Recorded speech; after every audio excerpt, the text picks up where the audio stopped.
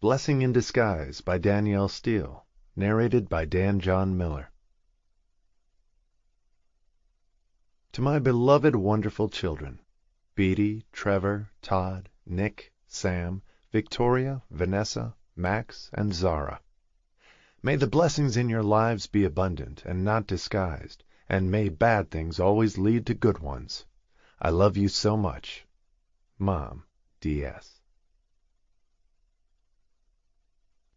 Chapter 1. Isabel McAvoy sat at her well-organized desk with photographs of the important people in her life in silver frames around her.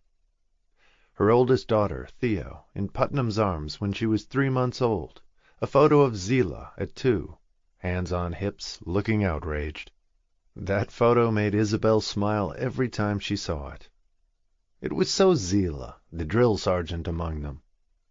Theo was the dreamer, as quiet and shy as she had been since she was born, and so like Putnam, her father. It was as though they both had landed from another world and weren't quite equipped for this one. There was a photo of Declan, next to one of Una as a baby, where she was smiling broadly. She was the happiest person Isabel had ever known.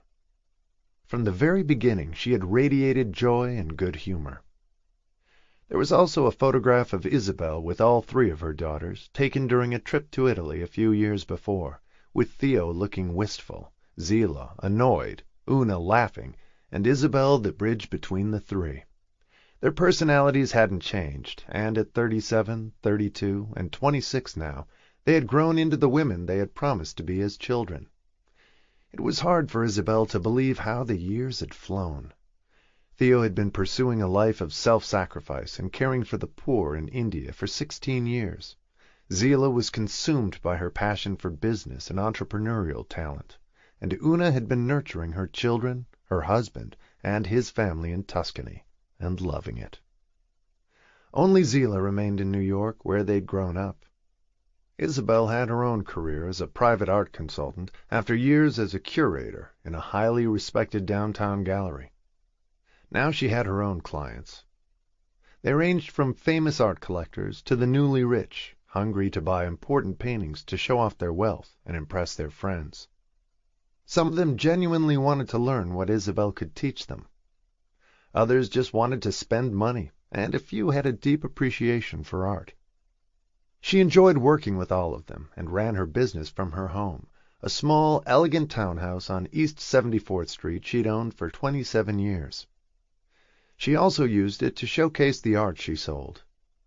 The house was impeccable. It suited her, and the girls had grown up there as well. It was thanks to Putnam that she had been able to buy the house and start her business, which had flourished ever since. She hadn't amassed a huge fortune, but had enough to live well, help her children when they needed it, and enjoy a pleasant life herself. Her innate sense of style showed in the simple, chic, understated way she dressed. She was still beautiful at 58. On her desk was a photograph of Isabel with her father Jeremy as well. They were in front of the remarkable cottage in Newport, Rhode Island, where she had grown up. Her mother had been a school teacher and died when Isabel was 3. Her father had been a curator at the Boston Museum of Fine Arts, with a specialty in Impressionist art and a subspecialty in Renaissance art in history. Her earliest memories were of trips to the museum with him. 2 years after his wife's death, he had made a dramatic career change and accepted the job of property manager for one of the Vanderbilt estates in Newport, which included the mansion euphemistically referred to as the Vanderbilt Cottage. It was a spectacular home more than a small chateau, filled with priceless antiques and art. With the job came a modest house on the grounds where Jeremy and his daughter could live. Jeremy had been looking for an opportunity like it for a while. He thought it would be better for Isabel to grow up in the country rather than the city of Boston in a small apartment with him. He also wanted a job where he could spend more time with his daughter than his curating at the museum would allow. When the right position turned up, he jumped at it. They moved to the Vanderbilt estate in Newport. He was responsible for the art, antiques, the grounds, the staff, and keeping everything in perfect order and ready at the drop of a hat for his employers, who only used the house once a year for a few weeks in August. The rest of the time, the Vanderbilts lived in their other homes in New York, London, and the south of France, where they spent June and July. For 11 months of the year, Isabel had free run of the grounds, and was in and out of the main house frequently with her father. She would study the paintings for hours while he was busy. She'd sit quietly on a chair, examining the paintings minutely, and her father would tell her about them, and something about the artists. She learned a great deal from him, and her early favorites were Degas and Renoir. It never struck her as odd that she lived amidst such opulence, although none of it was theirs. She had no pride of ownership, nor did her father, only a deep appreciation for the beauty of their surroundings. In some ways, it was like living in a museum. As she grew up, her friends were the housekeeper, the butler, the cook, and maids and housemen, though she and her father ate dinner alone in their own house every night. She went to the local school, but made few friends. It was complicated explaining to them where she lived and why. It came as no surprise to her father when she decided to major in art history at New York University and volunteered on weekends at the Metropolitan Museum of Art.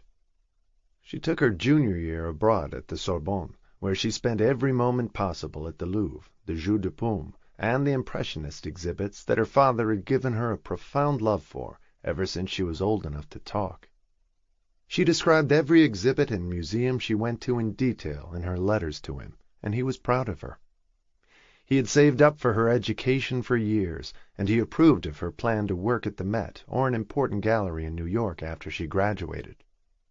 She landed an internship at a greatly respected gallery in Paris for June and July after she had finished her year at the Sorbonne. It was there that her life's journey began, and now, so many years later, she was still influenced by the choices she had made at 20 and by the people who had crossed her path so long ago. Isabel had begun her internship at the Verbier Gallery in Paris that June, feeling breathless to be in its hallowed halls. The most important collectors in the world entered their portals regularly to view the remarkable paintings being presented to them, at prices beyond anything she could imagine. Her duties were menial. She had to clean the coffee machine, order lunch for the sales representatives from the bistro nearby, and set it up in the gallery's dining room. She was taught how to wrap a painting for delivery, or for crating to be shipped, using all the packing materials they showed her, and under the careful supervision of one of the regular employees. They all wore the same white cotton gloves she had been given to handle the art. The truly important paintings weren't left in her care, but she saw them after they were removed from a viewing room. She'd been told that if she encountered a client, which would be rare, she was to say only good morning or good afternoon. She was fluent in French by then, having learned it during her year at the Sorbonne. She looked like a child with her long blonde hair in a braid and the short navy skirt and white blouse she wore to work every day. She looked younger than her 20 years. She'd been at the gallery for a week when there was a considerable stir one afternoon before a client came in. She didn't hear his name and wouldn't have recognized it anyway. All she could glean was that he almost never came in, as it was rare for him to leave his chateau in Normandy. And although he was an important collector and a frequent client of theirs, he hadn't been to the gallery in 2 years. The gallery's director, Robert Ponvert, and his 2 assistants were on hand when he arrived. They showed him discreetly to a viewing room, and shortly after, Isabel was asked to bring cold mineral water for the client to drink. She noticed the 4 beautiful Monets on display, and a slim, quiet man, concentrating on the paintings without saying a word. She set the water down on a table as the man turned toward her and smiled. She then disappeared without a sound, as she'd been told to do. He emerged an hour later, with the gallery director looking pleased. The client stopped briefly to study a small painting of a nude on the way out. It was part of their current exhibition, and after he left, Isabel heard his name for the first time. Putnam Armstrong was American, from a wealthy Boston family, and had lived in France for 20 years. He had just bought 2 of the Monets, and there was a celebratory atmosphere in the gallery after he left. Armstrong had slipped out as quietly as he'd arrived. He drove away in a beautiful old silver Rolls he had left with the doorman outside. Isabel had forgotten about him by the next day. She tended to her duties, watched other clients come and go, and 2 days later the director of the gallery summoned her to his office. She was sure she had done something wrong, although she had no idea what it might have been. She had followed all the directions she had been given impeccably. She wondered if someone had seen her looking at the paintings they kept in a locked room. She'd been careful not to touch them, and only studied those that were set up on viewing stands, but she was suddenly terrified she might be dismissed. "Did you see Mr. Armstrong, the client who was here 2 days ago to see the Monets?" Robert Pontverre asked. She nodded, too frightened to speak at first. "Oui, monsieur," she said in a whisper, waiting for what would come next. "He looked at a small nude on the way out, and wishes to see it again. He wants us to send it to his chateau. It's a 2-hour drive from here, in Normandy. Can you drive?" he asked her sternly. She had gotten her international license before she had left, in case she wanted to go on driving trips, but had only used it a few times. It was easier to take the train. "Yes, sir, I can." He didn't tell her that Putnam Armstrong had requested that she deliver it. He had identified her as the girl who brought him water in the viewing room. It was a demand he had never made before. He normally didn't care who delivered the paintings to him, but whatever he wanted, the gallery would supply. They had delivered the 2 Monets to him the day after he bought them. They knew that payment by wire would be made within days by his bank. He was one of their most reliable clients. He could never pass up a truly spectacular work of art. "Good. You can take the painting to him tomorrow with the gallery car.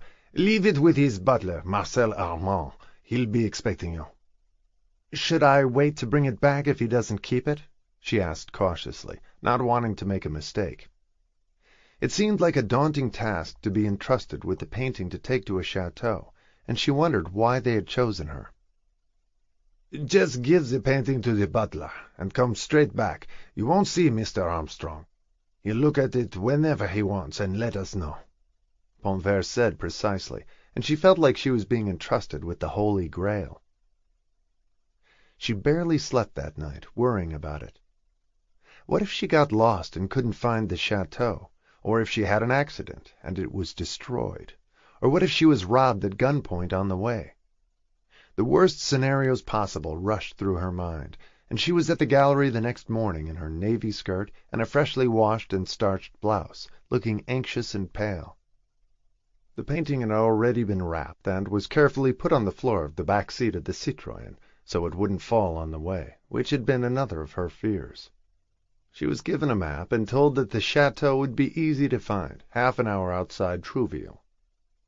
A few minutes later she left the gallery and was on her way. She didn't start to relax until she'd left Paris and found herself in the countryside. It looked a little like New England, and as she approached Deauville, she glanced at the quaint Norman houses. She followed the directions she'd been given, and 2 hours after she'd left Paris, she found herself at the imposing gates of the chateau. It was a beautiful June day, and she had caught glimpses of the sea along the way. She pressed the button on the intercom at the gate, and was instructed to proceed to the end of the drive, which was a surprisingly long way after the gates swung open for her, and she drove through. There were enormous old trees on either side of the drive along the way, and she saw a park and manicured gardens at the chateau come into sight. All she had to do now was find the butler, hand him her precious cargo, and go back to Paris. As she got out of the car, she saw an older man with gray hair appear on the top step and guessed he was the butler. He was frowning at her, as though she were an intruder. She hurried up the steps to explain her mission to him, and he nodded. She went back to the car to get the painting, and as she did, Putnam Armstrong appeared and came down the steps to greet her with a quiet smile. "Did you have trouble finding us?" he asked pleasantly, as though she were a welcome guest. Putnam had spoken to her in French, and she responded in English, knowing that he was American. They gave me very good directions. She smiled at him, and he looked surprised. You're American? I thought you were French. He didn't tell her that she looked like a young French girl in a school uniform, with her flat navy shoes the French called ballerines. Thank you for bringing me the painting. It's been haunting me ever since I saw it in the gallery. I wanted another look. It's a bit of a trek here. It was a beautiful drive, she reassured him. I enjoyed it. She opened the back door of the car and carefully handed him the painting, as the butler continued to observe them as though she might attack his employer. He appeared to be fiercely protective of him.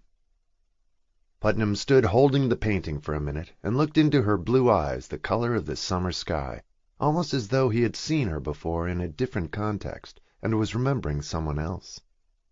Then he spoke to her in a soft voice.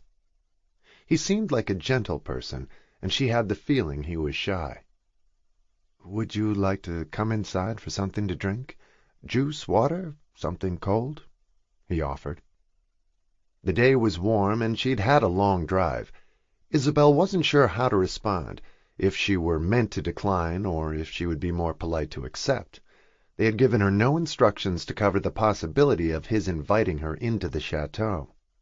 It hadn't occurred to the gallery owner that he might, nor to her. She looked hesitant, but his smile was warm, and the invitation seemed kind and sincere. Just for a minute, if you don't mind.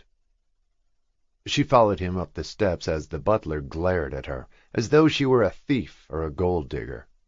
He would have stopped her from entering if he could, but it wasn't an option, as Putnam Armstrong led the way into the chateau.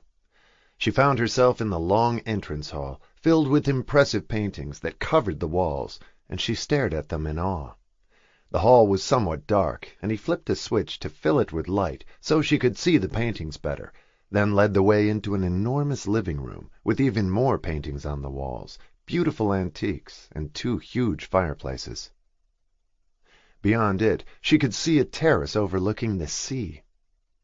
The chateau sat on a cliff above a beach, and she could see sailboats and other boats, as she smiled back at him. It's so beautiful. She admired the chateau and the scene beyond, and he was pleased by her reaction. That's why I never leave. I hardly ever go into Paris, only once or twice a year. It's so peaceful here. And lonely, she thought, although she wouldn't have dared to say it. She wondered if he had a wife or children, but there was something very solitary about him, and a sad look in his eyes when he gazed at her. The butler reappeared then, and asked her with a pinched expression what she'd like to drink. She asked for water as Putnam walked her out to the terrace and invited her to sit down. He had put the wrapped painting on a desk in the living room, and seemed in no hurry to open the package, nor to have Isabel leave, now that her mission was accomplished. And he made her feel it would be rude if she left immediately. The view was spectacular, and he watched Isabel with pleasure as she looked out to sea. "What brought you to Paris?" he asked, curious about her. She wasn't at all what he'd expected. He had thought she was someone's niece helping at the gallery for the summer. Instead, she turned out to be a surprisingly poised, very pretty young American, whom he had begun to suspect was older than she looked. Initially, he had liked the idea of a young summer intern delivering the painting so he wouldn't be obliged to get trapped in conversation with one of the regular gallery employees, which was why he had asked for her. And this enchanting young woman had appeared, and he was enjoying talking to her instead of fleeing as he normally did. They sat on the terrace in the sun, chatting for an hour, and looking peacefully out to sea.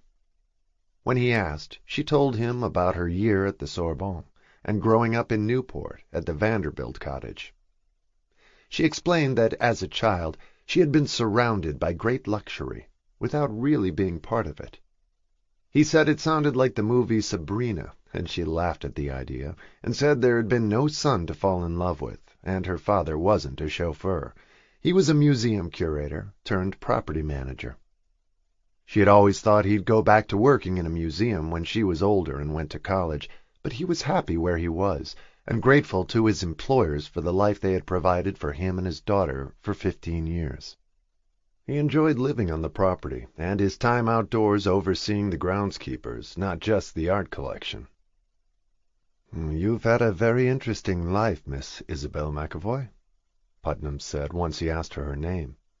He was intrigued by her. She seemed at ease in his environment and undaunted by him, while still respectful and knowing her place. He invited her to stay for lunch, much to the butler's amazement. Putnam never invited anyone to lunch and preferred to spend his time alone, reading or walking on the beach. He had a small sailboat he took out by himself and told her he was an experienced sailor from his Cape Cod summers as a boy and young man. The butler knew that a boating accident had brought him to France initially, but he knew no more than that.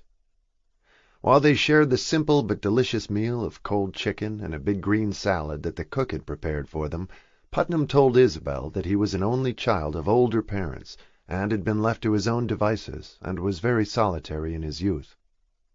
He mentioned that his parents had been very cold, and it sounded sad to her, unlike her very affectionate father, who had lavished time and love on her, and she felt sorry for Putnam and the life he described.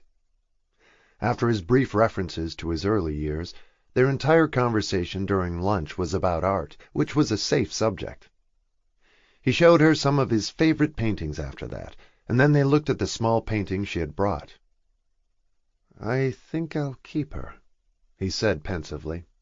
"I'll put her in my bedroom." There was nothing suggestive about the way he said it. It was simply the musing of an avid collector. Isabel was relieved that he didn't offer to show her his bedroom. She had no sense during lunch that he was flirting with her. He just seemed like a lonely man who wanted someone to talk to, and they shared common interests. He had been to the Vanderbilt cottage before she was even born. During lunch he had told her he was 47 years old, but he seemed ageless to Isabel, as though he was suspended between his old world and his new one, and time had stopped for him. He had come to France at 25 and hadn't been back to the States since. He said he had no desire to return to Boston.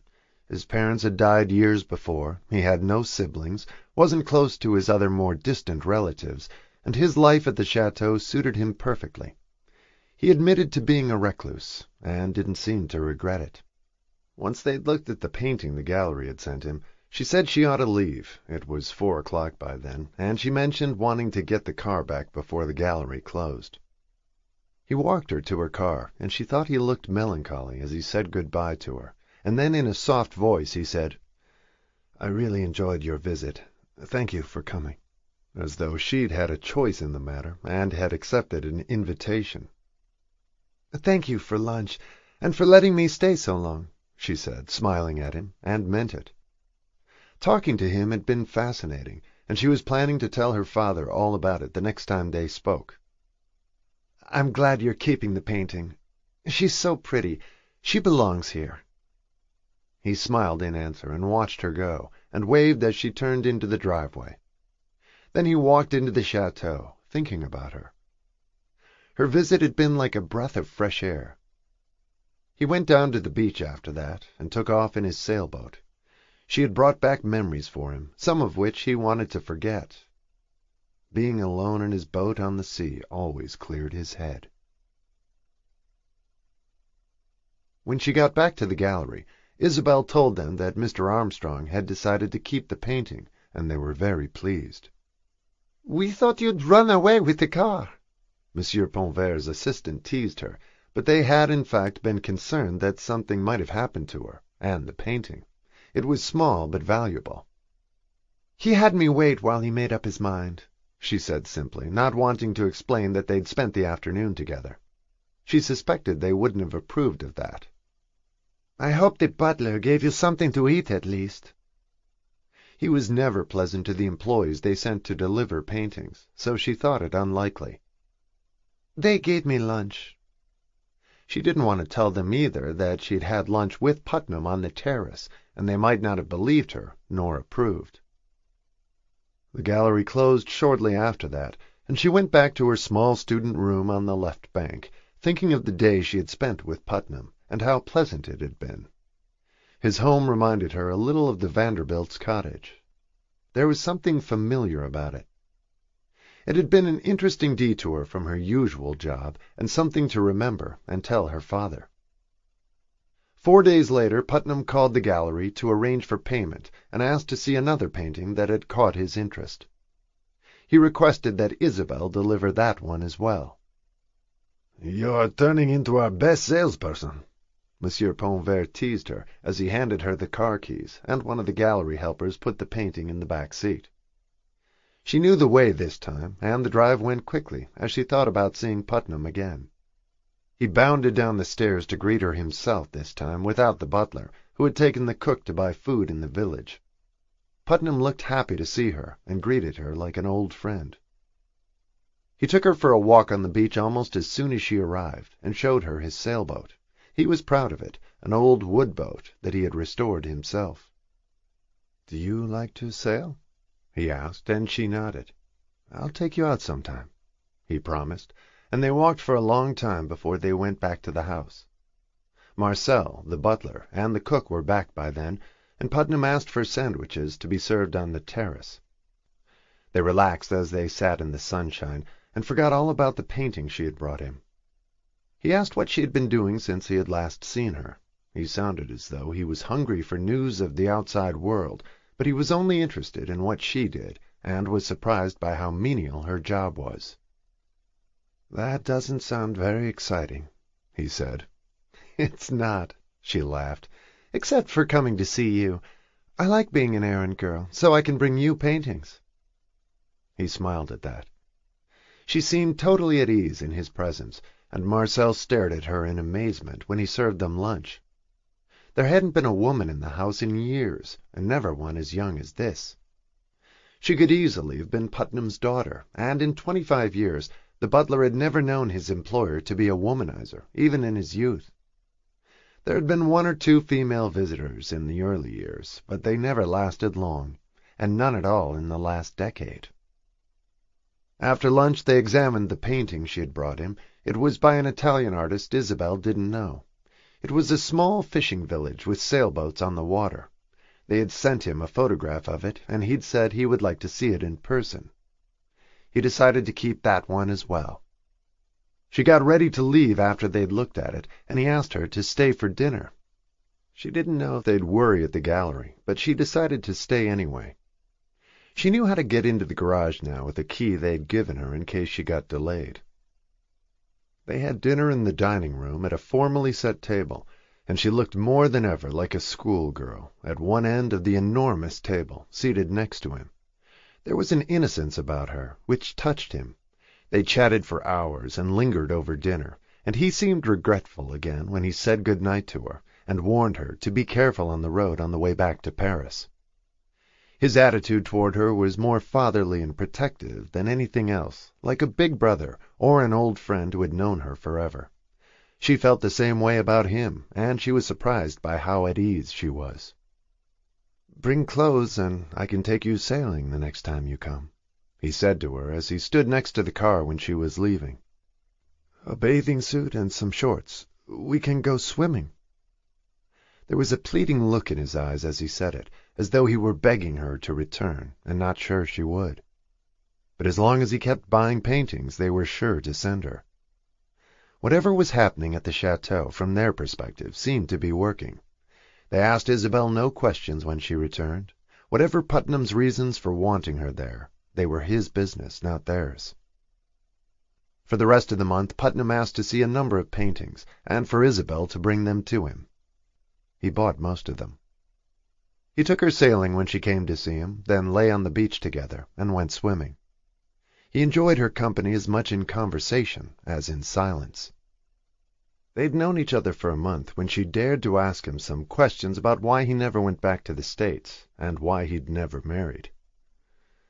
"I was engaged once," he answered carefully, looking out at the horizon as he said it. "We met in college. She was my closest friend, my only friend, when I was at Harvard and she was at Radcliffe. Consuelo, she was 2 years older than you are now when we got caught in a storm in my sailboat, and it capsized. I tried to save her, and I couldn't. We were in Maine, and I got washed up on an island where they found me the next day. They found her body a week later. I never wanted to be with anyone after that. The responsibility was too enormous. I felt like I'd killed her. Everyone insisted it wasn't my fault, but I didn't feel that way. The responsibility of another human being is too much for me. I feel the same way about children. My parents ruined my childhood with the way they brought me up. They were harsh and never approved of anything I did. I never measured up to what they expected of me. I was always being blamed for something or ignored. I wouldn't want to do that to someone else. They should never have had children, nor should I. And then I killed the only person I ever loved. He blamed himself entirely for Consuelo's death, and she could see he had never recovered. "You're not a cold person," she said gently. "You're a very kind man." "I have no role models, no idea how to be a good parent. I come from an icy world, where form mattered, and never love. Consuelo was different. She was a bright, sunny, happy girl, a free spirit. A lot like you," he said, forcing his gaze back to Isabel with a serious expression. "I don't have that kind of joie de vivre in me. I never did. My parents stamped it out of me. I live in a dark place and rely on other people's light, but I can only tolerate it for so long, and then I need to be alone again." She understood that, and she didn't seem to mind. She was a lovely girl. I don't know if the marriage would have worked, but I was happy with her. Isabel instinctively understood his need for solitude, too, and sensed how painful it was for him to be around people. She never intruded on him when he was quiet, and waited peacefully until he wanted to talk again. She wasn't sure how it had happened, but she could tell he had been badly damaged as a child, and instead of letting his wounds heal, he had chosen to isolate himself so he wouldn't be hurt again. He had built walls around himself a mile high. It was tempting to try and get behind them, but something told her no one could. "I came to France 6 months after the accident. I couldn't stand everyone knowing about it and telling me how sorry they were, even though I'm sure most of them blamed me. No one knew about it here. It was easier to leave and start again than to look into their eyes and see my guilt. I bought this chateau and stayed. It suits me better here. I have nothing to go back to there any more. My parents had both died before the accident. I was living in their home full of ghosts. I sold it after I bought the chateau. Sometimes the past is better left behind. I have no bad memories here." But he had no good ones either. All he had now was peace, which seemed a shame to her. He was too young to give up on life, and she wondered when he had, as a boy or later. "I don't think I'd be good at marriage. I've never missed it. The idea of it terrifies me. I feel safe alone." He smiled at her then, and she thought there was something so achingly poignant about him in his self-imposed solitude, running from the past, and the girl he thought he had killed, and an unhappy childhood. "What about you?" he asked her. "No boyfriend to go home to after your year in Paris? Or a boy here who'll pine for you after you leave?" She shook her head to both questions, and then he wondered about something else. "Are you a virgin?" She shook her head in answer to that, too. He felt comfortable enough to ask her now, and she wanted to be honest with him. He didn't press her about it. "One mistake when I was 15. I've been good ever since. I learned the price you pay when you do something stupid, a big one. I don't want to make the same mistake again." "You'll have to one day," he said, "or you'll wind up like me, alone." They were both wounded in a way. He smiled at her as they lay on the beach in their bathing suits after a long swim. They were both strong swimmers. "It will have to be right next time, otherwise everyone gets hurt," she said, and he nodded in agreement. "You look so young and innocent. I thought you were probably a virgin." "Not as innocent as I look." She gave him a knowing glance, and he laughed at her. "Not exactly a femme fatale either. The people at the gallery probably think we're having a torrid affair by now. That's funny. Things are never what they appear." He leaned toward her as though he wanted to kiss her, but he didn't, and she wondered if he ever would. He lived behind the walls he had built around himself, and he had let her inside them more than any other human in 20 years, since Consuelo, but she could tell that he was afraid of letting anyone get too close to him.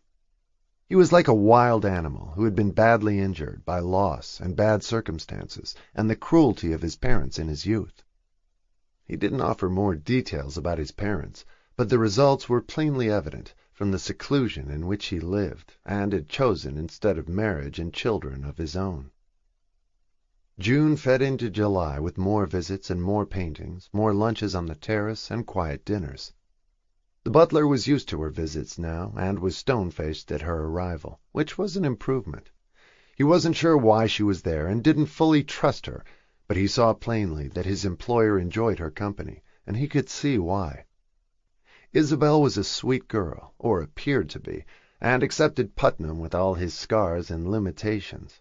She never asked for more of him than he wanted or felt able to give. He felt safe with her. It was in the last days of July that she reminded him that she was leaving in a week to go back to Newport, to spend August with her father before school started in September. Putnam was silent for a long moment after she said it, as though weighing something difficult in his mind and wrestling with his demons. Then he finally spoke to her. "What if I asked you to stay? Would you? Not forever," he clarified immediately, not wanting to mislead her. He liked her too much for that. In fact, he was falling in love with her, but he didn't want to admit it to her or himself. "I mean for another month, until you have to go back to school in New York. You could stay here with me at the chateau." It was new territory for him, and for her as well. He had never done anything like this before, and they had never even kissed. She looked confused. "As friends?" she asked, wanting to know how he viewed it, and what he meant. "Not exactly," he said, as they sat on the terrace in the moonlight after dinner. Marcel had served their coffee there, and with that, Putnam leaned over and kissed her. It was a searing kiss, filled with all the emotion they had felt for 2 months and hadn't expressed, and she responded as the floodgates opened and tossed them toward each other. It was a long time before he pulled away from her with a tender expression.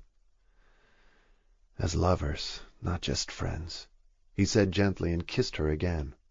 His gentleness as a person was contradicted by the force of his passion. She hadn't expected him to be so ardent, and she knew her answer by the end of the second kiss. "If you want me to, I'll stay," she said hoarsely, and he was barely able to keep his hands to himself.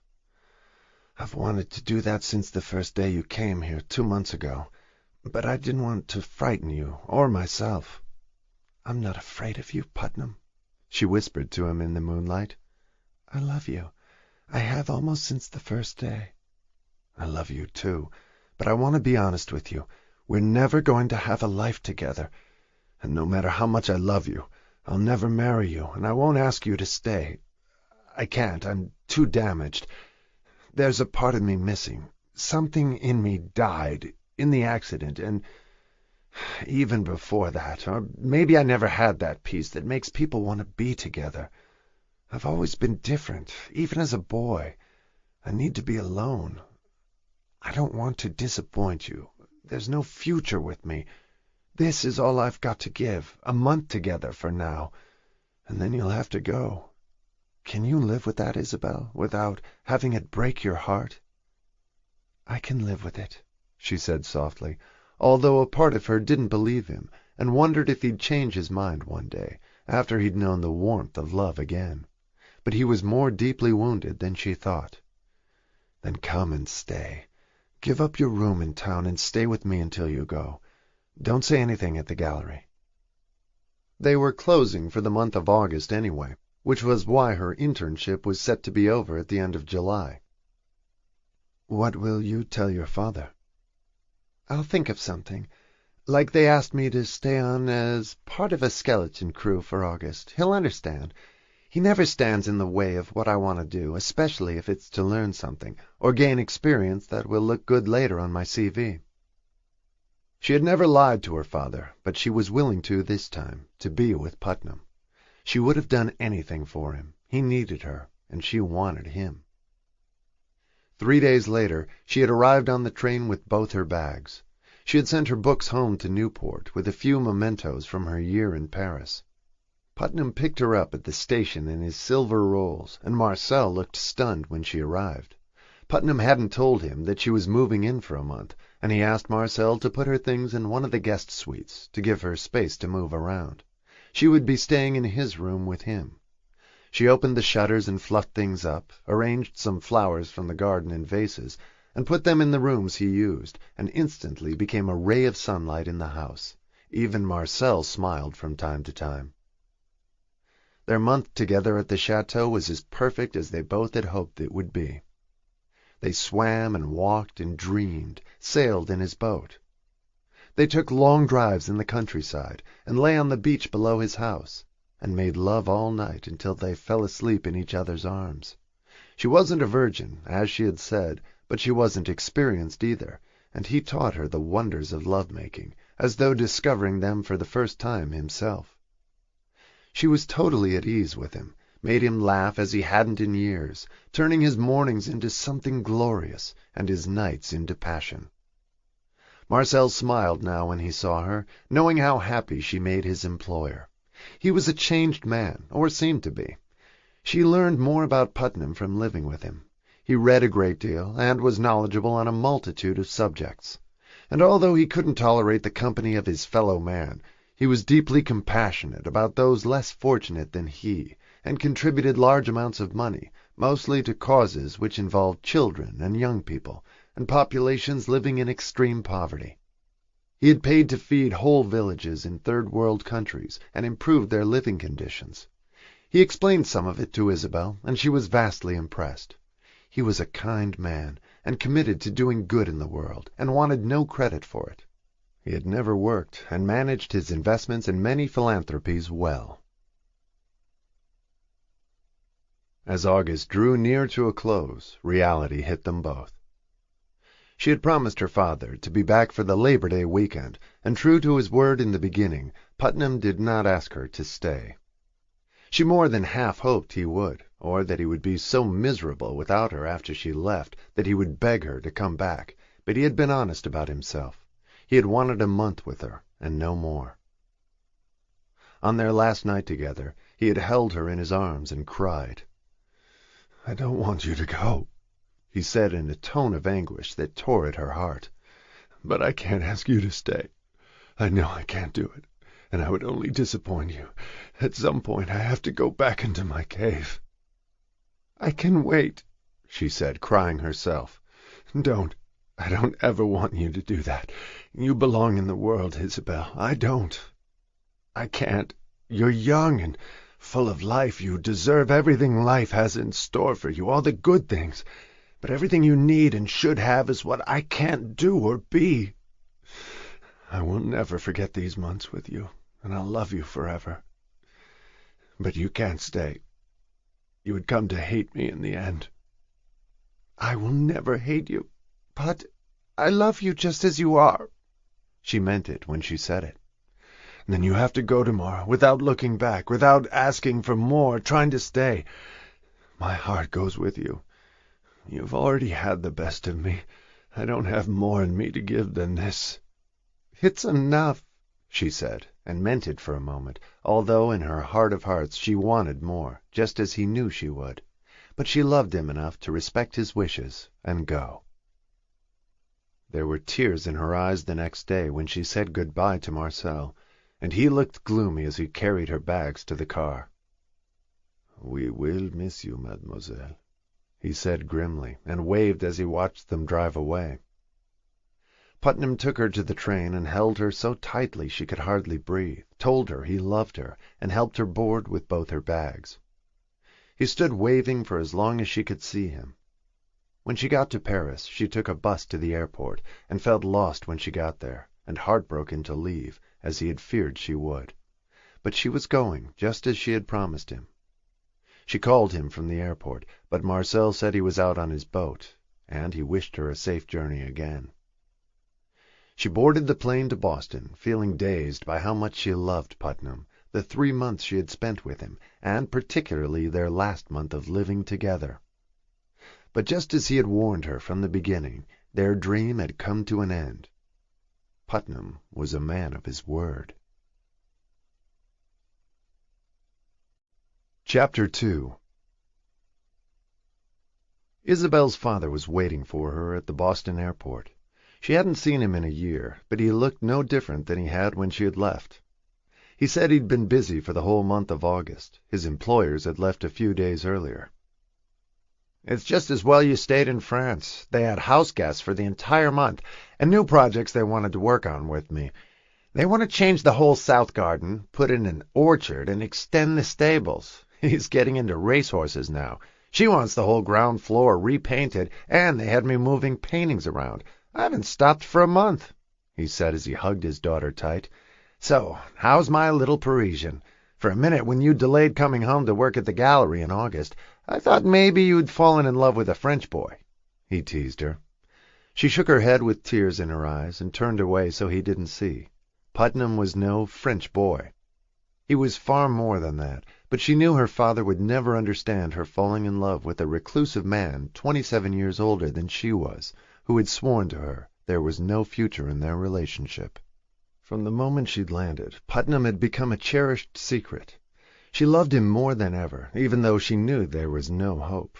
Perhaps more because of it. He was the impossible dream, the man she loved and knew she could never have. He had just proven it to her when he'd made her leave. Her father found her unusually quiet once she was home, but he put it down to travel fatigue, how busy she'd been at her job, and culture shock after a year in France. He was sure she'd be fine once she got back to school. 5 days after she arrived, she took the train to New York to start her senior year at NYU. She felt more disconnected once she was there. She cried all the time and wrote to Putnam whenever she could, trying not to sound needy and pathetic, which only made her cry more. She was exhausted being back in school, although the Sorbonne had been just as hard. She often fell asleep at night with the lights on and could barely keep up with the work. After a month of tears and exhaustion and missing Put, she started to feel physically sick. He sounded no better in the letters he wrote her.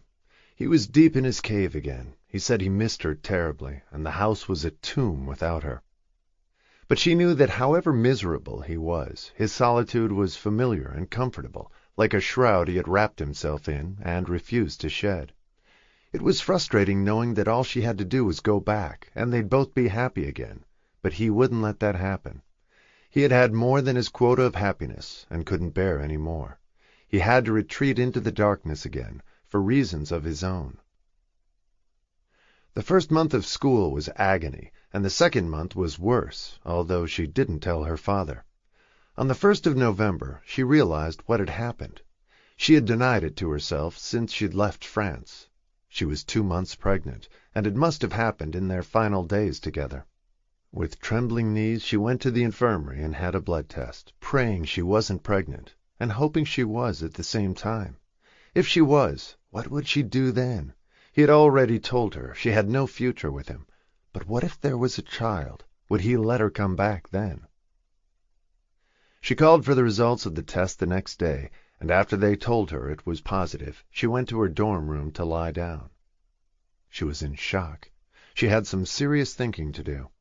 This explained everything she'd been feeling for the past 2 months, the crying, the fatigue, and the nausea she'd been experiencing for the past few weeks. But at least Putnam wasn't a child. He was a man. Sooner or later she knew she'd have to tell him and see how he felt about it, and if the news would change his mind about them. She didn't want to make any decisions without him. She had nowhere to turn. She didn't want to tell her father until she had spoken to Put. He had a right to know first. She spent 2 weeks of sleepless nights, and then called him in France. She hadn't been to a doctor yet, but had calculated that the baby was due in May, with luck right after graduation, so she could finish her senior year and get her diploma. That is, unless he wanted her back in France immediately, which was what she really hoped. She hadn't gotten pregnant on purpose, and they'd been relatively careful. But relatively wasn't good enough. She called him late at night his time, and she knew he'd be up. The sound of his voice rippled through her like gentle waves. He was surprised to hear her. He had told her he preferred writing letters to talking on the phone, and she had respected that since she had left. "Is something wrong?" he asked her. Tears sprang to her eyes. "Yes. No, I don't know. There's something I have to tell you," she said, detesting the sound of her own voice. There was silence at his end. "I'm sorry to tell you this over the phone, but I just found out I'm pregnant." "Oh, my God." She could hear the panic in his voice. He sounded like a horse about to bolt. "How did that happen? Never mind, stupid question. I know how it happened." She smiled at that. "What are you going to do now? Is it too late for an abortion?" He had counted backward, too. She was almost 3 months pregnant. It wouldn't be possible after that. "I was in denial for a couple of months. I thought I just missed you.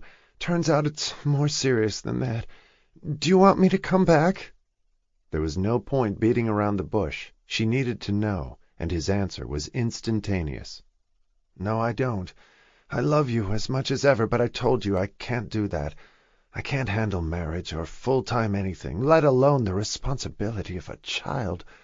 I'm not going to force you to have an abortion. I can't do that. You have a right to do what you think best, but your coming back to me now, pregnant, or with a baby 6 months from now, would drive me right over the edge. I know what I can't handle, and that's it. If you decide to have it, I'll help you, of course, and provide for the baby, but I'm not able to be part of your life, or a child's. Please don't base your decision on me." He was as honest as he had been since the beginning, and as she listened to him, she cried. She had hoped for more than that from him, but he had always been honest with her about how impaired he was. "We should have been more careful. It's my fault that we weren't." He took full responsibility for that, but not for what would come next. He had made it clear. She had to face this on her own. She wanted to be honest with him, too. "I went through something like this 5 years ago when I lost my virginity. I made some terrible mistakes then, and I don't want to make the same ones again. I was a kid and I had no choice. My father decided what he thought was best, and he was wrong. I can't do that again. I love you. I'm going to have the baby, but I just can't see doing anything else." She was sobbing as she said it, and he felt terrible for her, but it didn't change his mind. "I'll do whatever I can to help you, Isabel. I'm not going to leave you stranded or deny our child, but I can't take it on either. Marriage or our living together with a baby is not in the cards." "I understand." She said it, but didn't really. "Are you truly going to have it?" He sounded devastated, for her as well as himself. "I have to, Put. I can't do anything else." "What happened before?" He was worried about her, and she had never told him about it, except to say she had made a mistake in the past. "It doesn't matter. It was a long time ago. I was 15. I'm grown up now. The baby is due in May. I can finish senior year and graduate, stay with my dad, and take the summer to get organized, and then get a job in the fall." "I'll give you whatever you need," he said, without hesitating. "I don't want anything for myself, just for the baby. I'm not going to be a burden to you, and I don't want you to think I did this to get something from you." "Well, you certainly did that," he said, teasing her for a minute, and she smiled through her tears. "No one's ever been pregnant by me before." He sounded shocked. "I never thought I'd have a child. You should think about this for the next few weeks and make sure it's what you want to do, and even if you had a difficult abortion before, it could be fine this time." She didn't answer for a minute, and there was iron in her voice when she did. "I'm not getting rid of our baby, Put. I love you. I can handle this." She sounded sure, and he was stunned by her strength. "Have you told your father?" "Not yet. I wanted to talk to you first. Well, keep in touch, and let me know what you decide." "I already did," she said quietly, angry at him for a minute. She had been hoping to hear, "Come home," not "keep in touch." But his message was clear and always had been. If she had this baby, she would be doing it alone. He would provide financial help, which she was grateful for, but he would not be around or part of their child's life, or hers. She wasn't even sure if he would ever want to see it, and suspected now that he might not. She was on her own. "Do you want me to send you something now?" "No, I don't. I don't need anything until the baby is born, and I'm going to work, Put. I'm not expecting you to support me now. That isn't part of the deal." "We'll talk about that in a few months. And for God's sake, take care of yourself. Should you drop out of school?" "Of course not. I need a degree to get a decent job." "I'm so sorry, Isabel. This is rough. I didn't want this to happen to you. I loved our time together, but it comes at too high a price for you." "No, it doesn't. Maybe this was my destiny, to have your child." She was serious when she said it. "God help the child. I hope it's nothing like me," he said, sounding sad, and hating himself for what he didn't have to give. Isabel deserved better than that, and he knew it. "Let me know how you are," he said seriously. "And as hard as it may be to believe, I love you, to the best of my abilities." "I love you too." They hung up a minute later, and she lay on her bed thinking of everything they had said. In an instant her path in life had changed. She was no longer a student, hoping to find a job, meet a good man, and get married one day. She was going to be a mother, unmarried, with a child to take care of and think about before all else, and whoever she met and fell in love with in the future would have to accept her with the child she had given birth to out of wedlock. It was what her father had tried to spare her at 15, and now here she was again. She told her father when she went home for Thanksgiving. He was stunned. He wanted to know who the father was, if she had contacted him, and what his reaction had been. "I assume he's some French kid you met at the Sorbonne," her father said, sounding weary. Isabel shook her head. "No, he's American, and very much an adult. He loves me, but he doesn't want to get married or have a baby. He'll help me financially, but he can't have us in his life." Her father was furious at that. "Is he married?" "No, he's not. He just can't handle it emotionally. He warned me of that from the beginning. I'm not sure I believed him at first, but I know that he can't do it, Dad. I'm going to have the baby on my own." "We've been down this road before, Isabel," he said angrily. "I'm not going down the same road again, Dad. I'm not 15 anymore. I have to make my own decisions this time. For everyone's sake, I can do this," she said firmly as her father shook his head. "You don't know what you're talking about. I couldn't keep my job and take care of you adequately when your mother died. I was never home. That's why I gave up my job at the museum, and we came here. And what are you going to do, take in washing at home?" His words sliced through her like a knife. "No, Dad, I'm going to work like everyone else. What do widows do, or other women who have babies and aren't married? I'm going to get a job in New York, and he's going to help provide what I can't for the child. I don't want to be dependent on him, but I'll need some help. We'll make it work. I'm not getting rid of this baby. Besides, I love him, and he's a good man." "Not in my book he's not. If he were, he'd marry you. And too bad if he doesn't want a wife and a child. He sounds like a selfish SOB to me." "I wouldn't want to be married if that's not what he wants," she said quietly. "And I respect who he is." There was no way to explain to her father how damaged Putnam was. He was a tortured soul. "You're making a terrible mistake having his baby," Jeremy McAvoy said fervently. She had heard it all 5 years before. "You're too young to saddle yourself with a baby without a man." "I'll be 21 when the baby is born. That's old enough." He left the house then, and only came back in time to sit down to their Thanksgiving dinner, which Isabel had prepared as she always did. He didn't say a word to her during the meal. She hardly saw him the next day while he worked around the property. He sat stone-faced through the dinner of leftovers from the day before. It was usually a jovial meal. Saturday was no better, worse in fact. He tried to interrogate her about the baby's father, and she refused to answer his questions, knowing he wouldn't understand anything about Putnam, and she felt protective of him. On Sunday, as she was about to catch the bus to Providence, and from there the train back to New York, her father turned to her. "I'm sorry, Isabel. I need some time to adjust. This wasn't what I hoped for you. I wanted you to have a better life one day with a man who loves you enough to marry you before you have a baby." "I didn't want this either, Dad, but it's what happened, and I'm going to make the best of it. He won't abandon us completely." "He already has," her father said, "whether you see that or not." "I guess I do. He's different, Dad. He can't handle it." There were tears in her eyes as she said it. "And I'm sorry to disappoint you again." She hugged him then, and he drove her to the bus. It broke her heart to see how crushed he looked as the bus drove away. She thought about him all the way to New York, and about Putnam and everything that had happened 5 years before. All she knew was that she couldn't go through that again.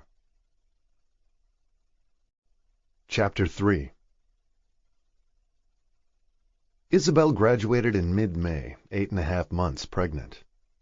She'd had a job at the university bookstore at night for the last 6 months, and had saved up for things she needed for the baby: a crib, a bassinet, a car seat, and a stroller. Putnam had set up a bank account for her days after she'd told him she was pregnant, but she hadn't touched it. She knew she'd need his help with an apartment in a decent neighborhood and childcare when she started working. She didn't want to take advantage of his generosity before that, and even then she would only use his money to the degree she had to.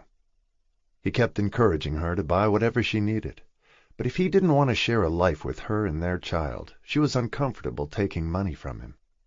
She had sent him pictures from the sonogram, but you couldn't see much except the outline of the baby. They hadn't been able to determine the baby's sex, and they had discussed names for both sexes in their letters. She could tell that he wanted to participate, but always from a distance. He was becoming more like a benevolent uncle or friend, watching over her, and less a lover. Her father had finally made his peace with it, and he was proud of her at graduation. She stayed in New York for a week afterward to interview for gallery jobs that would start in September. There were 2 at well-known galleries she liked particularly. All they'd said was that they'd get back to her. She knew she'd have to start as the lowest assistant. Her only gallery experience was as an intern at the Verbier Gallery in Paris the previous summer. The owner of the Acker Johnson Gallery was impressed that she had worked there. He asked if her husband worked in New York, and she said he did, since she had bought a plain gold wedding band and had been wearing it since Christmas. She told people she knew at school that she'd married a French law student during junior year in Paris, and claimed to potential employers that her fictional husband worked on Wall Street. No one questioned it or suspected she was an unwed mother. She went back to Newport a week before her due date and got things ready for the baby. She had sent everything home that she'd bought so far, and her father smiled when he saw her turning her bedroom into a nursery. "It looks like we're expecting a little guest here." She had put decals of Winnie the Pooh and Piglet holding red balloons on the wall, and she had squeezed in a chest of drawers filled with tiny little T-shirts and pajamas. It reminded Jeremy of when she was born, and what a happy time it had been for them. He still couldn't understand the man who claimed to love his daughter but wanted no responsibility for her or their baby. Isabel was far more compassionate and forgiving than he was, and he got angry every time he thought about him. The day after Isabel finished setting up the nursery, her water broke while she took a walk in the garden. She didn't understand what it was at first. She hadn't met the doctor who would deliver the baby. She'd been getting all her prenatal care at the university and had an appointment with the obstetrician in Newport the next day. Her father was talking to the architect about the extension to the stables they were building when she went to get him and informed him that labor had started. He looked panicked when she told him. Her bag was packed, and he drove her to the hospital 20 minutes later, after she called the doctor she was supposed to see the following day. Nothing much was happening when they got to the hospital, and a nurse checked her. Isabel wanted to go home, but her father insisted that she stay there. If things speeded up, he didn't want her giving birth at home, or for anything to happen to her. He left and said he'd come back in a few hours and to call him when things got going. She had a semi-private labor room with no one else in it, and a nurse suggested she walk up and down the halls to get labor going. She thought of calling Putnam, but she knew she'd just make him nervous, and there was nothing to tell him. The nurse who checked her predicted that the baby wouldn't come until after midnight, and it was only 2 in the afternoon by then. The doctor wasn't planning to come until labor got started in earnest. She'd walked up and down the hall outside her room 6 times, stopped to look in the nursery window, and smiled at the sleeping infants. Some looked only hours old, and a few were crying. It was hard to believe that sometime that night she would have one of her own. She was thinking about it dreamily when the first hard pains hit, and by the time she got back to her room at the other end of the hall, she was doubled over and could hardly walk. A nurse saw her and came running. "Did your husband leave?" she asked Isabel as she helped her onto the bed during another pain. "He's my father, and he went home to do some things. The baby's... my husband is in France." She managed to choke out during a long contraction. "We have a little Frenchie coming, do we?" She smiled at Isabel. "Well, it looks like we're going to be saying bonjour pretty soon." She encouraged her as Isabel tried to smile but couldn't. She was suddenly in too much pain to make conversation. Another nurse came in to check her and said she was making good progress as the doctor walked in. She was a young, pleasant-looking woman, and she assured Isabel that everything was fine. Things were starting to move quickly, and the labor was harder and more painful than Isabel had expected. An hour later she was in the delivery room, and the doctor and 2 nurses were telling her to push. It was only 4 o'clock by then, and she wished that Putnam was there with her. "It won't be long," the doctor said between contractions, as Isabel asked for something for the pain, and the doctor said they had missed their window of opportunity. It was too late for a spinal to take effect. "We'll have your baby in your arms very quickly," one of the nurses promised, as another contraption ripped through her, and for the next hour Isabel continued to push, and had the sensation that she was drowning each time she did. They put an oxygen mask on her, and Isabel felt like she'd been swallowed by a wave of pain, and couldn't even hear their voices anymore. Then she heard a wail from a great distance. She wasn't even sure what the sound was at first, and then someone told her she had a little girl, and they put a different mask on her face to put her to sleep for a few minutes while they sewed her up. When she woke up, a nurse handed Isabel her daughter, and there was a tiny rosebud face in a pink blanket staring right at her. "She's so beautiful," Isabel said in awe of the perfect features in the serious little face. What struck her instantly was how much she looked like Putnam. She had the ethereal appearance of someone freshly arrived from another planet. Her eyes were a deep blue, and she had Isabel's white blonde hair, but everything else about her was pure Putnam. She didn't cry or wail, and her mouth was a tiny, perfect circle. They took the baby to the nursery then, and wheeled Isabel to her room an hour later. It was 6 o'clock, which was midnight in France, and she called Putnam from the phone in her room. He answered on the first ring, and had a sixth sense that it was Isabel. "I'm sorry to call you so late," she said in a voice still weak from the exertion of giving birth, and she was still shaking, with warm blankets tucked in around her. "Do I have a son or a daughter?" he asked, sounding hesitant, still not sure which he wanted, and feeling guilty for not being with her for the birth. "We have a beautiful little girl," she said, exhausted but proud as tears slid down her cheeks when she told him. "And she looks just like you, Put." "How unfortunate for her," he said politely, but sounded pleased. "She's very little, just under 6 pounds. "Did it go all right?" He'd been worried about her for weeks, and how she would get through the delivery. "It was hard, but she's worth it," Isabel said, smiling as she held the phone. He surprised her then. "I want you to bring her here this summer. I want to see her." "You do?" She hadn't expected that, and he hadn't mentioned it until that moment. He had wanted to see how he felt first, and now all he wanted was to meet his daughter and see Isabel again. A new bond to them had suddenly formed in him. "I want to see you both. Why don't you come in August and stay the month, the way you did last year?" You'll be recovered by then, and she should be old enough to travel at 2 months. Or is that still too early? He wasn't sure, and knew nothing about babies or children. She'll be fine, and I'd love it. Isabel was beaming at the thought, and couldn't wait to show her to him. What'll we call her? They had decided on Maximilian for a boy, but hadn't settled on a girl's name. I've always liked Theodora. I had a great aunt by that name. It seemed very elegant to me. She was a terrific woman, full of spunk and spirit. How does it sound to you? He asked her. I like the name, and I want to give her my mother's name as a middle name, Theodora Jane. Isabel said softly. Armstrong, he added, sounding very definite about it. She hadn't broached the last name with him, and assumed it would be McAvoy like her, since they weren't married. Theodora Jane Armstrong. Are you sure, Put? Tears slid out of her eyes and down her cheeks. Of course. I may be a recluse, but I'm not a complete son of a bitch. I have every intention of recognizing my daughter. She's the only living relative I care about now, and probably the only child I'll ever have. Thank you, Isabel, he said softly, for having the courage to go through with it. I won't let you down, I promise. Although he already had, and they both knew it. But Theodora was hers now, and made up for everything she had missed. The mother who had died when she was 3, the child she could have had at 15, and the husband Putnam could have been and chose not to be. Now she had her daughter. I think I'll call her Theo. It suits her.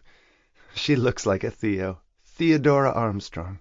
I'll send you pictures, she promised, and a few minutes later they hung up. She called her father and told him the good news. He thought it had gone remarkably quickly, 4 hours from start to finish, but it had seemed interminable to Isabel. He came by that night for a few minutes and declared her beautiful, and then left Isabel to sleep. They brought the baby to nurse, and she held her and said her name, and Theo looked at her seriously, and then closed her eyes and drifted off to sleep, and a nurse took her back to the nursery, as Isabel fell asleep too. And the next day Isabel supplied the information for the birth certificate, and gave them the last name of Armstrong, as Putnam had told her to. Theo was 3 days old when they took her home to the nursery Isabel had prepared for her. That night she told her father she was taking the baby to France in August to see her father.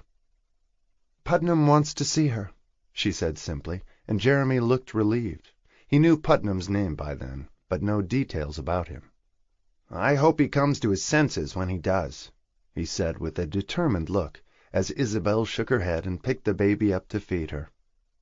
I'm not expecting that, Dad. This is the best he can do. He left the nursery so he didn't say anything he'd regret about his granddaughter's father, but he thought his behavior was deplorable. How could any decent man let a young girl like Isabel bring up a child on her own? Clearly he had no heart, no matter what Isabel said about him. By the following week, Isabel had heard from Putnam's lawyers in Boston, informing her that Mr. Armstrong was setting up a trust for his daughter, with Isabel as trustee. He had complete faith in her to make the right decisions, with the assistance of his lawyers and bankers. The attorney who had called her said that Mr. Armstrong would explain it all to her when he saw her, which sounded complicated and mysterious. But all she needed to know was that Theo would be taken care of. In July she went to New York and took the baby with her to interview with the galleries again and look for an apartment. She found one she liked in a solid-looking pre-war building with a doorman on a quiet street in the East 70s near the river. The apartment had 2 bedrooms. The building wasn't luxurious, but looked safe, and she noticed several children and their mothers coming in and out. Overnight she had stopped feeling like a young girl. She was suddenly a grown woman. She interviewed 3 babysitters and hired Maeve, who was leaving her current job in September when the children started school. She was a middle-aged Irish woman who looked serious and responsible, and as soon as Isabel got back to Newport, the gallery she wanted most called to offer her the job as an assistant. The pay was barely enough for her to live on, but with what Putnam was providing monthly for his daughter, Isabel could pay the rest and the babysitter. She had everything she needed: a home, a job, and a babysitter to take care of Theo while she was working. Maeve had made a comment that Isabel was barely more than a child herself. She had inquired about Mr. McAvoy and wanted to know when she'd meet him. Isabel said simply that they were no longer together, and he lived in France, so he wouldn't be visiting. Maeve looked startled and then sorry for her, to be left by a man with a baby so young. "Men," she said with a disapproving look. "We can never count on them, can we? We'll do fine without him, won't we?" she said to Theo, who stared at her with interest, and then drifted off to sleep. Isabel liked the fact that she had glowing references, had come through a good agency, and had 6 children of her own. She was a widow, and had brought up her children alone, too, in a 1-bedroom apartment in the Bronx. Maeve said they were all grown up now. One was a doctor, both her daughters were nurses, and had put themselves through nursing school. Another son was a cook in a restaurant, and 2 were priests. Isabel knew she'd feel safe leaving Theo with her when she went to work. She was going to start at the gallery as soon as they got back from France. By the time she flew to Paris on the last day of July, her life was organized. Theo was 2 months old and discovering the world. She was an easy baby, but you had to work hard to get a smile out of her. She appeared to be pondering life and deciding if the person talking to her was worthy of a smile. She reminded Isabel of Putnam. She was bright and alert, but even at 2 months she appeared to be a serious child. Isabel saw Marcel waiting for them as soon as she came through customs. He was in awe of the beautiful infant the moment he laid eyes on her, and he gave Isabel a warm hug. "She looks just like her father, doesn't she?" He had noticed it too, and Isabel was impressed when she saw that Putnam had bought an infant car seat, and Marcel had put it in the back seat of the Rolls. It made her smile as she got in next to the baby, and they drove from the airport to Normandy. Putnam hated going to airports and wanted to meet Theo at home. He was standing on the front steps when they drove up. Marcel had buzzed the intercom at the gate to let him know they'd arrived, and he ran down the steps and put his arms around Isabel and kissed her, and poked his head into the car to see his daughter for the first time. She had just woken up and stared at him in amazement, but didn't cry. Marcel had actually made her smile when he'd put her in her seat and tickled her face with the fluffy pink toy he had bought for her himself. Putnam was silent as he gazed at her. He undid the buckles of the car seat and picked her up as Marcel got the stroller out of the trunk and Isabel set it up. Putnam assured her he had gotten her a magnificent antique crib at an auction in Deauville. He said it was worthy of a princess. Theo regarded him with interest and didn't make a sound as he carried her into the chateau. "This is your other home, my darling," he said as he walked her around and took her out on the terrace to observe the view. It was a gorgeous sunny day, and she was wearing a little pink smock dress with a matching hat that Isabel had bought for the trip. Theo finally smiled at her father when he kissed her bare feet. It brought tears to Isabel's eyes to watch them. She had never expected this kind of emotion from him. He was instantly in love with his child. He insisted on taking them upstairs and showing Isabel the crib, which was a splendid antique, upholstered with billows of pale pink taffeta and lace, and pink satin ribbons everywhere, and a small pink teddy bear, which he had bought for her too. The crib was set up in the dressing room next to his room, so they could hear her easily during the night. It touched Isabel to see the familiar bedroom where Theo had been conceived. "Welcome back, my love," he said, and kissed her again. He didn't call it home, but neither of them could have imagined this scene a year before. Marcel and the maids fluttered around them like a flock of mother hens, wanting to see the baby and exclaiming over how perfect she was. And Putnam couldn't deny how much she looked like him, except for Isabel's pale blonde hair. He and Theo looked like twins, and she had the same reserve he did, the same cautious outlook on the world. Theo never seemed entirely convinced that she wanted to communicate with her admirers, oohing and aahing over her, just as Putnam always looked, as though he was about to run away when people were around him. Theo had many of his facial expressions. It was uncanny how much they looked alike. His genes were very strong.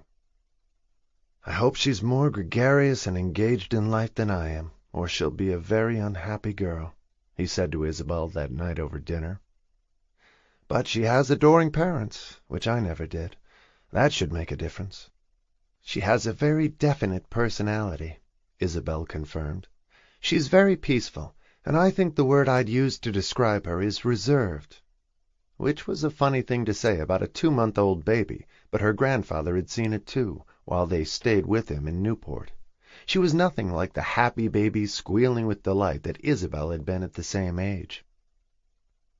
Isabel was amazed when he produced a baby carrier the next day and put it on, so he could carry Theo everywhere with him. He even walked her down to the beach and dangled her feet in the waves, and then put her back in the carrier when they walked along the sand. He and Isabel had made love the night before, but she noticed with a little disappointment that the fire had gone out of their love-making, and he admitted to being afraid that she'd get pregnant again. He had adjusted to it once, to some degree, but said he knew he couldn't do it twice.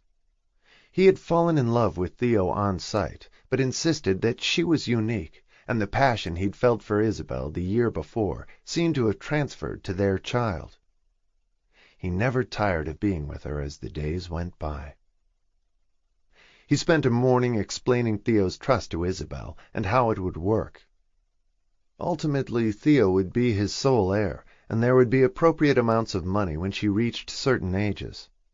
The investments in her trust would be handled by his bankers, but he wanted Isabel to teach her to handle it responsibly too. "I expect her to do some good in the world," he said seriously. "However she wishes to do that, either through philanthropy and gifts to causes she's interested in, or more actively on a personal level. A great deal of responsibility comes with the money I'll be leaving her one day. She has to put it to good use, not just spend it on herself." It was what he did with the causes he supported. What he said inspired Isabel to learn more about managing money, and she promised him she would. All she knew about was art. She liked Putnam's view that their daughter should do some good in the world. It made Isabel realize how fortunate her daughter was. She had always lived side by side with enormously rich people, but had never given it much thought. Now her daughter was going to be one of them.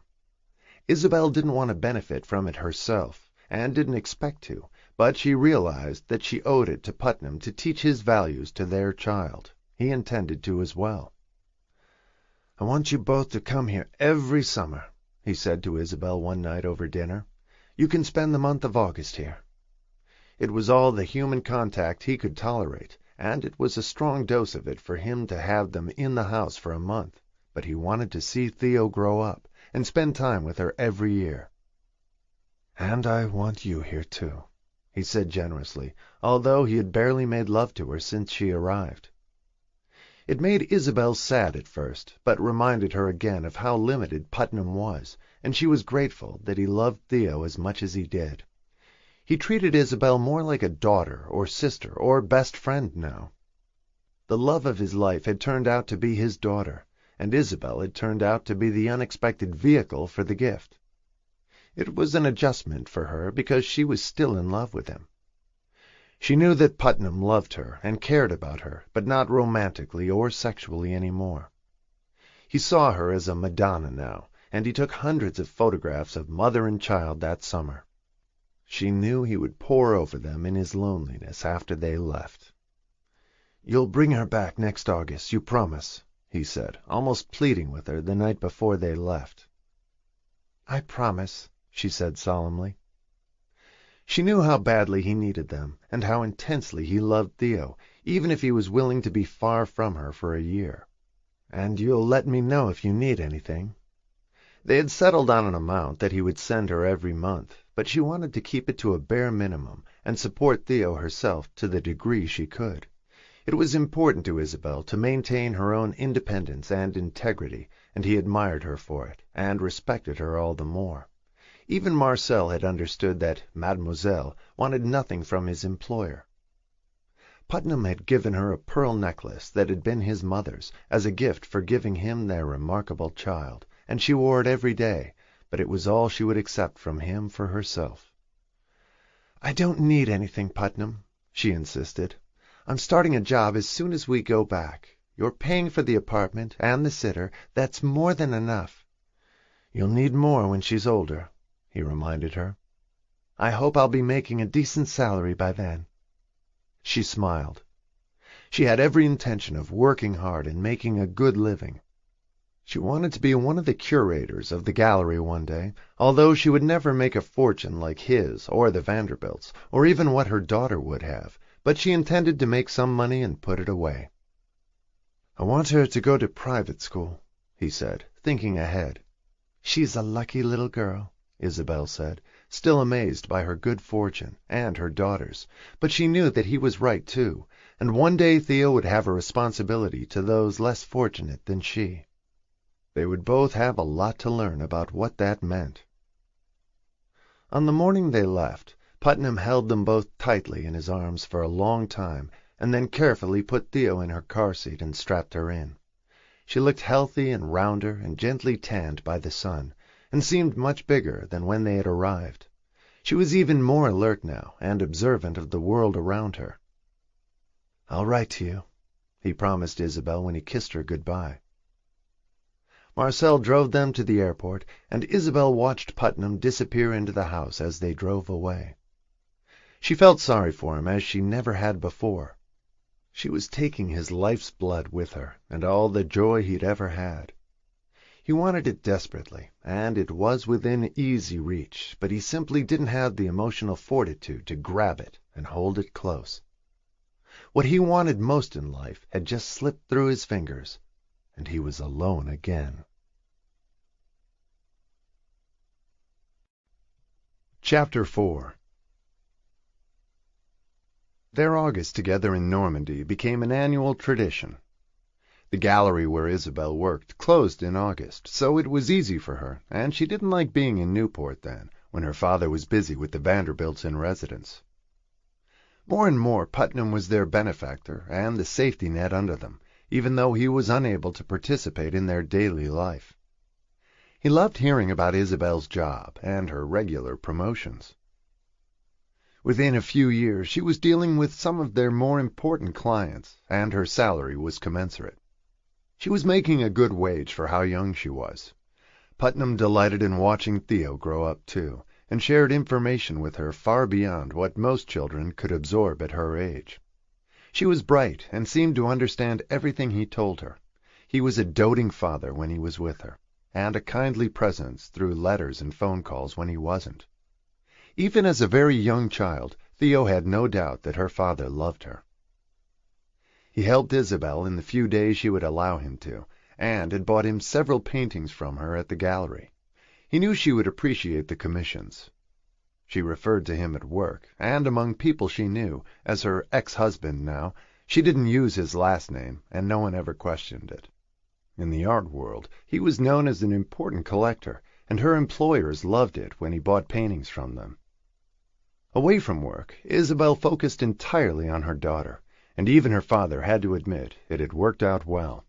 Isabel was an exceptionally good mother, despite her youth. Maeve had stayed with them, and was someone Isabel could count on. Theo adored her and loved the stories she told her, and Maeve loved the little girl almost as much as one of her own. Isabel had offered to bring Theo to Normandy to spend Christmas with Putnam, but he hated the holidays and was content to see them once a year in August. She continued to spend Thanksgiving and Christmas with her father in Newport. He loved his only grandchild, too. He would take her around the gardens to see the horses, and he told her all about the estate. She was as fascinated by it as Isabel had been when she was growing up there. It had never dawned on her as a child that she wasn't really part of it. In the same way, it never occurred to Theo either, since her own father's property in France was even larger than the Vanderbilts', the chateau even more imposing, and the art collection equally impressive. Theo's lineage, thanks to Putnam, was every bit as distinguished as theirs, although she was too young to know that yet. Isabel's arrangement with Putnam was unusual, but it had worked out well so far. The only thing that concerned Jeremy was that Isabel's life was one of duty and responsibility. To the best of his knowledge, there had been no man in her life since Theo was born. She was still in love with Putnam in a remote, surreal way, and her father frequently reminded her that she needed fun in her life too. She always said that Theo and her month with Putnam in Normandy were fun enough for her. "I love my work," Isabel countered, and made no effort to meet anyone. She went to no parties in New York, had declined invitations to dinner from co-workers at the gallery, and had unwittingly become as solitary as Putnam, despite her circumstances and her age. Jeremy hoped to see her happily married one day. She had time, but he still thought her lifestyle wasn't healthy for a girl her age. "You did the same thing when we moved to Newport, Dad," she reminded him. "That was different. I was nearly 40 and widowed after a loving marriage, and I went out with women from time to time. I was just discreet about it so it wasn't obvious to you." She knew he had had a close friendship with the main housekeeper, a lovely Englishwoman, when Isabel was in her teens. But the woman had eventually gone back to England and married someone else. Jeremy had never wanted to remarry, which discouraged most women after a while. Isabel was far too young to give up on romance in her life, but the passion she had shared with Putnam and deep affection she still felt for him were hard to match. Putnam had said the same things to her in the past year or two, and warned her not to become a recluse like him. But unlike her father, Putnam felt sure she'd meet the right man eventually.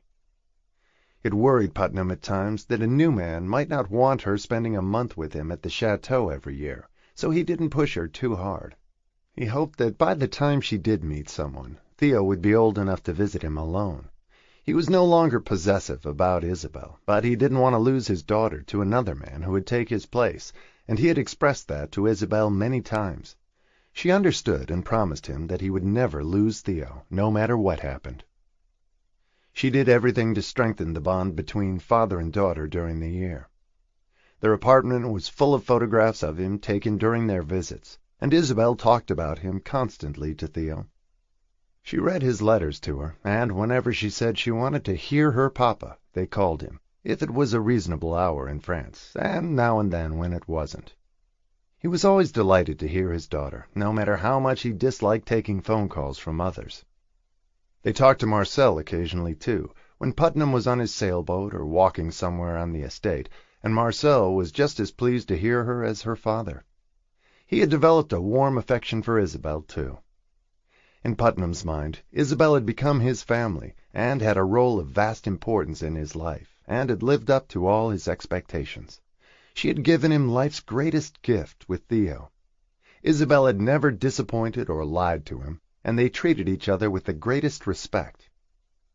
In the September after their visit, when Theo was 4, she started nursery school, and called to tell her father all about it. She said she already had 2 best friends. Isabel was happy and busy, and on the board of a major charity event she had volunteered for, to benefit a new wing at NYU Hospital for breast cancer treatment and research. The gala they were organizing was going to be the New York social event of the year, with a major art auction and an auctioneer from Christie's. Her gallery had donated a small Renoir drawing, which was expected to go for a big price. Many galleries from cities all over the United States were involved, and she was on the committee to help set up and organize the booths, and decide who would be placed where. The art to be auctioned was an impressive collection of major and minor works by well-known artists from around the world. Their hope was to make at least $5 million from the sale, and they had a benefactor who had promised to match what they made. And Putnam had made a large donation in Theo's name to get the event off to a good start, for which Isabel was very grateful. The behind-the-scenes politics of the event were complicated, with the more powerful galleries wanting the best spots for their booths, and the lesser ones wanting to show their work advantageously as well. She had just resolved several disputes between rival galleries. Other board members were on the committee for the black-tie dinner before the auction, and a well-known band had been hired to provide dancing afterward. The ticket prices for the evening spanned a broad range, with those in the platinum seats paying $10,000 a person and $100,000 for a table. They had one table of diamond guests for $25,000 each. That table had to be in the front row for the auction, and right next to the dance floor to satisfy the donors. Isabel had a million details to attend to. They had taken over a part of Lincoln Center for the evening, and Isabel had bought a simple black evening gown at Bergdorf that she knew she could wear again at gallery events. But her mind was occupied with far more important things than what she would wear. Each gallery wanted their setup to look impressive, and as soon as the auction was over, the empty booths had to be dismantled rapidly when the dancing began. The evening promised to be magical, but she was one of the magicians who had to make it all happen, which was incredibly stressful, but hopefully rewarding for the hospital in the end. Just as she was hoping to grab a sandwich at 3 o'clock the day before the event, she was called on the walkie-talkie to come and talk to a dealer who was in a heated debate with another committee member about where his booth had been placed. "What can I do to help?" she asked pleasantly as she arrived on the scene to find a strikingly handsome man in a blue shirt and jeans arguing with two women from the committee who were at their wits' end, while he flatly refused to accept the booth he'd been assigned. "I don't give a damn," he was saying to them. "I have the biggest clients in California, and 20 buyers flying in from Las Vegas who took 2 platinum tables. They don't want to see me shoved in a back row somewhere behind some gallery from Podunk, Iowa. I'm not going to let you make me look bad to my clients." He was almost shouting at them. One of the women was near tears. He was a force to be reckoned with. "This is about raising money for the hospital for breast cancer," Isabel reminded him in a pleasant tone, glancing at the name on his badge and looking it up on her list, which described him as a contemporary art dealer in Newport Beach, California. She'd never heard of him before, but she was unfamiliar with dealers of contemporary art, except for the most elite ones in New York. "Everyone's trying to be good sports about where they're placed, since it's a charity event," she reminded him as he looked her over and assessed whether or not she was important enough to include in the argument. Her looks and calm demeanor told him she was. Her beauty alone caught his attention, if nothing else. The two women he'd been arguing with were considerably older. "This really isn't about getting new clients," she said, but they both knew that wasn't entirely true. The booths being set up by a fleet of carpenters and electricians and still being painted would catch the eyes of collectors and potential buyers from around the country. It was part of the draw to encourage galleries to donate work, even if it wasn't fully representative of what they had to sell, since they weren't donating their very best work. It was a major undertaking, and Isabel had enjoyed working on it for several months. Her employers were delighted she was doing it. She was well respected by her peers and superiors. "I'm just going to pick a booth I like in the front row and set it up if you don't give me a decent one," he said in a bullying tone, and glanced at the name on her badge, too. "And what do you do here?" he asked, his eyes blazing, which made him look even more handsome, although he was being particularly unpleasant. "I'm on the committee that assigned the booths," she said calmly. They had spent weeks on the floor plan, and knew they'd have some problems like this, and were braced for it. She had a sudden idea as she spoke to him. They were trying to keep galleries of the same kind close to each other, so people interested in a particular kind of art, contemporary or modern or 18th century, would know where to find it. They had a map of the booths. "We had a cancellation this morning from a gallery in Chicago. The owner had a death in the family, and they're not coming to the event. We have the work they're donating, and we'll incorporate it with another gallery, but they no longer want to set up a booth.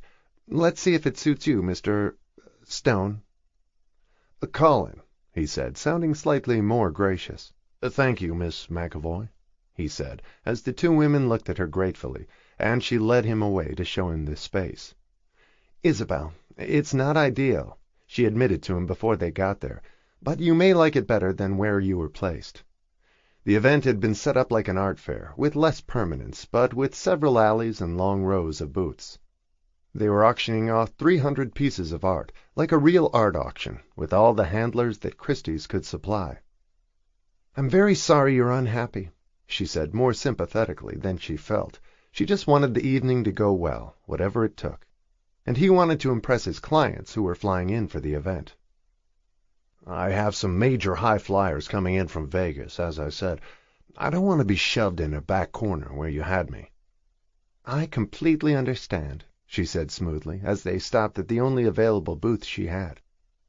He frowned as he looked at it, and then back at her. This is all you've got?" "I'm afraid so.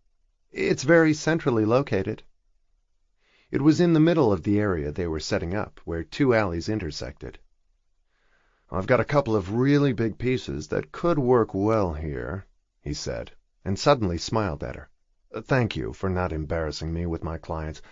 I'm opening in L.A. in a few months, and after that in Vegas, and I want my clients to be excited about us. We're going to 2 major art fairs this year." She knew that just getting through the red tape of that was a major feat, and this was obviously a major event for him too. It was an opportunity for all the galleries to showcase their work, not just help the hospital. "We're an up-and-coming young gallery.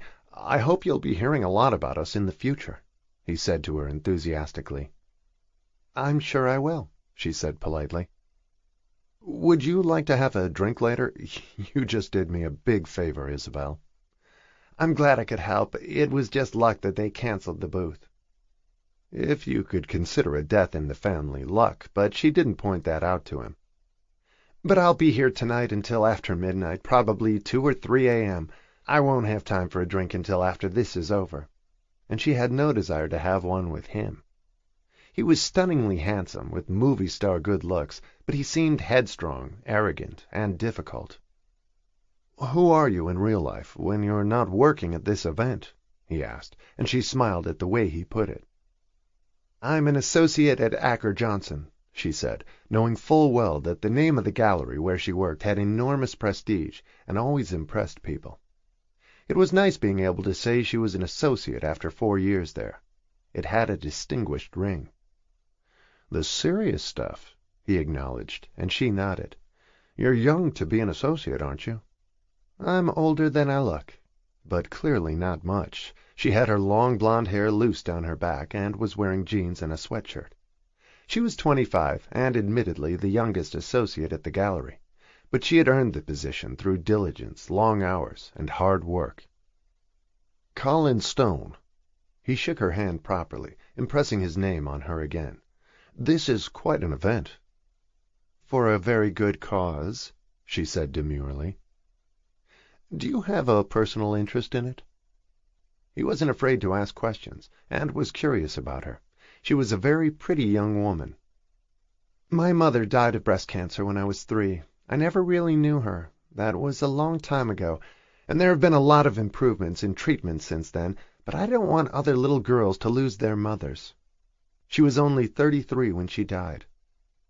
"My mother had it, but beat it 5 years ago. So you're right. Treatments are better now, and effective. Thank you again for improving my booth." "Happy to help. See you tomorrow night," she said, although she knew she probably wouldn't. The event would be a zoo, and the only people she expected to see there were her colleagues and the gallery's clients at the 2 tables the gallery had taken. Theirs were platinum tables too, like Colin Stone's clients from Las Vegas. "Good luck with the event." He flashed her a smile. "Thank you for donating work for us to sell." She waved and walked away as she answered a call on her walkie-talkie. One of the 2 women was calling to inquire how it had worked out with him. "It's fine. He's happy. I gave him the booth that just freed up." "Thank God for you. He looks like a saint, but acts like a devil." "He's just full of himself, and wants to look good to his clients flying in from L.A. and Vegas. We're going to have all kinds here tomorrow night." She managed to get a break at dinner time and took a cab to the gallery to check the messages on her desk before going back to Lincoln Center for the rest of the night to watch the booths get finished. As soon as she walked into her office, she saw 24 long-stemmed roses in a vase on her desk and thought they might be from Putnam to wish her luck, since he had been so supportive and proud of what she was doing. She opened the card, expecting to see his name, and instead the card read, "Thanks for helping me out. You're an angel. Good luck, Colin Stone." It was a nice gesture, although the 2 women who had put up with his arguments before she got there deserved them more than she did. She jotted down some notes, called 2 of her best clients who had just gotten to town, grabbed a yogurt and a piece of fruit from the fridge in the gallery kitchen, and rushed back to Lincoln Center to lend a hand wherever she could. As she expected, she got home at 2 a.m. Maeve was asleep on the second twin bed in Theo's room, snoring softly. She kissed Theo and tucked her in and tiptoed into her own room in the pleasant apartment Putnam had provided for them the last 4 years. The apartment was cozy more than handsome, and Isabel had added enough touches to make it feel like a home and not just an apartment. She fell into her own bed as soon as she took her clothes off, and was asleep in 5 minutes. The day of the event was predictably insane, but considering all the moving parts they were dealing with, everything went smoothly. She was there on time to help greet the guests as they came in glittering evening gowns with lots of jewels. All of the New York social set was there, along with heavy hitters from the art world, and she looked quietly elegant in her plain black dress with the string of pearls Putnam had given her when Theo was born. He had called to wish her luck that morning, knowing she'd be too busy to talk after that, and he made her promise to send all the newspaper clippings about the event. He had given her permission to buy a painting for him if she saw anything she thought he'd like, up to $25,000, since it was a charitable event, and she thanked him profusely. She had already seen 1 or 2 that were his taste by artists he liked, and she said she'd be pleased to bid on them for him. They had sponsors for the event, and had already received sizable donations from people who weren't able to attend. She was sure they'd make their goal, and probably do even better. She greeted whoever she knew in the crowd, although there were many people she didn't recognize, clients of other galleries and socialites she had never met. She was wearing a badge that identified her as a committee member, and directed people to the booths they were looking for when they asked her. She was observing the scene when Colin Stone walked past her, and stopped as soon as he saw her. "Thank you for the lovely roses," she said when he approached. "I really don't deserve them." "Yes, you do. I'd rather take you to dinner. I'm flying back to L.A. in 2 days. How about dinner tomorrow?" "I'll be dead on my feet by then. I've been here every night for a week. Maybe next time." She didn't want to encourage him. He was handsome, but pushy and arrogant. "I don't come to New York that often," he said, looking innocent and incapable of making the kind of scene he'd made the day before. He was a man who expected to get what he wanted, and wouldn't take no for an answer. "Well, I'll call you tomorrow and see how you feel." He looked dashing in black tie, in an impeccably tailored dinner jacket, which made her wonder how Putnam would look in evening clothes. Undoubtedly aristocratic and handsome.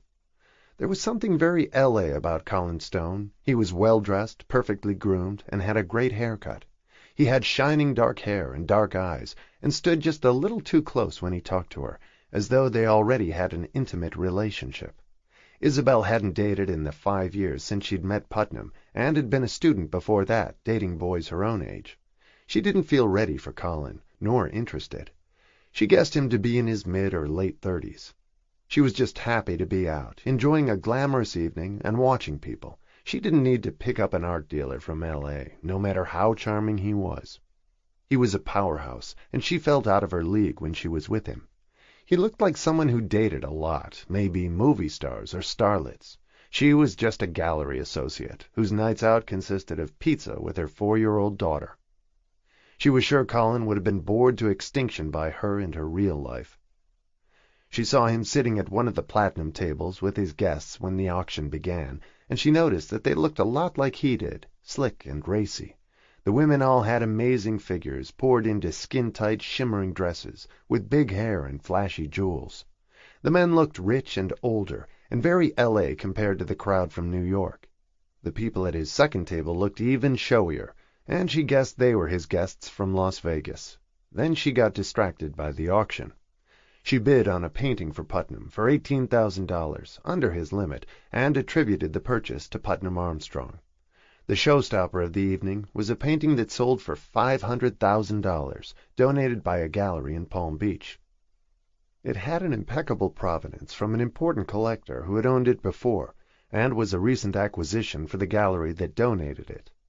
The proceeds from the auction came to $7 million, and the evening was a huge success. Isabel noticed that only one of the pieces Colin's gallery had donated sold in the auction, and went for $10,000. It was by an unknown artist, and Colin looked pleased. He invited her to dance almost as soon as the band started, and she didn't want to be rude and decline, so she walked onto the floor with him, and he swept her around expertly as he congratulated her on the success of the evening. It was a huge team effort. she said modestly. "I was only a tiny cog in the machine." "Don't be so humble," he said, looking down at her as though he knew her better than he did. "Do you have a husband here somewhere?" he asked, and she shook her head, wishing she had had the sense to nod instead. There was something about Colin Stone that unnerved her. He was so forceful and direct, and wasn't afraid to go after what he wanted. He was the opposite of Putnam, who was so gentlemanly and subtle, everything that Colin wasn't. But there was no denying that Colin had a certain powerful charm of his own, like a heady fragrance, along with his good looks and sex appeal. "I'm divorced," she said, lying to him, as she did to everyone, to explain Theo. He looked surprised at that. "You must have been very young when you married." "I was 20. I spent my junior year abroad in France. My ex-husband lives there. I have a 4-year-old daughter." He was even more surprised at that. She didn't look old enough to have all those encumbrances, an ex-husband and a child. "You're lucky. I've been looking for the right woman to settle down with since I turned 30. No luck so far. I'm 35. I want a wife and kids. I think I may have set the bar too high. I'm hoping to find the perfect mother for my children." "You might just be it," he said glibly, as he smiled down at her, and she had no idea how to respond to anything so direct and intimate, even if he was just kidding. But he looked like he meant it. "I have a great nose for people. You're a very special woman, Isabel. I knew it from the first moment I saw you." He wanted to sweep her off her feet, and she was trying to keep them planted firmly on the ground. "How do you know I'm not an axe murderer?" she teased him. "Oh, you don't look strong enough to pick up an axe, let alone swing it. You'll have to shoot me with a very small pistol, not chop me up in little pieces. And you're not a widow, so you obviously didn't kill your ex-husband." "No, I didn't. We've stayed very close, for my daughter's sake." "That's what I mean. You're an unusual woman, and a nice person." He seemed sincere, and she felt dazed when he led her back to the table and returned to his guests. 2 of them had bought very expensive paintings, and Colin had paid $200,000 for the tables, so she knew he must be doing well. They'd known that some of the paintings sold that night wouldn't be paid for or collected, and were just show-off gestures by the people who bid on them. But almost every sale they'd made had been bona fide, and the bidders had shown up with their credit cards right after the auction. A major part of what they'd spent would be tax-deductible. She wasn't on the breakdown committee, so she didn't have to stay to see the dismantling of the event, and went home at a reasonable hour, exhausted but thrilled with the results. She was in her office early the next morning to catch up, when Colin called to remind her of his invitation to dinner. "La Grenouille at 8 o'clock?" he asked, trying to tempt her with one of the best restaurants in New York. "I really can't. My sitter is exhausted, and I promised her she could go home tonight." "Chinese take-out, then? I want to meet your daughter." He was clearly a full-service date, willing to meet the children. She knew Putnam would have shied away at that, but Colin flinched at nothing. There was something very bold about him, which was at the same time frightening and appealing, and he made it difficult to turn him down. He was so insistent that she finally agreed to let him come to dinner, and said she would cook. "That defeats the whole point. I want to spoil you, Isabel. I know how hard you've been working on last night's event." "Fine. Then bring pizza. Theo will love you." "That's better." He sounded pleased. When Colin showed up at the apartment, he was wearing a well-cut dark suit that looked Italian, and a white shirt with no tie, and quickly took off his coat and rolled up his sleeves. He was carrying 2 pizza boxes and another package, from which emerged a tin of caviar on ice with all the fixings, a bottle of champagne for them, and an ice cream cake that looked like a clown for Theo. She clapped her hands the minute she saw it, and broke through her usual reserve to smile broadly at him after Isabel had introduced them. It made her slightly nervous to have him suddenly in the heart of her private life and meeting Theo, but he chatted easily with her, as though children were no mystery to him. He read her a story, while Isabel set the table and put out dinner, and Theo was enjoying the attention. The conversation during the meal was easy and light, and he stayed while she put Theo to bed. Then they sat on the couch and drank champagne, while he commented on the rave reviews they'd had in the press for the breast cancer event. "You were a star last night," he said, smiling gently at her, and he seemed more low-key than he had when she'd first met him. His private side seemed much less strident than when he was in the guise of art dealer trying to impress his clients. "How did you get into the art world?" he asked her. "I grew up around it, and my father used to be a curator at the Boston Museum of Fine Arts." "Is that where you grew up, in Boston?" "Only until I was 5. Then we moved to Newport, Rhode Island. I lived there until I graduated from college, and then I came here to find a job." "Very fancy," he commented about Newport, but she didn't want to give him the wrong impression, and her apartment wasn't showy or luxurious. "Not as fancy as it sounds." She didn't want to tell him about the Vanderbilt estate or her father's job. Colin had a way of walking into private spaces and exploring whatever he wanted, and he seemed like someone who had no secrets of his own. Everything about him was wide open. "What about you? How did you get into selling contemporary art?" She deflected the conversation back to him. "It's where the money is these days. Big money for some people. I want a piece of that." He was undeniably ambitious, and made no attempt to hide it. "My father made a killing in real estate and the stock market. He was a very smart guy. And then he lost everything with a slew of bad investments. So not so smart in the end. For a while my mother and I had everything we wanted, and then one day, bingo, it was over when he lost it all, and we had nothing. It destroyed their marriage, and my mother divorced him. I want to get back on top with the art market, if I sell to the right people.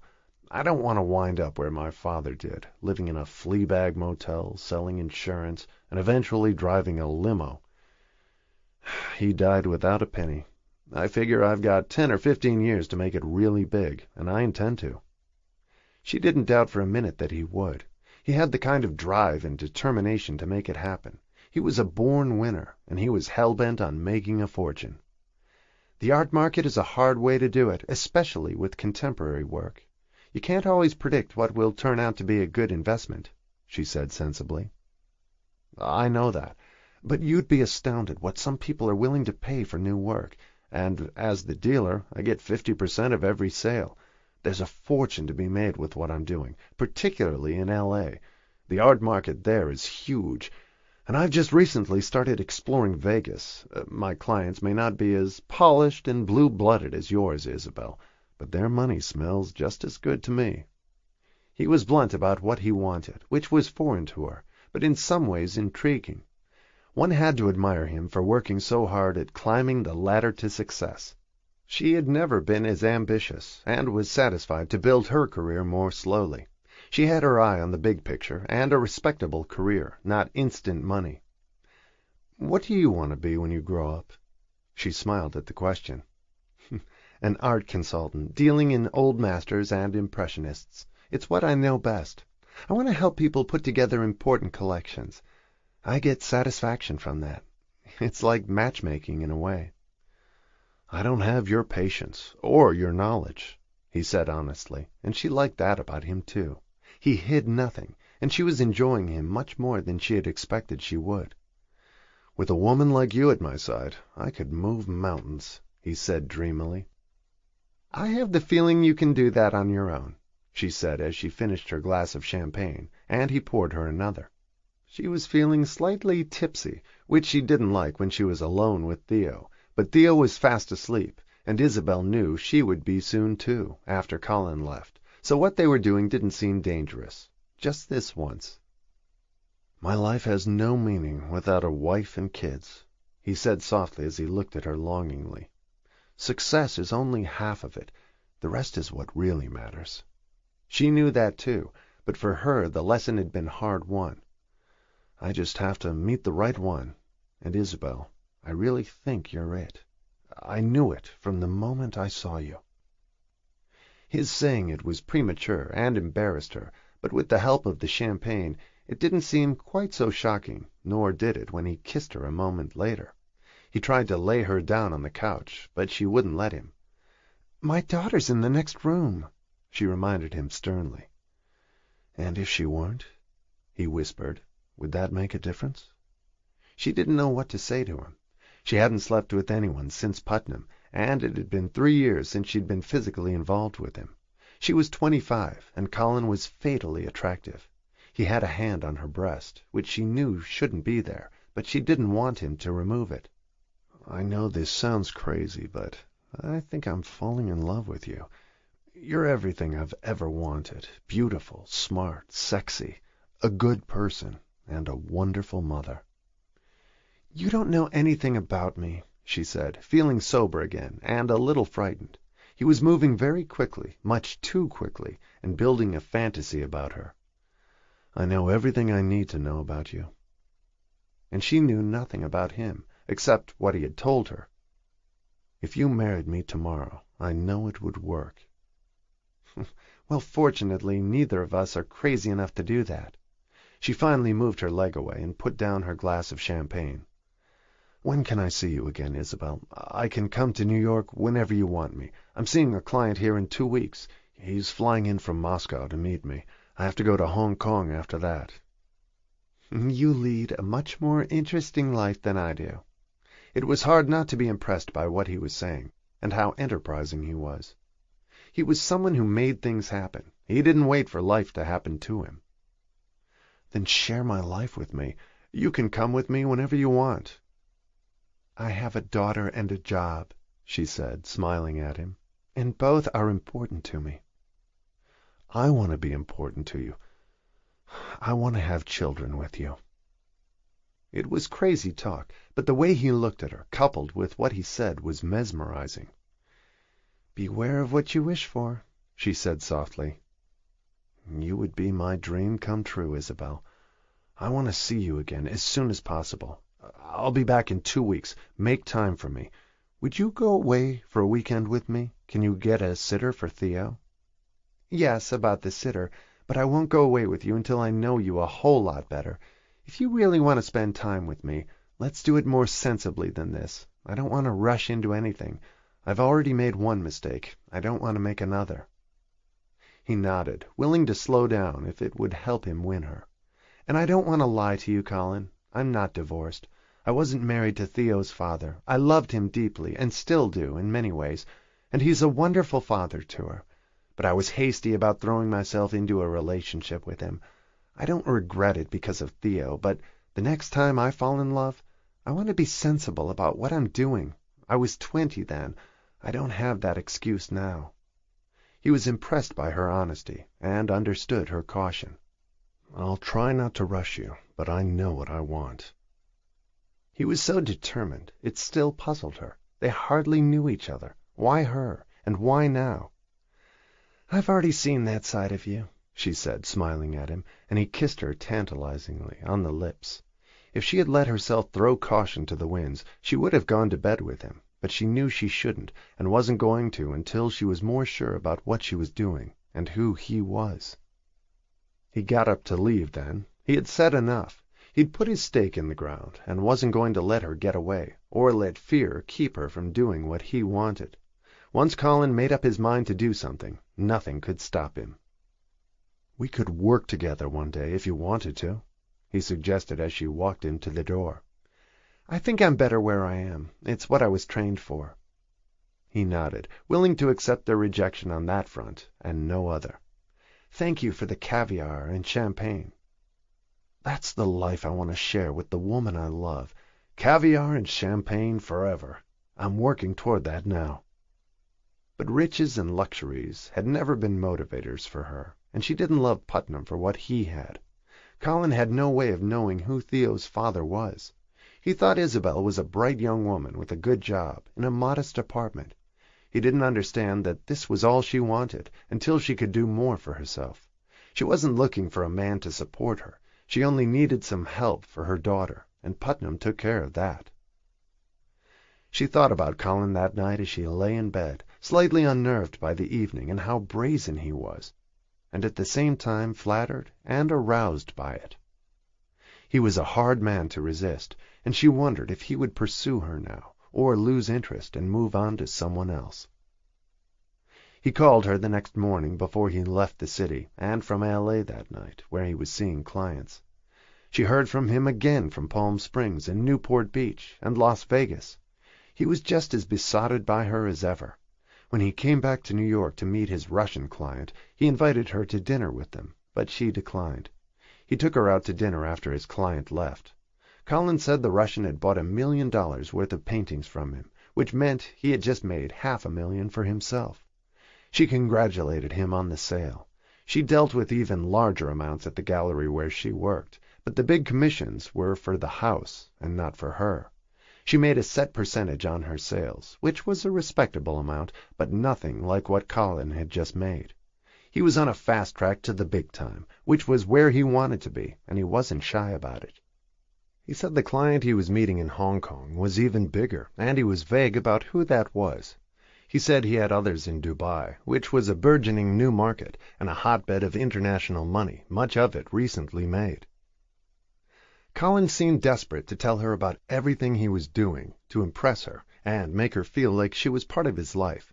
She'd been alone for a long time, which made her vulnerable to him, but she was determined not to get into a relationship she couldn't handle with a man she didn't know. He tried to get her to go back to his hotel with him after dinner, and she wouldn't. He was still moving too fast for her. She had enjoyed the evening with him and was trying not to be overwhelmed by him. He kissed her longingly in the cab when he dropped her off at her apartment, and she wouldn't let him come upstairs. Her resisting him and insisting on their taking their time was driving him insane. He had never waited for a woman before, but said she was worth the wait. She mentioned him to her father on Thanksgiving when she and Theo spent the holiday with him. She and Colin had been dating for almost 3 months by then. She described what he did as a personal art dealer, and that he had managed to come to New York 2 or 3 times a month to see her, which meant she'd seen him about 8 times since they'd met.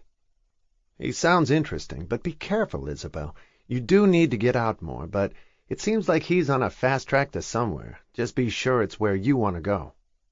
She agreed with him, but was thinking about Colin more and more. He called her constantly from all over the country and all over the world. She'd grown more comfortable with him, and he hadn't wavered about the fact that he was in love with her, which still was somewhat hard to believe. Colin came to see her a week before Christmas, before she and Theo left for Newport again. He had begged her to spend the holidays with him, but she said she couldn't let her father down. He asked her to come to the Turks and Caicos with him on New Year's Eve, and this time she agreed. She couldn't put him off any longer, and didn't want to. It was harder and harder to find reasons not to make love with him. It was what she wanted now, too. She had been sensible for long enough, and she thought a trip might help them get to know each other better. There were still things about him she didn't know. There were pieces of the puzzle missing that he didn't volunteer or explain. Maeve stayed with Theo, and they left on the 30th on a plane he had chartered for her. He had rented a fully staffed villa near the beach with a swimming pool off their bedroom. They had barely arrived when he picked her up and carried her to bed, and they didn't leave their bedroom and the private pool for 2 days. She had never in her life had such an exotic experience or known such an exciting man. On New Year's Eve he got down on one knee at midnight and proposed. She knelt down in front of him and kissed him and whispered, "I love you, Colin, but let's not get married yet. It's too soon. Let's wait." He was disappointed by her response and wanted her to keep the ring he had bought, but she refused and said she needed longer to get to know him. He looked like a child who'd been told that Santa Claus had been delayed, and she asked him to keep the ring. She wasn't ready to promise him the rest of her life yet. He had swept her off her feet, but she wanted to be sure it would last. She was curious about his home in Newport Beach and the gallery, but it seemed as if he was never there. She met him in Aspen instead, Palm Beach and Miami, where he was seeing clients. They went skiing in Vermont. She slept with him at his hotel room in New York, and in April they went to St. Bart's. He proposed again, and this time she said yes. They'd been dating for 7 months, and she agreed that they both needed to settle down and stop meeting in other cities. The pace of their relationship had been frantic since they had met. It seemed to be Colin's style. He was a shooting star, while telling her constantly that he wanted to slow down. There was no evidence of it yet, and when she asked him where they would live, he answered New York. He respected her job, traveled everywhere to see his clients, and said he wanted to close the gallery in Newport Beach. His business had outgrown it, and meeting clients in their homes around the globe was more profitable, with no overhead.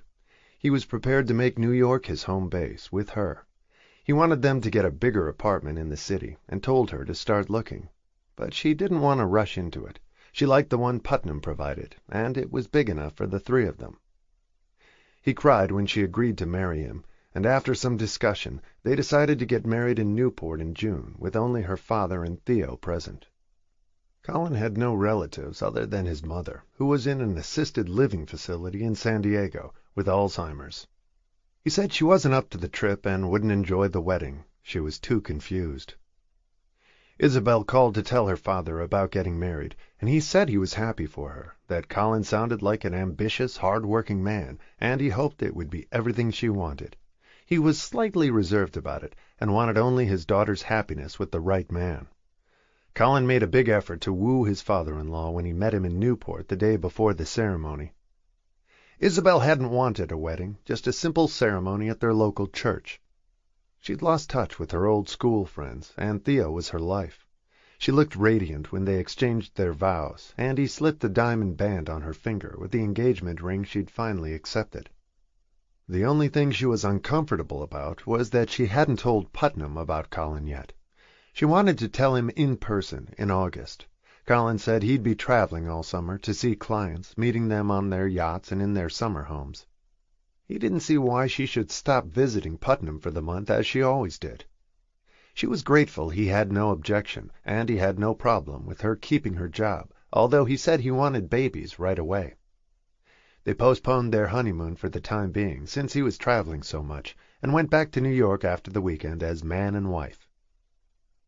For the next 2 months, Colin was gone almost constantly, making deals and seeing clients, mainly in Las Vegas and abroad, and she didn't see him for weeks before she was due to leave for Normandy with Theo at the end of July. Isabel was somewhat disappointed that she had seen so little of Colin ever since their wedding. He had warned her that it would be that way, and he had apologized for it in advance. But his clients were demanding, and expected him to show up wherever they were for the summer, given the amount of money they were willing to spend on the paintings he sold them. He tried to make it up to Isabel in the days, here and there, that he managed to spend with her between trips, but basically he was a no-show, as he had feared, and he didn't expect to be in New York for more than a few days until September. He was relieved to know that Putnam would have Isabel and Theo with him in August in France. Instead of jealous, he was grateful to him, and from Isabel's description of him he sounded like a wonderful man. They had no plans to meet, but Colin said he'd like to at a convenient time. Isabel was concerned, too, that Colin's traveling had cooled his ardor. Whenever she saw him, he was exhausted and jet-lagged. Their passionate love life had slowed down almost as soon as they had exchanged their vows. His traveling so much hadn't affected him before, but it did now. Isabel left for France feeling like a wife, but not a bride. She told Putnam about Colin the first night at dinner.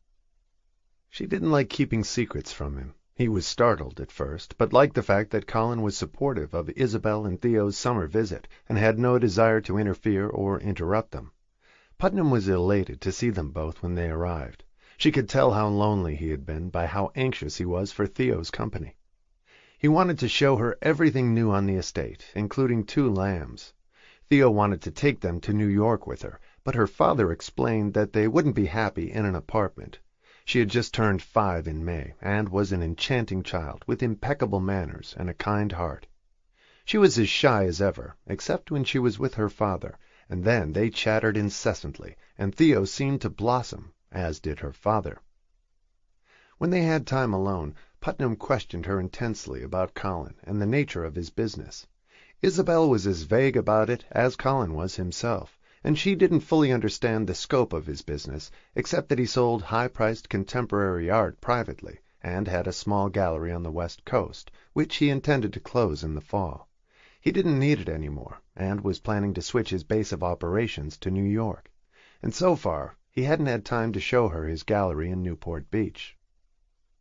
"You're sure he's on the up and up?" Putnam said, concerned, when she explained Colin's private art sales to him. "It's not a money-laundering operation, is it?" She laughed at the idea. "Not at all. He's just a very ambitious guy, and is after big money. His father lost everything when he was a child. I think it traumatized him. He wants to settle down. I just want you to be happy, Isabel. That's all. You deserve it." It was what her father said, too. Putnam wanted Colin to do what he couldn't, and knew he should have done for her. In some ways, Putnam was relieved that she was in love with Colin. He didn't need to feel guilty toward her any more, and could focus on his daughter, who gave him endless joy. Colin called Isabel every few days in Normandy and told her how much he missed her. She slept a lot and read on the terrace, while Putnam went on adventures with Theo. She trusted him with her completely. He was an attentive and responsible father, even if only for 1 month a year.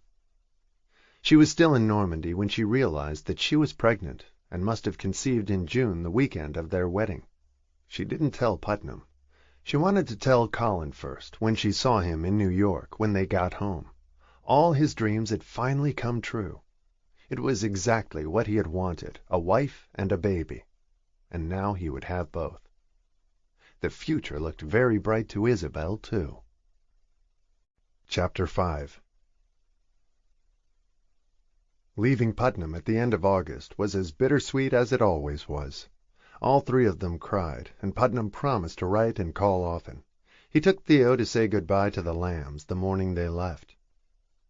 Colin got back to New York a week after Isabel and Theo, and when she told him about the baby, he was thrilled. It was due in March, and he said he wanted to stop traveling so much, but admitted that for the next 3 or 4 months he had some important trips scheduled. He promised to stay at home with her in New York after the first of the year. She was busy herself for the next few months, at work and with Theo, so she missed him, but had lots to do. They talked about moving again, but for the first few months they were going to put the baby in Theo's room, so there was no rush, and Theo was excited at the prospect of a baby brother or sister when they told her. Isabel was upset when Colin missed Thanksgiving with them at her father's in Newport. He was in Las Vegas. He swore he'd make it to Newport for Christmas.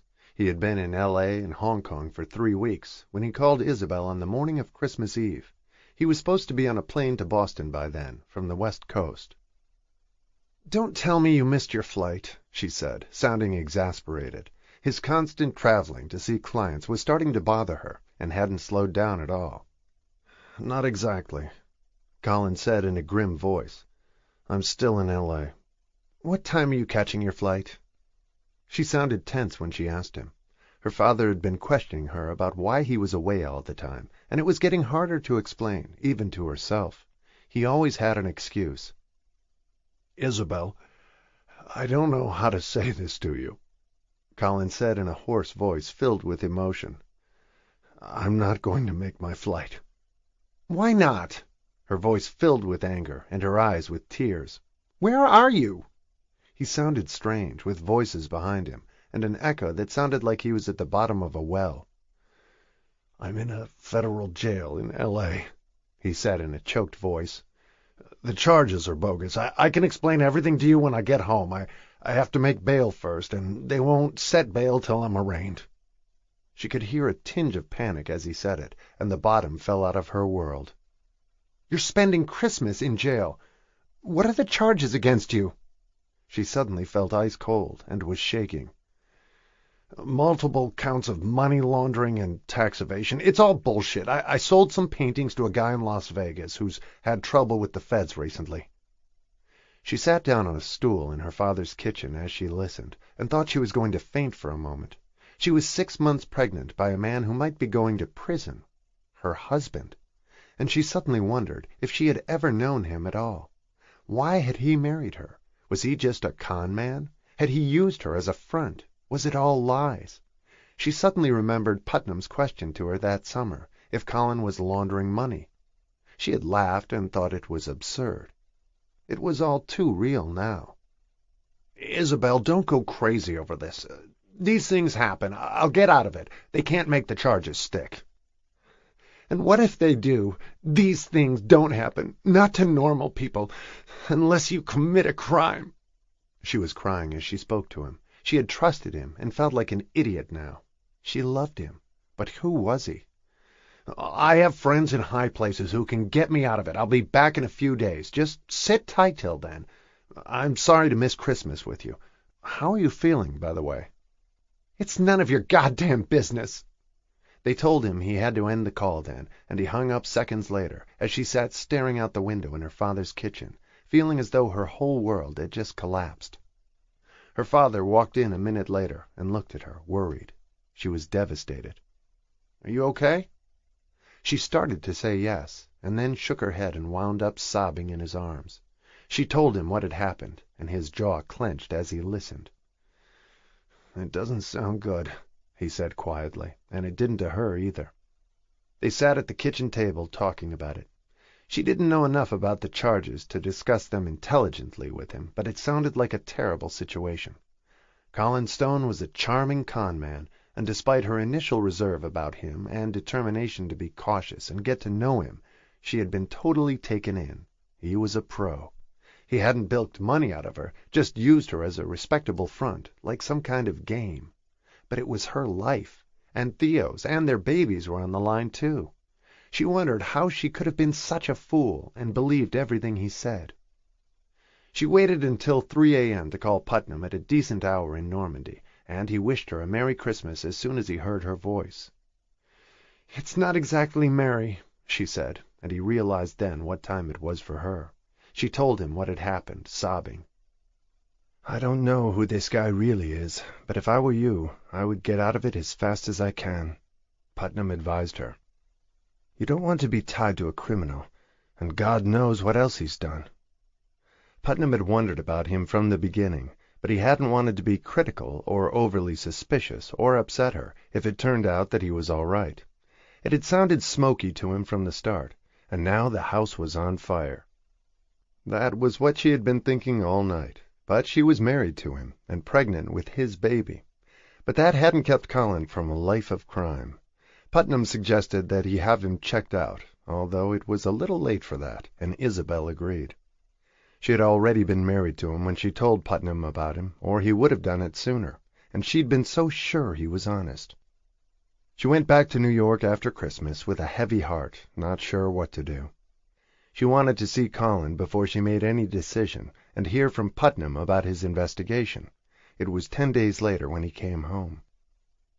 Colin had been accused of 16 counts of money laundering and 8 counts of tax evasion. They weren't dropping the charges, and he said he needed a federal defense attorney immediately. One of his Vegas friends had put up the bail. "I don't have the money to pay for a lawyer," he said with pleading eyes, and he hesitated before he asked the next question, knowing she couldn't afford his legal fees either. "Do you think you could ask Theo's dad to float me a loan for a while? I'm her stepfather, after all. I'm sure he wouldn't want me to go to jail." On the contrary, he thought Colin belonged there, and she was beginning to think so too. Colin knew who Putnam was by then, that Theo would be provided for the rest of her life, and was his only heir. "Are you serious?" Isabel stared at him. "You want Putnam to pay your legal fees for money laundering and tax evasion. You think I would ask him to do that?" "You better, baby, or I'm going to jail," he said harshly, and she stared at him like the stranger he had become, and always had been. She just didn't know it. She had fallen in love with the illusion he had created, but she realized now that none of it was real. Whoever she had fallen in love with didn't exist. She had married a criminal, and she had no intention of staying with him after hearing what he had to say. None of his explanations rang true or made sense. She believed him guilty of all of it, and she wanted to get as far away from him as she could. Whatever she had felt for him had been struck dead when he called her from jail. He tried to tell her he had made most of the deals for large sums of money with a silent partner, and was taking the fall for him. She didn't believe a word of it, and Putnam confirmed her worst fears. Colin had been selling worthless paintings for millions. Some were forgeries, others were simply fraudulently represented as to their value and provenance, some were stolen, and Colin hadn't paid income tax for years. It had been a very simple operation, which relied on his client's ignorance and innocence, and he'd earned millions and been stashing it away in tax havens. Apparently 2 of his clients suspected it and turned him in, and all their accusations had turned out to be true. Putnam said there probably wouldn't even be a trial. There was too much evidence against him. He would have to plead guilty and try to make a deal with the feds to lighten his sentence. Putnam's investigator had said there was no doubt he was going to prison. He had been charged with scams before, but not on this scale, and there hadn't been enough evidence to convict him. This time they had all they needed, and undoubtedly others among his clients would discover their fraudulent dealings with him too. Putnam advised her to divorce him as fast as she could. The day after he came home, she told Colin he had to leave. "You can't stay here," she said in a raw voice. "You've lied to me from the beginning." She was crying when she said it, for herself more than for him, and their baby, who didn't deserve a father like this. No one did. She wondered now if the stories about his own father were true, or if he'd been a crook too, and not just a failure. "Great. I have a little problem, and you bail at the first sign of trouble. What kind of woman are you? You're having my baby, Isabel, or are you going to get rid of that too?" It was far too late for that, and she would never have done it. She couldn't imagine now why he had wanted a baby. He was a sociopath. "You don't have a little problem, Colin. You have a huge one. You're a crook. You always were. I see that now. And I don't want to be any part of this. I want you out of here. Let me know your address and I'll send your things." He had moved very little into the apartment, and said most of what he owned was still in Newport Beach. She didn't know if that was true either. He left without an argument, and without telling her where he was going. He didn't even say goodbye to Theo, who looked worried when she saw her mother crying. 3 days later his indictment hit the papers, both in the art section and on the front page. He had been using his fraudulent art business to launder money for several years. It had never dawned on her in the beginning that he was a crook. He was so smooth and so adoring, seemed so ambitious and hard-working, that she hadn't doubted him for a minute. She realized now that she should have. He was a total sham, and had used her to feign some kind of respectability. She suspected that she and even their baby meant nothing to him. They were just toys he had played with, or pawns in his game, not people he loved. He loved no one. She filed for divorce in January, and learned that Colin was back in California by then. She sent his clothes and belongings to the address he had in Newport Beach. It turned out to be the home of an ex-girlfriend, not a gallery. He'd been paying her to store stolen paintings, and she was arrested too. The whole story was sordid, and she felt like a fool. And her job at Acker Johnson probably lent him some credibility by association. 2 months after she filed for divorce, Zila was born in a snowstorm in March. Maeve came to stay with Theo, and Isabel was alone when her second daughter was born. The birth was easier than Theo's had been, but she cried all through her labor, wishing she hadn't gotten pregnant. The last thing she wanted was Colin's child. She didn't say a word when they told her it was a girl, and the baby hadn't stopped screaming from the moment she was born until Isabel took her in her arms and looked down at her. She was beautiful, as dark as Theo was fair, and she had an angry expression, as though she were mad at the world. "She has a big voice," one of the nurses said, but she was peaceful as her mother held her, and eventually the little furrowed brow relaxed, she hiccuped, closed her eyes, and went to sleep. Isabel called Maeve and her father when they took the baby to the nursery. She had already decided to put her own last name on the birth certificate. She didn't want to tie this innocent child to a criminal, and she had no way to notify Colin of his daughter's birth. She had no idea where he was, and assumed he was in jail, or maybe still out on bail if he hadn't pleaded guilty yet. She wasn't even sure he would care about the baby with all the trouble he was in, or if he ever would have. She doubted everything he had said now about wanting to settle down and have children with her. It was all part of his act, which she had believed, while he pursued his criminal activities. Isabel had started using his name when they were married, and had switched back to her own when she filed for divorce after his arrest in L.A. There had been murmurs at work, but no one had dared to ask her the details. She notified them when the baby was born, and they sent her flowers at the hospital and a teddy bear for the baby. They felt sorry for her. All Isabel wanted to do was to forget she had ever known Colin Stone, but now she had the baby to remind her of him constantly. She had picked Zila's name on her own, read it somewhere, and liked it. For the first few weeks, Zila cried whenever she was awake. Maeve said she was colicky. She would ball up her fists and scream.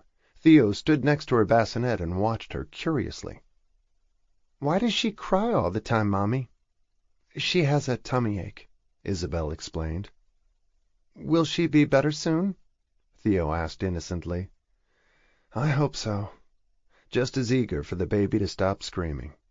It wore on her nerves. It was as though Zila knew she had come into the world in bad circumstances, far worse than Theo's, who had a father who adored her, and a trust that would provide for her and her children, and their children one day.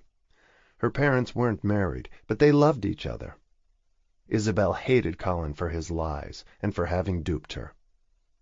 Isabel had nothing but contempt for Colin now, and deeply regretted having married him, and ever having met him. Their marriage had been as fraudulent as everything else he did. It was as though Zila knew it, and was railing against the fates that had given her to parents who were so undeserving. A father who was likely to spend years in prison, and a mother who didn't want her, because she was a reminder of the man who had lied to her. Isabel had to force herself to spend time with Zila, and instead spent most of her time with Theo, who was learning to read in kindergarten, and could sit quietly for hours, poring over the words and looking at the pictures. Eventually Zila stopped screaming, and seemed to make peace with her existence. She was fascinated by Theo, and watched her every move. Colin had contacted Isabel by then. He was in California, preparing to enter a guilty plea, and negotiating for a deal to shorten his sentence. He didn't want to see the baby, which was a relief, and he wanted to give up his parental rights. He said he was in no position to be responsible for a baby. His lawyer said there was a good chance he would do 10 or 20 years. Isabel didn't even feel sorry for him. She felt nothing for him. The papers relinquishing his parental rights to Zila arrived a few weeks later. He had signed in all the appropriate places, and so did she. She wanted no contact with him in the future, and little by little she adjusted to having a second baby. Zila was much more difficult than Theo. The baby had a fierce temper whenever she was hungry or uncomfortable, and sometimes she still screamed herself to sleep. "Poor little thing," Maeve said, trying to rock her to sleep one night to no avail.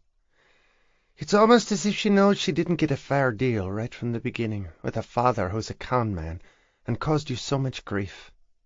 Isabel smiled at what she said. Zila was a pretty baby, in a dark, exotic way, with almost jet-black hair and dark eyes, just like Colin. She hoped his criminal bent wasn't hereditary. Sometimes those things ran in families, but her father insisted that was a myth when Isabel suggested it to him with a fearful look. "She's only a baby. She'll grow up with you and Theo and be a lovely little girl one day." He felt sorry for Zila and for Isabel having made such a shocking mistake. It had shaken her faith in her own judgment, and Jeremy insisted that anyone would have been taken in by him. Colin Stone was a practiced sociopath. Zila was 5 months old, and Theo had turned 6 when they left for Normandy that summer. Putnam said he was happy to have Zila, too. From the moment they arrived, Theo was glued to her father's side, as she always was. They spent hours together without talking sometimes. They were 2 peas in a pod. Marcel, the old butler, saw it too. Their adventures together gave Isabel more time to bond with the baby. She had gone back to work 4 weeks after she was born, and Zila wasn't screaming any more. But she was a restless child, who seemed to want to be in motion all the time. Isabel roamed all over the property with her, in the pram they had used for Theo. It took her forever to fall asleep. Their time in Normandy was healing for Isabel. She and Putnam talked late into the night, and she went over and over in her head how she had fallen for Colin, and why she had believed him. He was exciting and dangerous. She felt foolish and gullible, and couldn't imagine trusting any man again. "He's one man, Isabel," Putnam said sensibly. "We can all make mistakes." She had been young and trusting, and wanted to believe him. Sociopaths are ingenious people. I'm sure he was good at what he did. Wiser people than you and I have been fooled, You have to put it behind you and go on now." And then he thought of something else. "What are you going to tell Zillah about who her father was?" "I'm not sure," she said thoughtfully. "What can I say? That he was a criminal and went to prison?" It seemed a hard blow for a child. "I'll probably have to wait until she grows up to say anything." He entered a guilty plea while they were in Normandy, and there was no publicity. The press had lost interest in him. He was just another criminal going to prison. Putnam was able to find out that he was sentenced to 10 years in federal prison instead of 20. She never heard from him again and never wanted to. The waters closed over him, as though their marriage had never existed, and she was left with her regrets at having met and fallen in love with him. In time, Zillah seemed unrelated to him.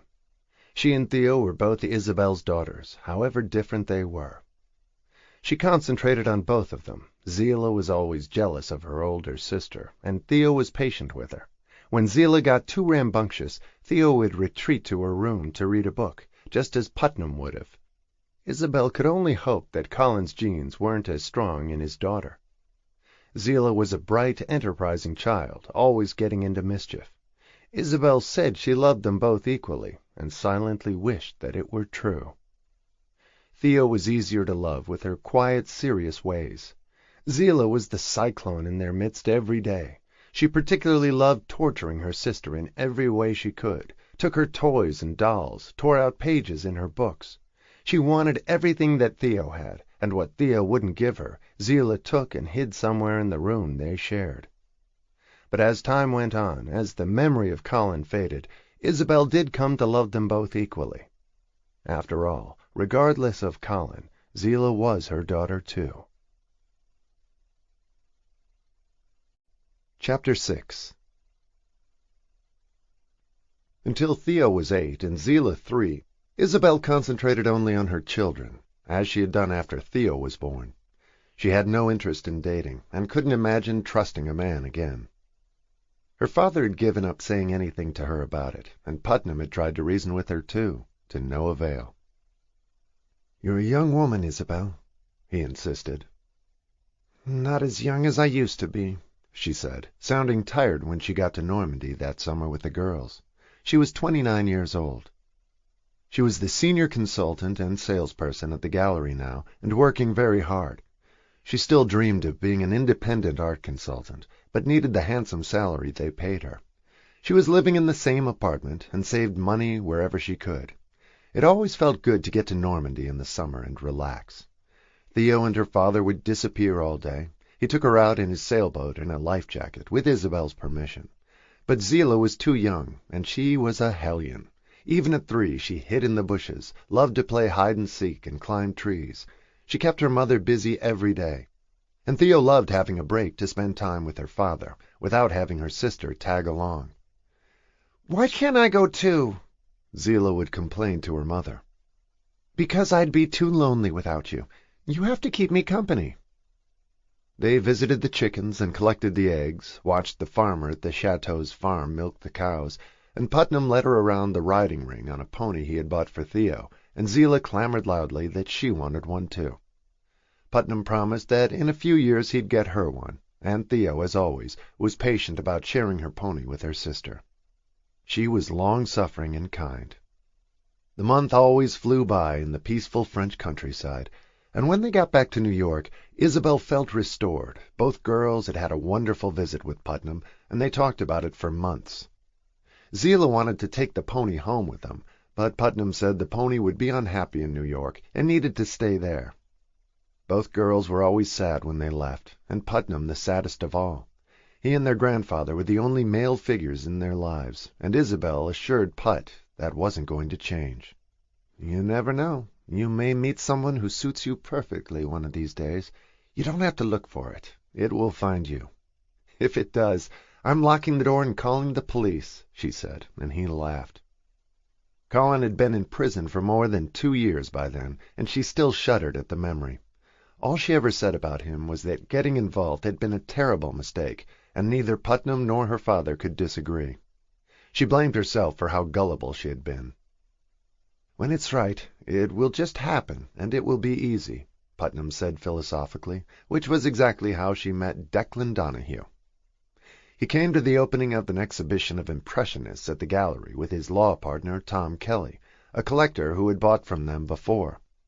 Declan didn't appear to be in the market for any paintings, but enjoyed looking around and stopped to chat with Isabel before they left. They talked for a few minutes, and he commented on how beautiful the paintings were, and managed not to say she was even more so. He thought she was the most graceful, charming woman he had ever seen, and he had enjoyed her even more than the art. His partner was considering 3 paintings and hadn't made a decision yet. "It's a lovely show," Declan said as they chatted, and she thanked him.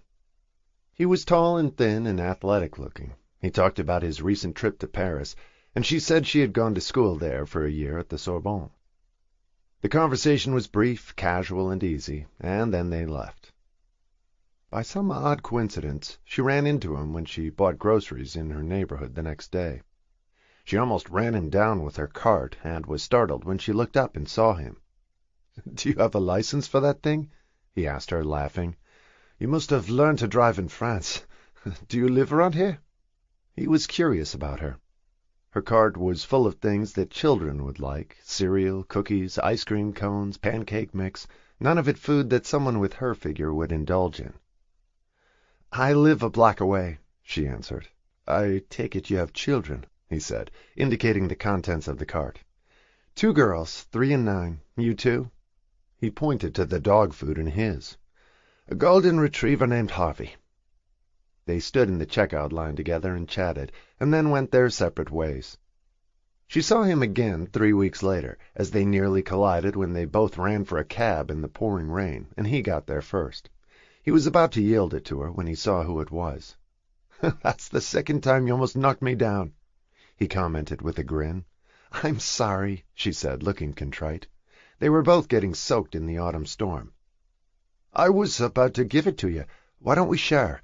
Where are you going?" "Downtown to meet a client about a painting. I'll drop you off. I'm going to the village." She gave him the address, and they talked easily in the traffic on the way downtown, and then he dropped her off.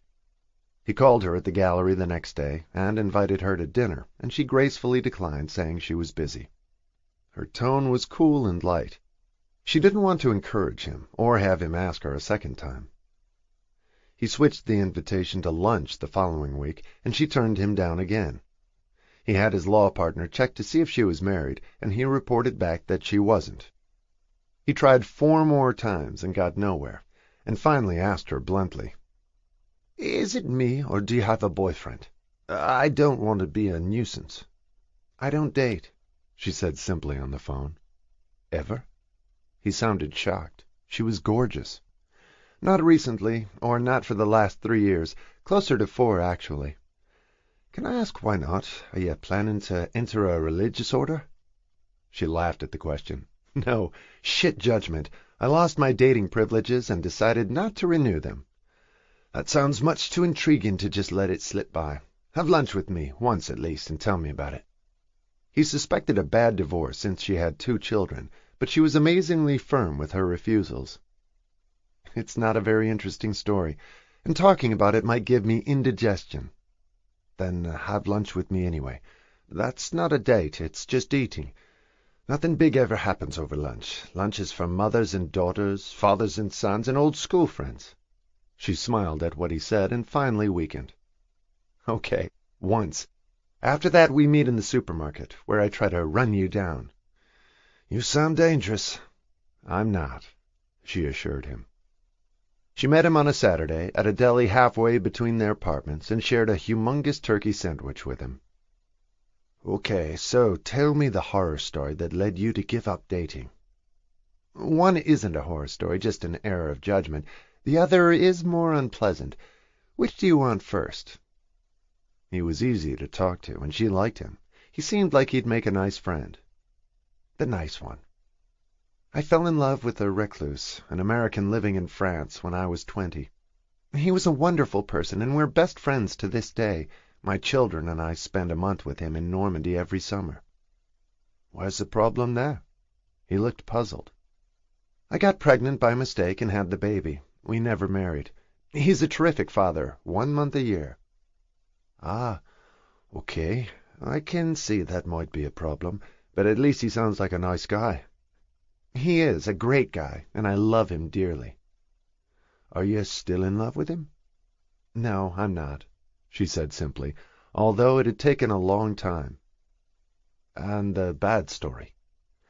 "A super handsome guy, a total charmer, a sociopath, in retrospect. I fell for all his bullshit, hook, line, and sinker, all lies I discovered later. We got married 9 months after I met him. I got pregnant on our wedding night. Fast forward to when I'm 6 months pregnant. He gets indicted for money laundering and tax evasion and goes to prison for 10 years. He's still there. Totally shit judgment on my part to have married him in the first place. I filed for divorce 3 weeks after he got arrested. I had the baby 2 months later. He relinquished his parental rights by his own choice. End of story. I figured I should retire after that one." "Why?" He looked unimpressed. "Granted, being married to a guy in prison for 10 years doesn't sound like a lot of fun. But you got out of it pretty fast, it sounds like. And you got 2 great kids out of it. Doesn't sound like a horror story to me." "Maybe not. The con man rattled me because I believed him." "If I gave up dating every time a woman lied to me and I believed her, I'd have had to become a priest 20 years ago. My grandmother would have liked that, but my parents wouldn't. They retired and moved back to Ireland a couple of years ago, but they're very progressive. Women have lied to me all my life. I expect it," he said, and she smiled at him. "Some people are liars, some are cheats, some are good people, some aren't. It takes all kinds. You can't give up after a couple of mistakes. We'd never have landed on the moon if the boys at NASA felt that way, and Einstein wouldn't have discovered the theory of relativity. You have to keep trying until you get it right. You will one of these days." "So what's your story? Divorced? Single?" She turned the focus on him. "Single. 2 long relationships, 10 and 8 years. In the end, they went nowhere. I never knew when to give up and go home. So suddenly I'm 38 and living with a golden cold Harvey. He's pretty good company, and I haven't given up dating, even when women turn me down 5 or 6 times. It's the Irish in me. I'm stubborn, or thick, as they say there." She laughed. "I figure I'll get it right sooner or later and find a woman who adores me. And Harvey, of course. We come as a pair. Do your kids like dogs?" "More or less. We've never had one." "Maybe we could go for a walk in the park sometime. Harvey's good with children. Or is that off your list, too? Walking a golden retriever is not a date." She smiled again. She liked him, and didn't want to. "No, it isn't." He walked her back to her apartment after that, and said he'd call her some weekend to take Harvey and her daughters to the park. He called 2 weeks later, and they walked to Central Park and had a great time. Zila loved the big friendly dog. As usual, Theo was more reserved, but she threw a ball for him when they got to the park. "They're sweet kids," Declan complimented her on the way home. "Do you suppose they'd want to come up to my place to make s'mores and popcorn? It's all I know how to cook." They went with him, and the girls loved it. Harvey was jubilant to have company, and Isabel enjoyed watching Declan with her children. He handed her a s'more, and she got the marshmallows and chocolate all over her mouth, and he helped her get it off and said in a soft voice, "S'mores and popcorn. Not a date." He had the faintest Irish accent, and she discovered that he had grown up in Dublin and come to the States when he was 13. She finally agreed to have dinner with him at an Italian restaurant near her apartment, just as friends. Not a date. Everything they did together was low-key and normal. He wasn't trying to impress her or run her life. He waited a long time to be romantic with her, and when she finally trusted him, which took time, they went away for a weekend in Connecticut. It felt as if they had always known each other. They dated for almost a year, until she left for Normandy with the girls, and she talked to Putnam about him. He had become her mentor and advisor on all subjects, almost like a second father to her. "He sounds great. So what's the problem?" "He wants to get married and have kids one day. I've already done that. I don't want to try again. He should be free to find the right person to marry and have babies with." Why can't you have another child? I don't want to. I do an okay job with the 2 I have. 3 is too many. Not if you have a husband. You've never had a real one. I shudder at the word. You sound like me now, he scolded her. Don't be such a coward. You're 30 years old. Don't waste your life bound to the past. The last time you told me that, I had married a con man. Declan doesn't sound like one to me, Putnam said. He isn't. Do you want to meet him? I might. Here? Is he in France? He's visiting his parents in Ireland and offered to come by on the way home. I think he knows he needs your stamp of approval. I like him already, Putnam said, smiling at her. He was 57 years old, and Isabel had noticed that he had aged considerably in the past year.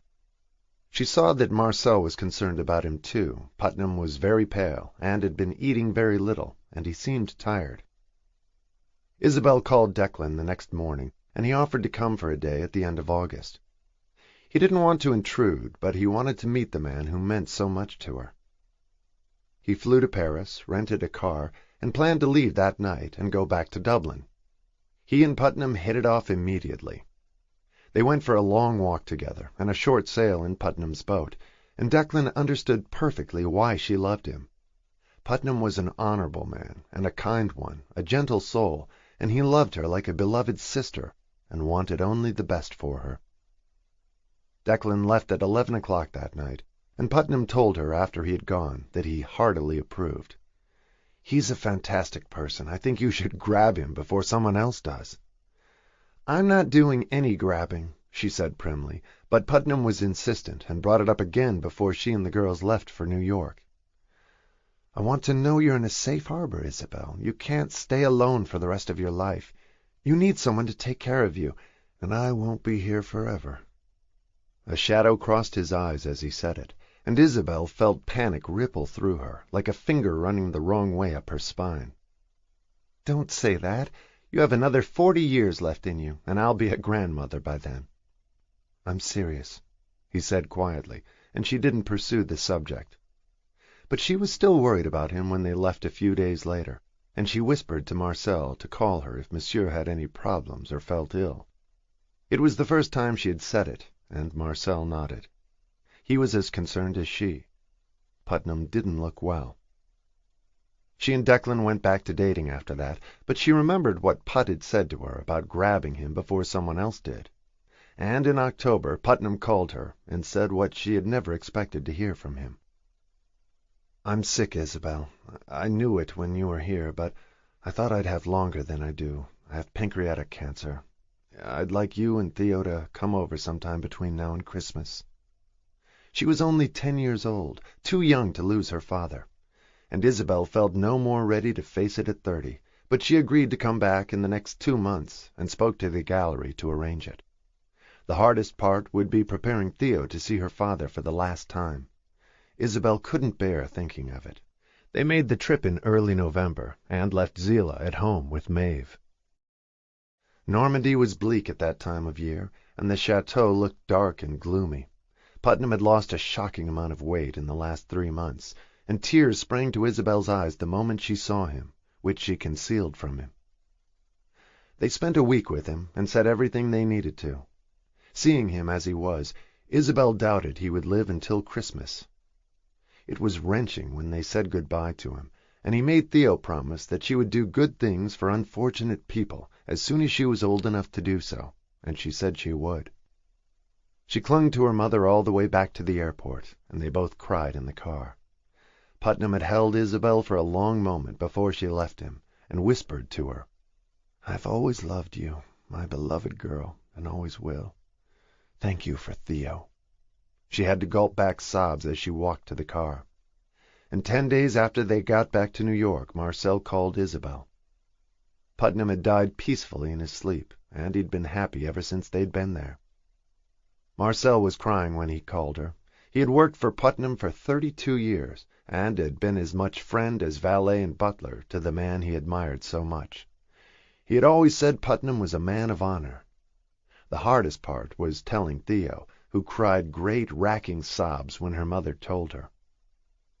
Isabel left the next day and flew to France alone for Putnam's funeral. She thought it would be too upsetting for Theo, so she left her in New York. He had wanted to be buried in the small cemetery on the estate that had become not only his home, but his entire world for the 32 years he'd lived there. Walking through the house without him was a painful journey. She met with his French banker and attorney, who told her that because of Theo's age, Putnam had said the house should be sold. It made no sense to maintain it until she was old enough to use it or live there. And keeping it for 1 month in the summer didn't make financial sense. The proceeds of the sale were to go into Theo's trust, but Putnam's world, as they had known it, was about to disappear forever. And in some ways, although it saddened her greatly, Isabel thought it might be better. It would be too painful to be there without him, and she thought that Put had made the right decision. There were only a handful of his employees and Isabel at the funeral. At his request there was no religious service, and he had left a letter for her and one for Theo, telling them how much he loved them and how much joy they had given him. And leaving Marcel was almost like leaving Put again. They clung to each other and sobbed at the airport, and she told him to stay in touch. She had never expected Putnam to die so young, but his lonely life had taken something from him, like a flower in winter. He lacked the warmth and sunshine he needed to truly flourish, and their brief visits hadn't really been enough to sustain him. Marcel said that Put was sad without them for most of the year. She looked devastated when she got back to New York, and had lunch with Declan the next day. He felt terrible for her, but he was glad he had met Putnam. "I don't need to ask you how it was. I can see it." "They're selling the chateau," she said bleakly. "Theo will inherit everything. She doesn't understand what that means yet." And in some ways Isabel didn't either, and she was genuinely shocked when his lawyer sent her a copy of the will. Putnam had left her a bequest, which would allow her to buy a house of her own and start her own business. He had calculated it as generously as he did everything, and he had prefaced it by saying that Isabel had never wanted anything from him, but he wanted her to be secure in her own home, and to help make her dream come true about her work. She called her father and told him about the bequest, with tears streaming down her cheeks. It was what he had wanted for her, but could never give her. He had never met Putnam, but he had come to respect him over the years, and now more than ever. He had always resented his not marrying Isabel, but in the face of his gift to her, it was easier to forgive him. "He loved you, Isabel. Of that I'm certain." "I know, Dad," she said, and then hung up the phone, unable to believe that the man who had meant so much to her, and always would, had disappeared forever. Her life and Theo's without him would never be the same again. Chapter 7. Isabel stumbled through the days after Putnam's death, trying to be a support to Theo. Declan came to have dinner with them, and played with Zillah. She had no real understanding of what it meant that Putnam had died.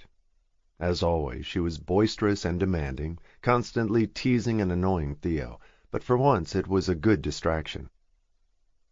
They went to Newport for Thanksgiving, and Isabel invited Declan. He was in awe of the remarkable estate where they lived, and she had grown up. They gave him a tour of the grounds and inside the house, and he treated it with reverence. He took long walks with Jeremy. He was glad that he had finally met him, and he realized that Isabel was slowly opening up to him.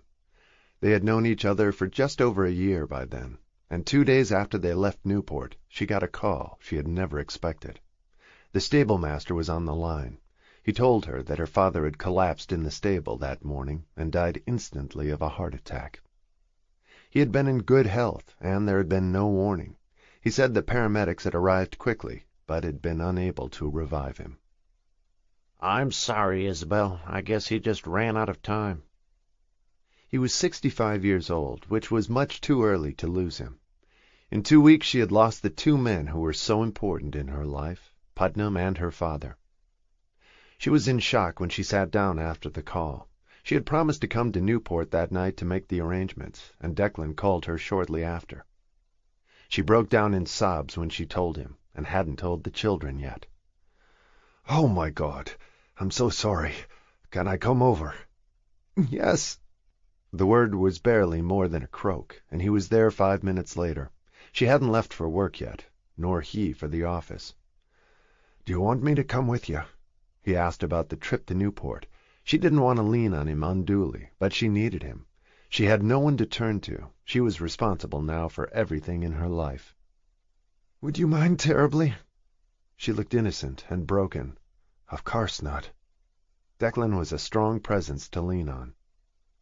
She told the girls when Maeve brought them home from school, and they both cried. Death had visited them too often recently. She had told the gallery what had happened, and that she'd be gone for a few days. That night she and Declan caught a flight to Boston.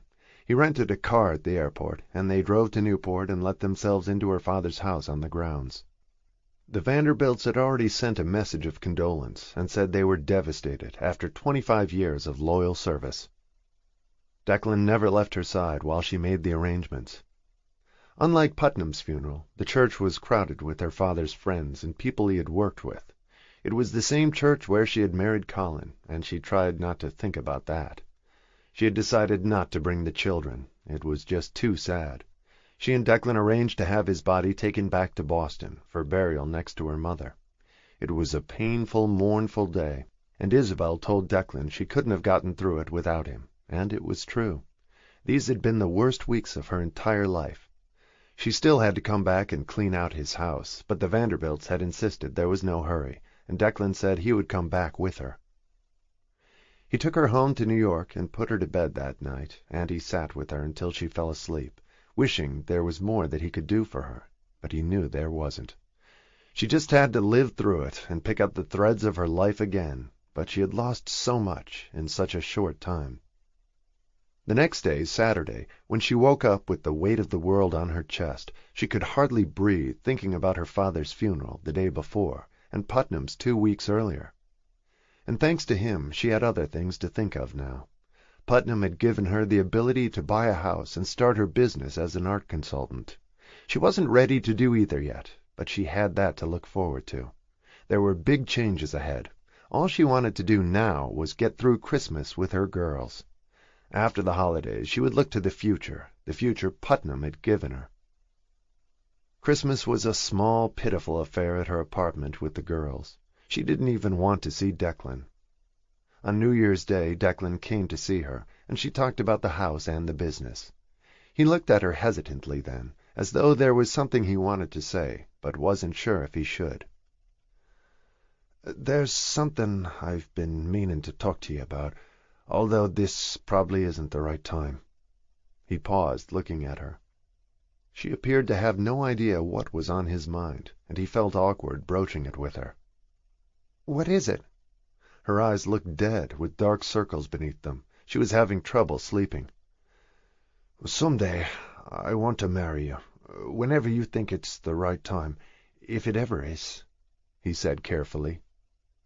"Are you serious?" She looked shocked. "No, I'm kidding. Of course I'm serious. I want to take care of you and be your husband, and have babies with you if you're willing." She groaned at that. "I know you should have children of your own, but I'm not sure there's enough of me to give to another child. The 2 I have are a handful. Theo is always closing in on herself and trying to shut out the world, like her father, and Zila is a time bomb waiting to explode.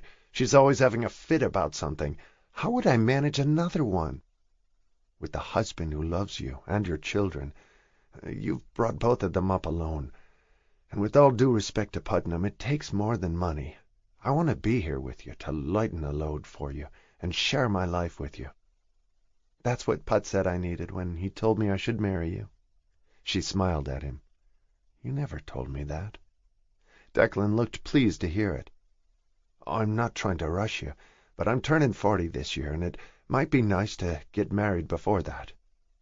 She was 31, and Theo and Zila 10 and almost 5. "And you really want another child?" "It's not a deal-breaker. I'm sure in time I'll come to love Theo and Zila like my own. It might just be nice to have one of ours, to kind of cement the deal." He smiled and put his arms around her. "You don't have to decide right now. You've just been through a tough couple of months." "When would you want to get married?"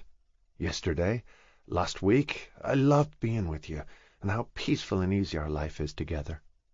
"I feel that way, too. Do you want a big wedding?" she asked him, considering the whole question. It was a lot to think about, and her losses were still fresh. "No, just us and the kids, and Harvey, maybe." "I love the idea, Declan," she said as she snuggled next to him. "Let's do it soon, and we can look for a house together." He was surprised by her answer, and jubilant. They told the children the next day, and both girls were happy about it. On a Saturday in January they got married in a neighborhood church, with a few of their friends present, his law partner Tom Kelly, and Bert Acker, the owner of the gallery where she worked. He didn't know yet that she was leaving. They went to an Italian restaurant for lunch afterward. Isabel felt as though her life had finally landed in the right place. She was home at last. Everything happened quickly after that. In February they found a beautiful house on East 74th Street between 5th and Madison. It was in perfect condition, and she could afford it thanks to Putnam's bequest. They moved into it in March, 2 days after they found out that she was pregnant. The baby was due in November, and Declan was wildly excited about it. Isabel loved the idea now, too. He was right. Their child would close the circle, and they would be a family. She gave notice at the gallery in June, and planned to open her art consultancy after she had the baby and the holidays were over. She was going to start her business in January and take some time off first to enjoy Declan and the baby. She hadn't had a break in 10 years, not since she had graduated from college. They rented a house in Connecticut for the summer. It was going to be a big change from Normandy, and they were starting new traditions, and Declan said that one day he'd like to buy a country house, too. They had a peaceful summer and came back to the city at the end of August to get the girls ready for school. Zila was starting kindergarten, and Declan asked Isabel if she minded his spending the Labor Day weekend in New Hampshire with Tom Kelly, his law partner, and half a dozen men friends. They wanted to go fishing. She told him to go and have fun. He hadn't left her side for a minute all summer. She was 6 months pregnant and had never felt better. Happiness agreed with her. Declan was everything she had hoped he would be. Their life together was idyllic, and she finally had what Putnam had wished for her, a safe harbor, with a good man at her side to take care of her. She and the girls bought school supplies that weekend and new uniform shoes. They went to a movie and baked cookies on Sunday for Declan when he got home. The doorbell rang at 6 o'clock, and she thought he might have forgotten his keys. She went to open it and found Tom Kelly standing in front of her in his fishing clothes. He had driven straight down from New Hampshire. She assumed Declan was parking the car as Tom stood staring at her. "Isabel." Something about the way he said it terrified her, and there was no way to tell her except exactly what had happened. "Harvey got swept away in the current, and Declan went after him. He couldn't get to him in time. Harvey went over the falls, and Declan after him. Neither of them survived it," he said, reaching out to her. She looked as though she was about to faint in his arms. "That's not possible," she said, looking confused. "He couldn't have. He was captain of the swim team in college." She looked up at Tom with eyes that said he was robbing her of every dream she'd ever had. "It can't be," she said as he led her inside, sat her down in the kitchen, and gave her a glass of water. "I'm so sorry," he said with tears on his cheeks. They'd gone to college and law school together and were best friends. "He went after the dog before anyone could stop him." "Where are they?" she asked, looking blank and confused. "At the coroner's office in New Hampshire, until you decide what you want to do." She nodded and started to sob then, as Tom held her, which was all he could do. They had been married for 7 months, and their baby was due in 3. Tom held her for what seemed like hours, and then Theo saw her mother. She knew, and took Zila to her room. It didn't seem possible that something like this had happened. Everything about their life had been so perfect and so happy, and now Declan was gone too. In the days afterward, Isabel went through all the motions that were so familiar to her now. They held the funeral in the church where they were married. His father had a heart condition and couldn't come from Ireland. Declan's mother didn't want to leave him and didn't think she could face it. His two brothers, who were priests, came and said the funeral mass. Isabel had to pick a plot at the cemetery to bury him. Everything had an unreal quality to it, like a terrible movie or a nightmare she was having and couldn't wake up from. Her girls stood next to her in church at the funeral. Tom Kelly took them home. Declan's brothers went back to Ireland after seeing New York for the first time. They'd both been in the seminary when their parents lived there, and then it was over, and Isabel was alone again with her children. The girls started school, and Isabel sat alone in the house every day, waiting for Declan to come home as the baby grew in her belly. Maeve watched over her like a mother hen and brought her Irish tea and things to eat, and Isabel felt like a zombie for the next 3 months. She couldn't manage living again without him. She just couldn't do it. She remembered what she'd said to him in the beginning about having shit judgment, and it turned out that she hadn't had poor judgment at all. Just shit luck this time, the worst possible luck imaginable. She still looked dazed when she went into labor. The girls were in school, and Maeve took her to the hospital and stayed with her. She howled with grief more than pain when she felt the baby coming. She didn't want to see it without him. How could she have this baby now with him gone? What cruel turn of fate had done this? The baby came even faster than her sisters, after a shorter, harder labor, and Isabel didn't care. She was in so much anguish without him that the physical pain of giving birth was almost a relief. And then, after pushing for what seemed like hours, there was silence in the delivery room, and for a moment Isabel thought she might have died, and that his baby had died too.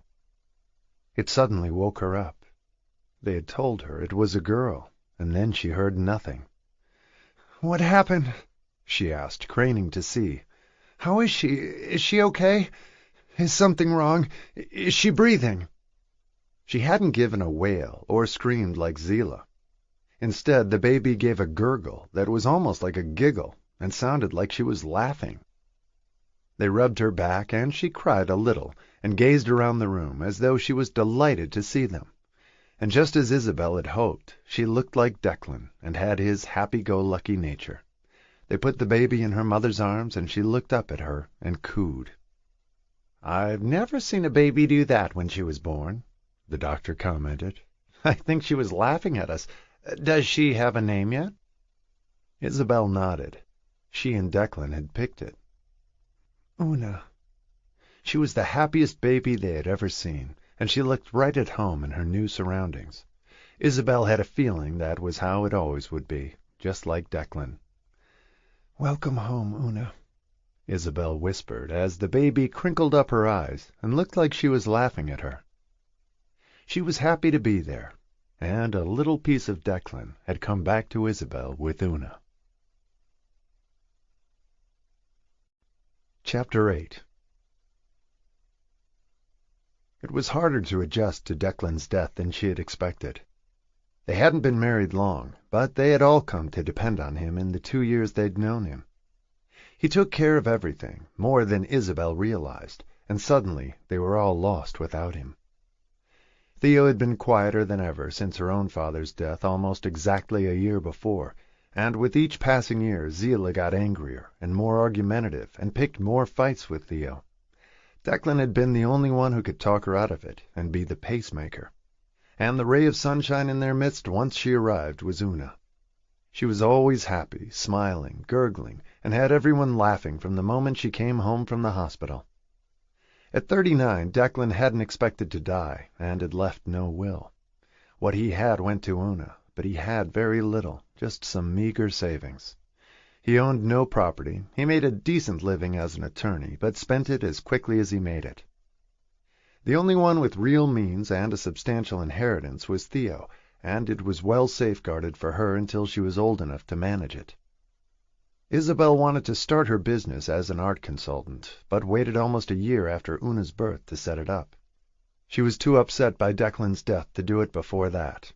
But once she established her business, it took off. She had solid clients, and the business grew exponentially over the years. She was one of the most respected art consultants in New York, just as Putnam had hoped when he left her the money in his will. Isabel concentrated solely on work and her daughters while they were growing up. Each of them had so many traits of their respective fathers. They were almost like an experiment in genetics. Isabel sometimes wondered if her genetic contribution had even mattered. Theo looked like Putt and acted like him so much of the time, retreating to her room as a child, studying objects that interested her. And a trip to India when she graduated from college changed her life forever. The world she had dreamed of had been waiting for her. In the years since, at 37, she had built villages, paid to construct dams and lay sewer pipes, brought electricity into the darkness, built hospitals and provided medical assistance, and good and fresh water for remote parts of India and Africa, although India was where she preferred to be most of the time. She lived in a bubble where only the people she was assisting mattered. She had observed surgeries, tended sick children in epidemics, and walked for miles carrying dying newborns to hospitals, hoping to save them. Her family was of far less interest to her, given what she saw around her every day. She had put her father's money to good use for the past 15 years. Zila always said, with some irritation, that being with Theo was like being with a modern-day saint. Isabel heard from her infrequently, and admired what she was doing. As far as she knew, there had been no serious romances in her life.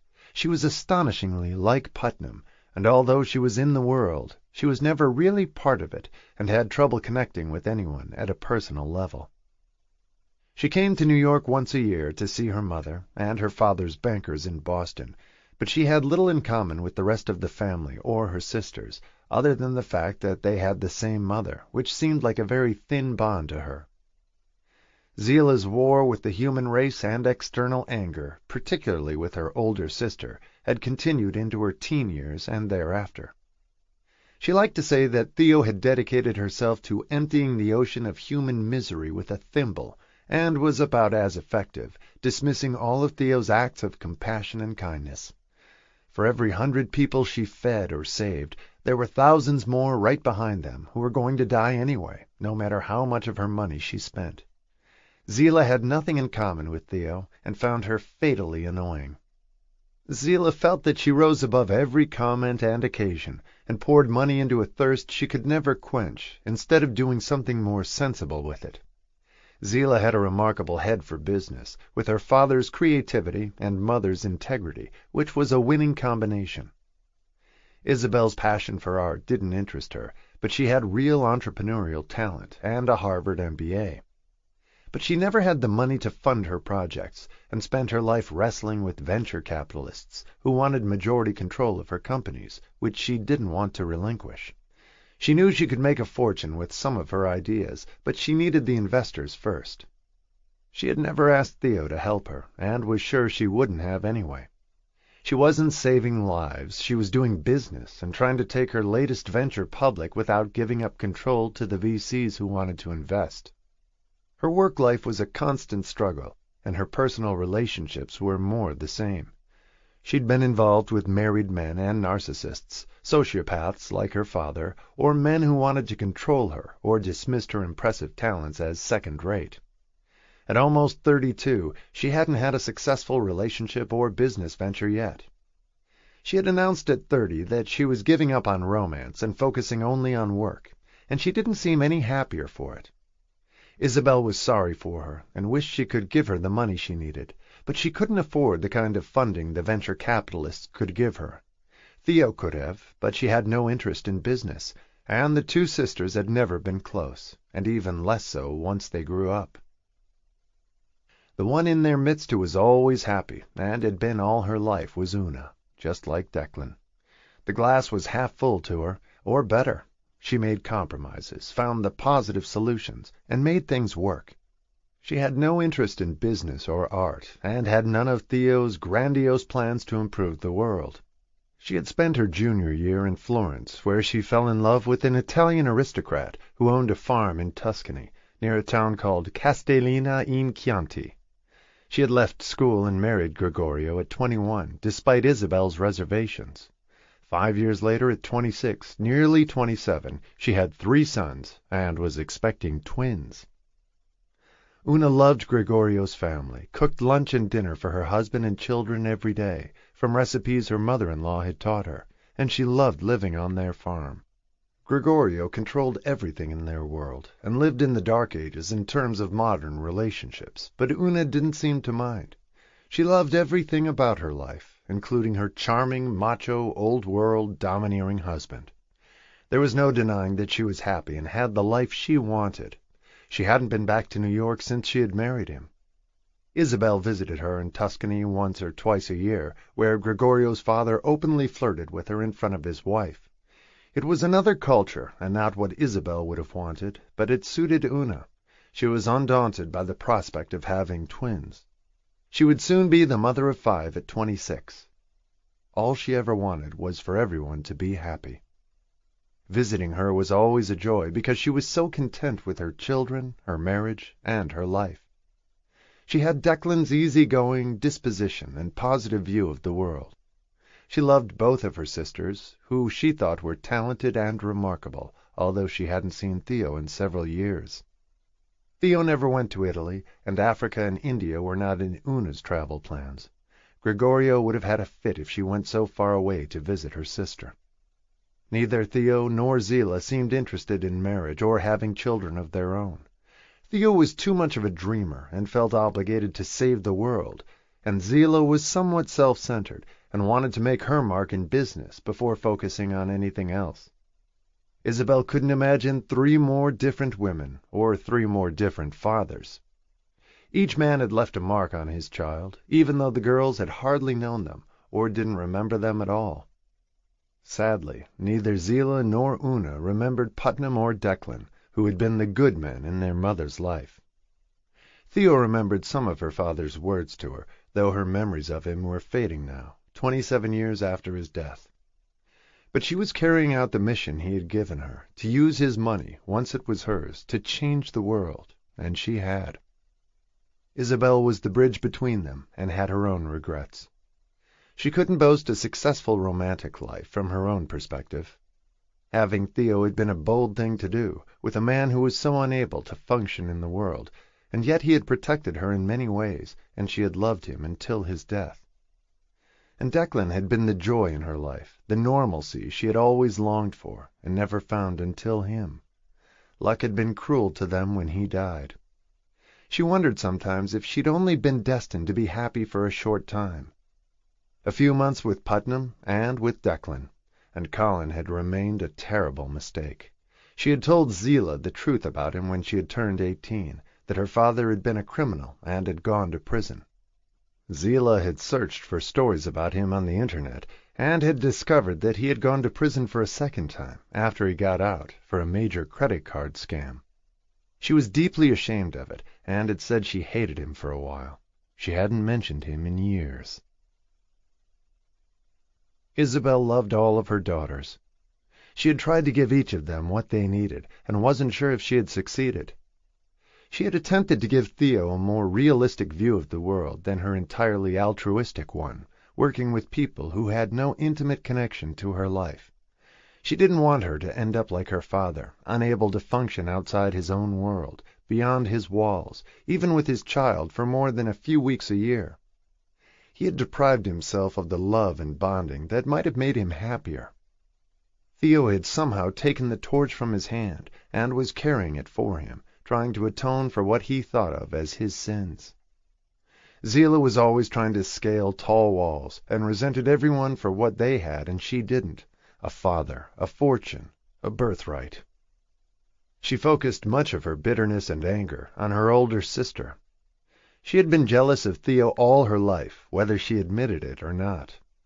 Only Una was satisfied with the life she had chosen, but Isabel wondered if it was enough to be dictated to and controlled by Gregorio, as though she had no mind of her own and was incapable of thinking for herself. It led Isabel to consider the men she had chosen: a recluse unable to take responsibility for their child, although he loved them both; a criminal who had duped her, and the kind man she should have met and married from the first, if she had waited for him to turn up. Instead, she had fallen prey to the fascination Putnam represented to her, and the excitement of Colin, who was all glitter and flash, smoke and mirrors, and nothing real. She had been leery of him at first, but not enough. Declan would have been worth the wait until he came along, but she was too young to know that then.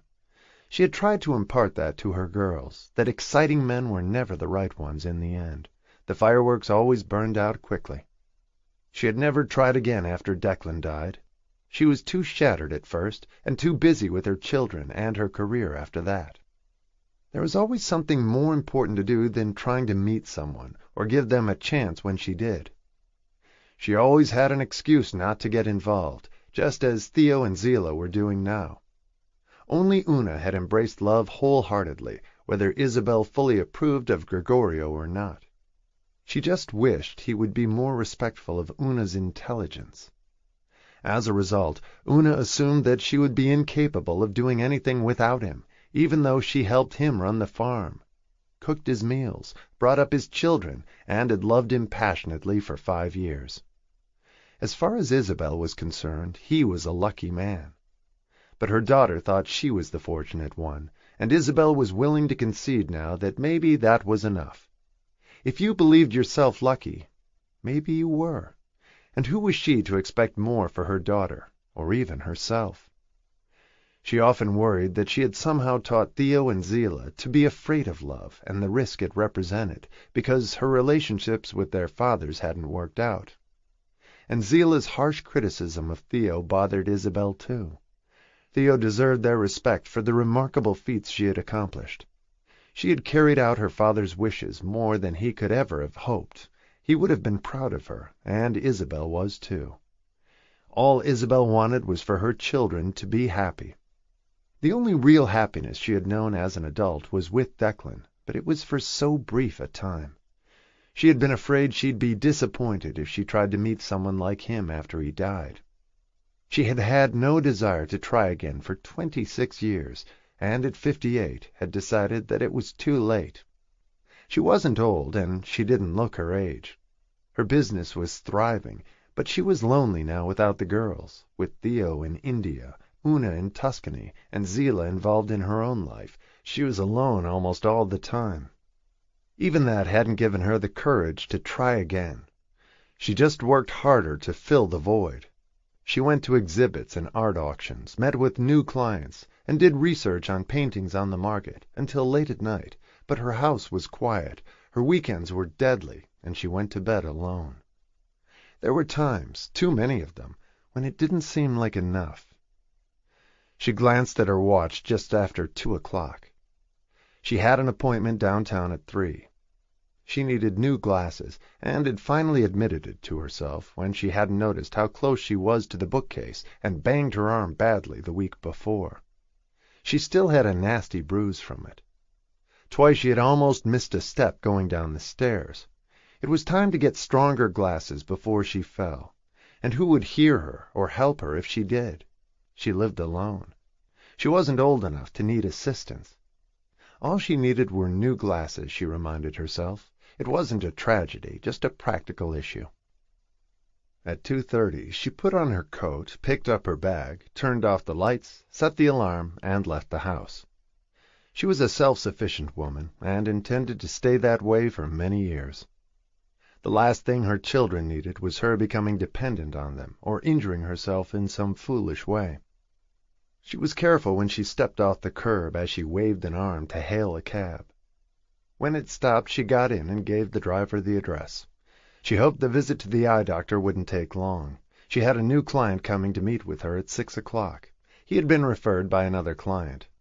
The new one wanted an entire art collection assembled, purchased, and installed in his new home and on his yacht. She was looking forward to meeting him. He was going to keep her busy for months. Her work was still her passion, and brought her joy. She loved the people she met, and the works of art she found for them. The new client would be fun. He was an innocent, admitted he knew little about art, and wanted her to educate him. He had lots of money to spend, as did most of her clients. She would help him build a collection tastefully, as they gathered the pieces he wanted, to impress his friends and show off his wealth. The cab stopped at the address she had given him. It was a medical building with mostly dentists, X-ray labs, and a few physicians, her eye doctor among them. She hadn't been to see him in 3 years, and her eyes had seemed fine until now. It was only in the last few months she had begun bumping into things. She gave her name to the receptionist and thumbed through an art magazine she had brought with her, still thinking about the man she was meeting at 6. They'd only spoken over the phone and never met. 20 minutes later, a nurse called her in, asked some questions to update her chart, same address, phone number, job, next of kin. She always listed Zila since she was the only one in New York, but hoped they'd never have reason to call her since she was the least nurturing of her children and the least responsive. The doctor came in shortly after. Dr. Philip Calvin, a pleasant-looking man with a nondescript face. He glanced at Isabel's chart and got started with the exam. She had read the eye charts that appeared in the machine that felt like looking through binoculars, and he asked her which was best, left or right, near or far. It was all routine. And then he asked her a number of other questions she didn't recall his asking her before, but they were all fairly mundane. He asked her about recent problems with her vision, and she told him matter-of-factly that she had bumped into a few things, which told her it was time to come in and get stronger glasses. She said she had missed a step once or twice on the stairs, and reminded him that she didn't want bifocals, or even progressive lenses. She had tried them before, and she found them awkward, and they made her feel sick. He jotted some notes on her chart and continued the exam, and then looked at her carefully when he finished. Miss McAvoy. She had reverted to her own name after her brief marriage to Declan. We have a problem. It's called macular degeneration, which can progressively dim your central vision and reduce it to a very narrow field. It can also affect your peripheral vision. Can or will? She interrupted him with a sharp look. That depends, he said honestly, on how severe it is, how rapidly it advances, and how responsive to treatment. We can slow it down considerably, although we can't restore you to perfect vision. There are 2 kinds of macular degeneration, wet and dry. We can effect considerable improvement with treatment for wet. There's nothing we can do for dry. It sounded like a death sentence to her as she listened. Which kind do I have?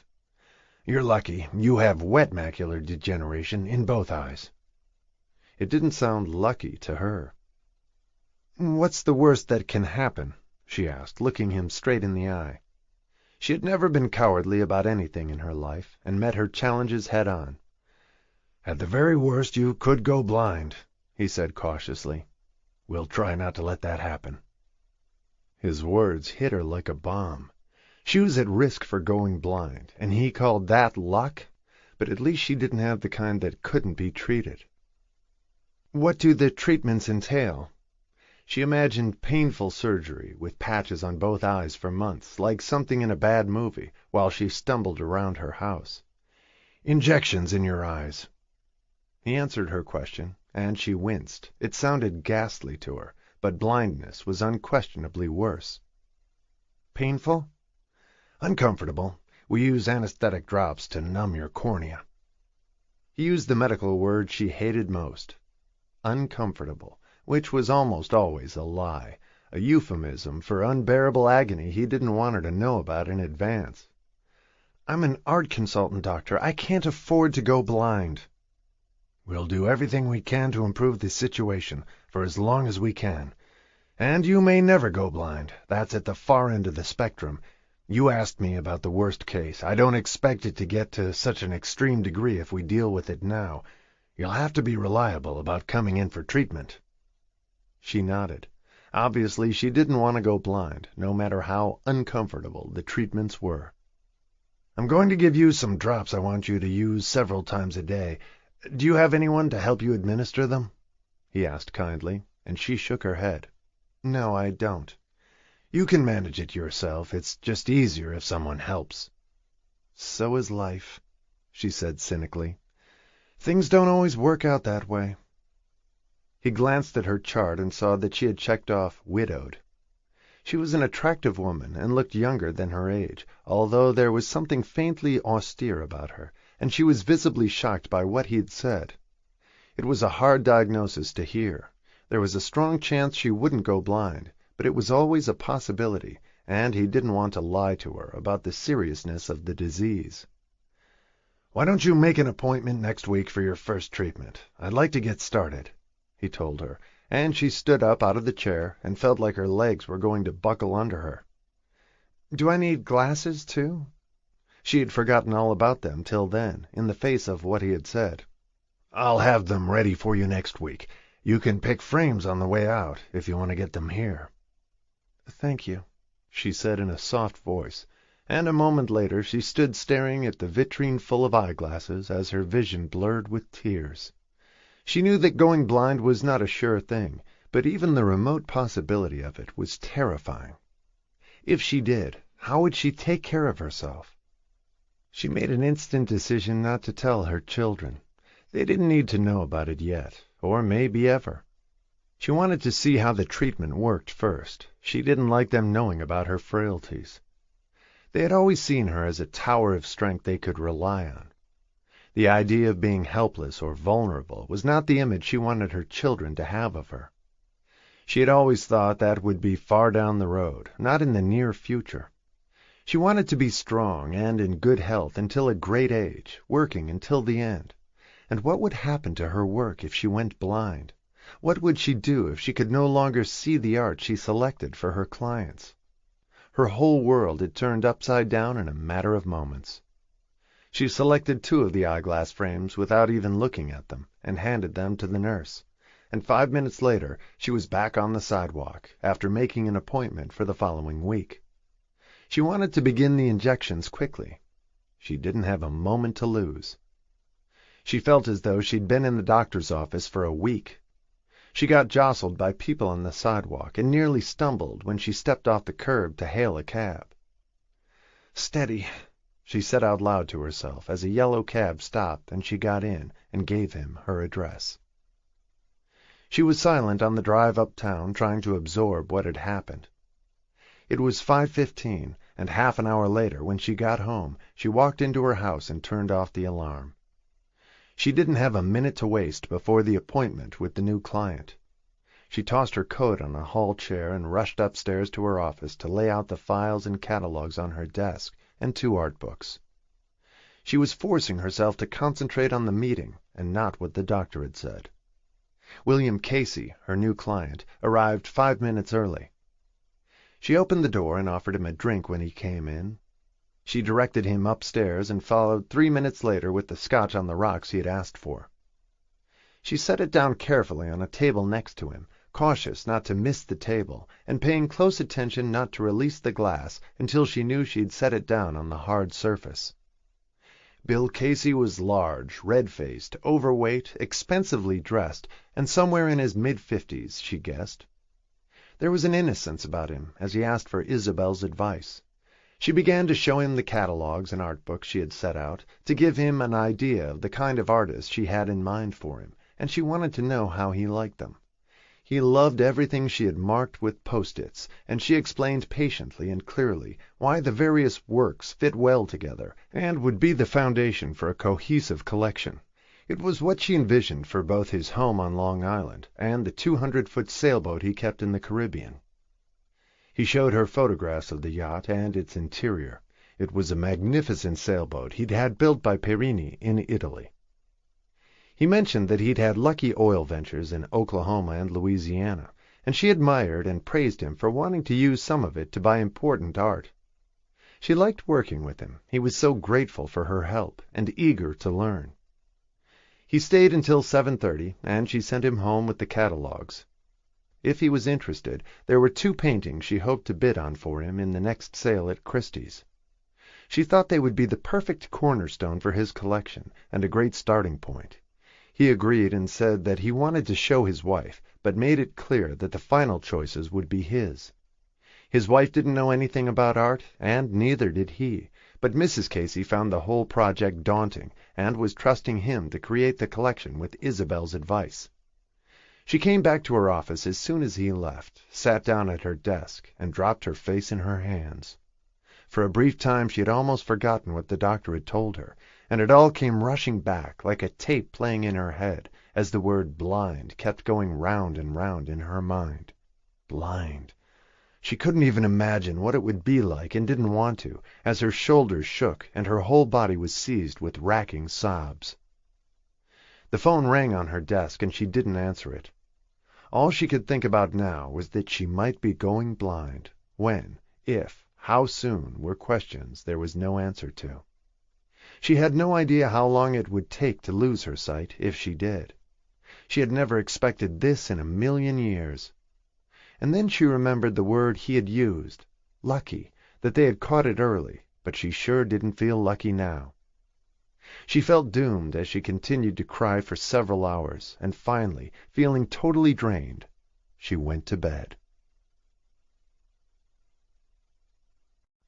Chapter 9. Bill Casey called her the next morning to say he wanted her to bid on the 2 paintings at Christie's to start his collection. His wife had liked them too when he showed her the images. They established a maximum price she could bid up to. He sounded very excited, and she was happy for him. This was a major step, and a big investment. She called Christie's afterward to let them know she wanted to participate in the live bidding on the phone. She knew everyone in the department, and then she sat staring out the window for a long time, wondering how it would feel if one day she could no longer work. She couldn't be an art consultant if she lost her sight. She couldn't even imagine it. Forcing the thought from her mind, she went downstairs to the kitchen to make coffee, stumbled on a step, and almost fell. She caught herself just in time before she did, and felt shaken when she walked into the kitchen. Her hands were trembling when she sat down with her coffee. She wondered if she should hire an assistant. She had a woman who came in twice a month to update her books and send out bills for her, but she didn't like having anyone underfoot, and hadn't needed it. She considered waiting to hire someone if her vision began failing severely, and couldn't decide whether it would be smarter to try to find someone now and break them in, so they would already know how she ran her business before her sight got any worse, or to wait. In some ways the former option seemed more reasonable, but it made her feel vulnerable again, which was the last thing she wanted to be, and even thinking about it made her feel queasy and filled her with dread. She called the employment agency at noon to see what they would suggest. She'd had Girl Fridays from them occasionally for short-term projects, and they'd always sent good people. She described what she thought she needed, a business assistant to help her with research and client meetings, and they said they'd check their current listings. The woman at the agency called her back 2 hours later to say they had a candidate for her, a woman who said she was knowledgeable about art and had worked at a gallery when she was younger. The agency faxed her CV to Isabel, who read it carefully. There was nothing distinguished or exciting about her, but she seemed to have good solid business and computer skills, which would be useful. She was coming to try out the next day. Isabel still didn't like the idea of someone hanging around when she didn't need her yet, and wasn't sold on the idea. When Margaret Wimbledon showed up the next day, she looked prim and older than Isabel expected. She was wearing high heels and a black suit, and Isabel was in sneakers and jeans. She didn't know what she'd expected an assistant to wear, but the woman seemed overdressed, with perfectly coiffed white hair. She didn't smile when Isabel explained her duties to her. She gave her some filing to do, a stack of bills to get ready for the accountant, and asked her to mark auction catalogs with tags for clients she'd bought paintings for. It was all she could think of to give her.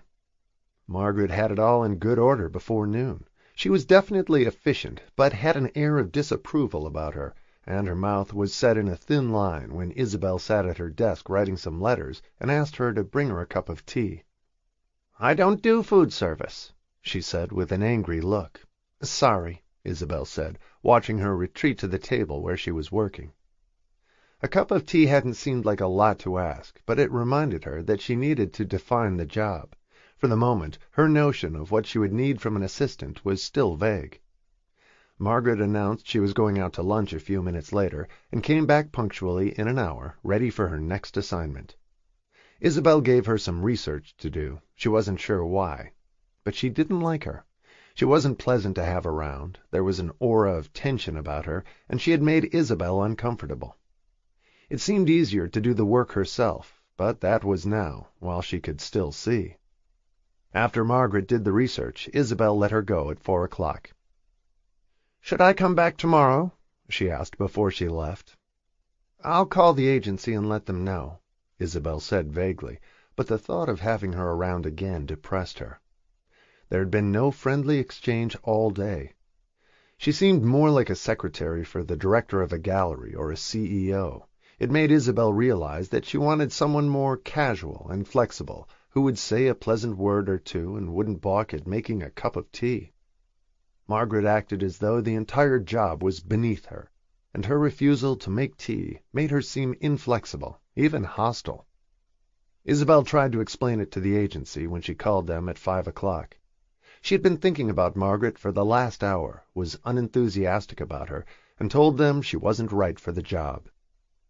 "There's nothing wrong with her, and she's very efficient. I just don't think I have enough work for her right now. I want to wing it for a while with someone a little more adaptable while I figure out what I need." The woman at the agency sounded pensive for a minute as she riffled through some papers on her desk. "We signed a candidate up yesterday. He has no training or experience in art, but he has an interesting history as a kind of jack-of-all-trades, mostly in communications and sports. I wouldn't have suggested him for you, but he may be more flexible than someone like Margaret, who wants a more high-level job. I don't think she would have worked out." She had already called to complain about the boring day she'd spent.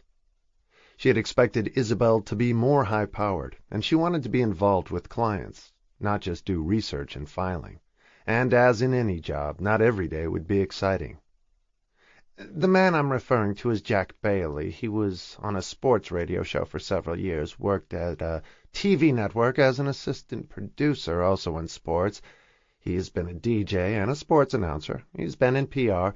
Most of his jobs have been sports-related, but his references say he's great with people, very personable, can repair anything, which could come in handy. He worked in the office of a senator in Washington doing special events, and traveled with him as a personal assistant during his campaign, and the senator gave him a glowing reference.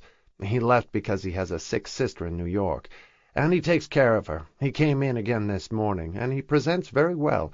He's looking for a job as a personal assistant. I don't know if you'd want a man." "Either one." But he had no work history at all that involved art, and she didn't need a DJ or a sports announcer, and had no special events for him to plan. "I was going to send him to NBC to a producer who's looking for a PA. I could send him to you first." "He might be bored. I basically have clerical work right now, but he could sit in on client meetings with me. I've always done them one-on-one with the client, but if he's willing I can try him out. It's not as exciting as working for a senator, to say the least." She felt slightly foolish interviewing people who had had better jobs. She was thinking more of a young woman fresh out of college who didn't have grandiose ideas and wouldn't get her back up over making a cup of tea. And if her sight became a serious problem, whoever she hired would have to help her with a multitude of things. She had recently noticed that working on her computer strained her eyes more than it used to, which was one of the reasons she had thought she needed new glasses. "Could you see him at 10 o'clock tomorrow? I'm sending him to NBC at noon. I do think he'd be flexible. He's got a varied background. He's willing to travel, but needs advance notice, so he can make arrangements for his sister." "How sick is she?" Isabel inquired, concerned. "I think she has MS. He said she can manage on her own when he's at work, and a neighbor looks in on her during the day, but he stays with her at night. He has no other encumbrances, no wife or kids. He volunteered that himself, since I can't ask." Isabel wondered how old he was, but couldn't ask that either. She'd have to guess from how he looked. "I'll email you his CV with his references." She did so 20 minutes later, and it confirmed everything she had said. Isabel noticed when he had graduated from the University of Washington, and calculated that he was about 46, which seemed a good age to be energetic, but not so immature he'd leave in a few months, and she saw that he'd stayed with the senator for 5 years, which in the current job market was a long time, and he'd only left the job in the last 6 months. She emailed the woman at the agency to tell her she'd see him at 10 the next morning. And that night she thought about her visit to the doctor again. The full impact of what he'd told her hadn't sunk in yet, and she wanted to talk to her daughters, just to hear their voices, not to tell them the bad news, but she didn't want them to guess that she was upset. It was almost impossible to reach Theo, currently in India, helping to set up a hospital she was financing, and it was the middle of the night in Italy, so she couldn't call Una. It was hard to find a good time to call her anyway.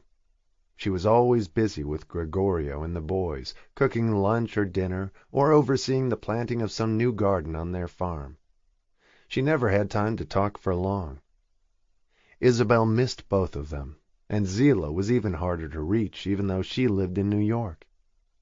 She was either in meetings, on a conference call, or at the gym at 6 in the morning. Isabel's calls to her always went straight to voicemail, since she never picked up, and sometimes it took Zila days to call her mother back. Her entire life and contact with the world was run by text. Isabel finally fell asleep at 4 a.m., and could have called Una by then, but she drifted off to sleep for 4 hours and woke up at 8. She was showered and dressed in jeans and a sweater, in time for the interview. Jack Bailey arrived on the dot of 10 and rang the doorbell. Isabel was startled when she saw him. He was very tall, and she looked up into a well-lined face with a cleft chin. He had gray hair and warm brown eyes. He smiled at the look on her face. His height always took people by surprise. He was just over 6'6", slim with broad shoulders and strong arms. She asked him to come in, and he followed her upstairs to the room she used as her office, which was partly a sitting room, where she met clients. He sat down in a big upholstered chair, with his long legs stretched out ahead of him. He was wearing gray slacks and a blazer, and she noticed that his shoes were shined, and thought he looked nice. "I don't know anything about art," he confessed immediately. "I've mostly worked in radio and sports TV. I had fun as a DJ for a couple of years, and I worked in PR on mail or sports-oriented accounts, Nike, LL Bean, GQ, a fishing magazine we represented, and road and track. I've done just about everything on my jobs, including picking up dry cleaning and walking the dog for the senator." He smiled at her. "Do you have any pets?" "No, I don't." She smiled back at him. "And my dry cleaner delivers. I might need help with clients, but not at the moment." She was looking toward a possibly bleak future as she said it. "I bid for art at auctions, mostly on the phone, and I could use some help with the computer, with research. I travel to visit my daughters, but it's planned well in advance." "Where do they live?" "My oldest is in India, my youngest in Tuscany."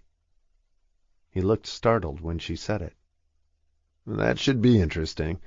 I've never been to India, and I haven't been to Europe in a long time. Do you have other children in New York?" He was watching her closely and paid attention to everything she said. "One, my middle daughter," she answered. "To be honest with you, I haven't fully figured out the job yet, and exactly what my needs are. I want some help, but maybe not enough to occupy you in a meaningful way at first. You've got a lot of experience in areas that don't relate to what I do." "I'm good with repairs, and happy to fix things around the house, and I've got all the usual computer skills." He rattled them off, and she nodded. "Would you want me to travel with you?" She thought about it for a minute, and nodded again. "I probably would," if what the doctor said was true. Even if she didn't lose her sight completely, it would be reassuring to travel with someone, although she never had before. "Would that be a problem for you?" "Not at all. I live with my sister, who needs assistance, but I can make arrangements for her if I know ahead of time. And I don't mind filling in where you need me to. I liked being a personal assistant to the senator. It was different every day, and I enjoy making people's lives run smoothly. Whatever it takes." "I travel to see my clients' homes, too, or to install a painting, mostly in the United States, in California or on the East Coast. Occasionally on a boat, usually in the Caribbean, but most of the time we'll be here in New York." "It sounds great to me." He smiled pleasantly. "I don't mind buying groceries or serving lunch if you have a client here." He seemed accommodating and willing to do anything she needed, however menial, unlike Margaret the day before. She showed him around the house, and he seemed totally at ease. He said he spoke a little Spanish, which she didn't need. He was just an all-around, easy-going guy who was willing to do whatever she needed on any given day, and said he liked the variety of being a personal assistant and not being confined to a corporate office, which he admitted he had never really enjoyed. She asked him about driving, because the doctor had said that could become a problem for her. She had a car in a garage nearby, but she rarely used it, and he said he would be willing to drive her. He seemed to be tailor-made for the position, however the degeneration of her vision progressed, or even if it didn't. She wasn't used to anyone helping her to that degree, or at all. She ended the interview at 11 and said she'd call the agency. He had to duck his head as he went through the front door, but he was used to it. She called the woman at the agency immediately. "He's perfect for the job," Isabel said, sounding hopeful. "He's exactly what I need, and willing to do anything." "I like that about him, too," the agent said, pleased that it had gone well. He was an unusual candidate for any job, because of his varied experience, and Isabel thought the salary he wanted was reasonable. "I hope he doesn't take the job at NBC." Isabel was suddenly worried about it. "He won't. It's an office job in sports, and he thought it sounded too confining and too limited, but he was an obvious candidate for it, so I sent him. I'll let you know as soon as I hear." She called Isabel back 10 minutes later and said that Jack had just called her, and unless NBC offered him a fortune, which they wouldn't for the opening they had, he wanted to work for Isabel. He had liked her a lot, and the fact that he'd be a PA again. He had enjoyed what he had learned with the senator about being a personal assistant, having a real bond with an employer, and making their life easier. She called again at 1 o'clock, as Isabel was eating a yogurt at her desk and waiting for an auction call, so she couldn't stay on long. "He wants the job with you," she said, sounding pleased about it, and so was Isabel. "That's great news. When can he start?" "Tomorrow, if you want him to." "I think that will work out just fine. I have a client coming tomorrow. He can sit in on the meeting to see what I do." "I'll tell him. Coat and tie?" It was more formal than she needed, although he would look nice in a suit. "More like jeans and a blazer, or something along those lines. He doesn't need to wear a tie. I'm very pleased." She had a feeling that he would be helpful to have around, and unobtrusive. She had a desk in the kitchen she was going to have him use, so he would be nearby, but not close enough to be intrusive. "He really does seem like the right fit for the job." She liked it when that happened. Isabel's auction call came in then, and she had to get off quickly. She did well in the auction for a client in Palm Beach. She called Zila afterward, who returned the call that night while Isabel was getting ready for bed. Jack had emailed her earlier about how pleased he was to get the job. His email was short, friendly, and polite. "I hired an assistant today," she told Zila, almost forgetting the somber reason why she had hired him. He seemed like such a stroke of good luck. "You did?" Zila was surprised. She'd never had one before, but she took it as a positive. "Business must be good." "I'm busy, and I thought I needed some help. How are you doing with your investors?" They always talked about her business. It was all that mattered to her. "They're driving me crazy. The venture capital guys are sharks." Her startup centered around delivery services in several cities, and her dream was to make it nationwide, and she needed their money for that, and to take it public eventually. Ultimately, she wanted to sell the business for big money. She wanted her Harvard MBA to pay off, and to make a fortune of her own one day. She knew she'd never have as much as Theo, but she had dreams of being a millionaire in her own right, and a self-made woman, and she was willing to do anything she had to get there. She already owned her own apartment in Soho, but her mother had been the guarantor on the mortgage. She didn't want her help in the future. She wanted to make it on her own, and was extremely proud and independent. "What's she like?" Zillah asked her about the new assistant. "Who?" Isabel didn't know who she was talking about. "The assistant?" Her mother laughed in answer. "She's a guy, and about 10 feet tall. He had to stoop over to get through the front door." "Sounds scary," Zillah said with no further interest. "And don't forget, you said you'd be here for lunch on Thanksgiving. Theo will be home for it." "St. Theo," Zillah said in an acid tone that her mother was used to but didn't like. "I'm surprised she's coming all the way from India. She has meetings with the bank in Boston to get the hospital up and running. And I don't want any trouble between you two. She's coming a long way to be here, and I don't want either of you ruining Thanksgiving. I want you to respect that, Zillah." She knew her middle daughter well, and the tension between the two sisters, and what it led to. "I will," she said grudgingly. Theo tried to avoid the arguments, but Zillah had a way of making it happen. She couldn't be in the same room with her older sister without being resentful about something and making barbed comments. "I'm counting on you both," Isabel said in a firm tone. She didn't want either of them spoiling the day. The holidays meant a lot to her, and she saw too little of them to have it go badly. "I can hardly wait to meet the new assistant," Zillah said, changing the subject. "What's his name?" "Jack." "As in Jack and the Beanstalk? He sounds like a giant." "He seems like a nice guy. I'm sure he'll help me a lot." She felt wistful after she hung up. She would have liked to have been able to tell her daughter that she was terrified of what the doctor had told her. It would have been comforting to be open with her, but she never liked to show signs of weakness to her children. They counted on her to be strong for them. She always had been, but she wondered for how long she would be able to do that. She intended to fight this battle alone, with Jack Bailey's help, even though he didn't know it was why he was there, and she wasn't going to tell him either. At least not yet, and hopefully not for a long time. Chapter 10. Jack showed up for his first day of work as promptly as he had for the interview.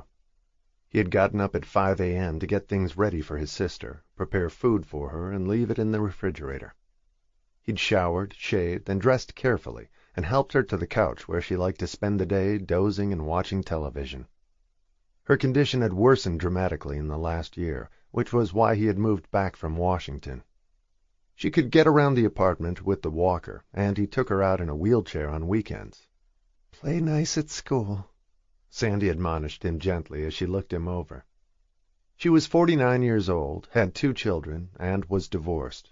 Her son had moved to Sweden after college and was married there, and her daughter had married a somewhat difficult commercial fisherman in Alaska. She didn't want to live with either of them and be a burden.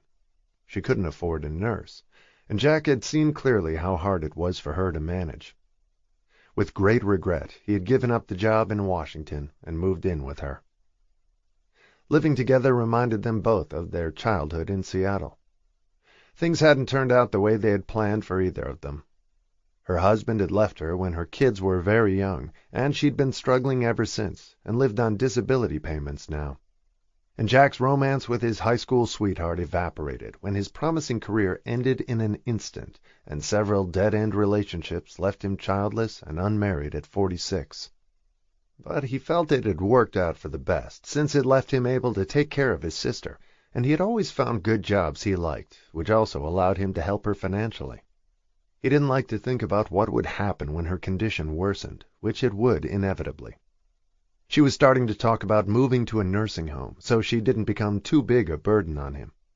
She was thrilled for him about the new job, and grateful to him for living with her. "You look very handsome. I hope this woman knows how lucky she is to have you. You could probably run her business blindfolded," she said, with total faith in him, which wasn't entirely unjustified. He had done very well at every job he'd had, and had become essential to all his employers. He had a wonderful way about him, and was a caring person. Sandy knew just how lucky she was to have him with her, and the sacrifices he made. "Hardly. I don't know a damn thing about art," he confessed nervously. I'd better do some boning up. Maybe we should go to a museum this weekend so I can tell the difference between a Picasso and a Rembrandt. I read about her online, and she has some major league clients and some very big deal art. You'll do fine. You've never had a job where they didn't love you. Thank God for biased older sisters. I should have asked you for a reference. He had gotten the job on his own merits, and his serious, straightforward demeanor and willingness and flexibility in the interview. Everything about him had felt right to Isabel. He had asked her all the right questions about the job, and she had figured that a man his age dedicated to taking care of a sick sister had to be a good guy. And she liked that he was single and had no kids, which gave him more spare time than if he had a family. She knew from her years at the gallery that employees with young children were always a problem, and their child care arrangements were never as fail-safe as they said.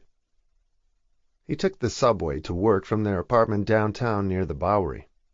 It was an old rent-stabilized building, and there was no doorman, but the Puerto Rican super was a kind person, and he let himself into the apartment to check on Sandy from time to time when he knew Jack was out. Isabel had just finished coffee and a piece of toast when he rang the bell. She went to let him in and led him back to the kitchen, where she'd been reading the Wall Street Journal, and he noticed a magnifying glass on the table. Reading it online made her eyes burn from the strain. She saw him notice the magnifying glass and said she was waiting for new glasses and had been to the eye doctor a few days before. She showed him where the coffee machine was, told him there were several delis and small restaurants nearby for lunch on Lexington Avenue, led him upstairs to her office, and sat down at her desk. "I have a client coming in this afternoon," she said easily, "and calls to make this morning. You're welcome to sit in on the meeting to see what I do.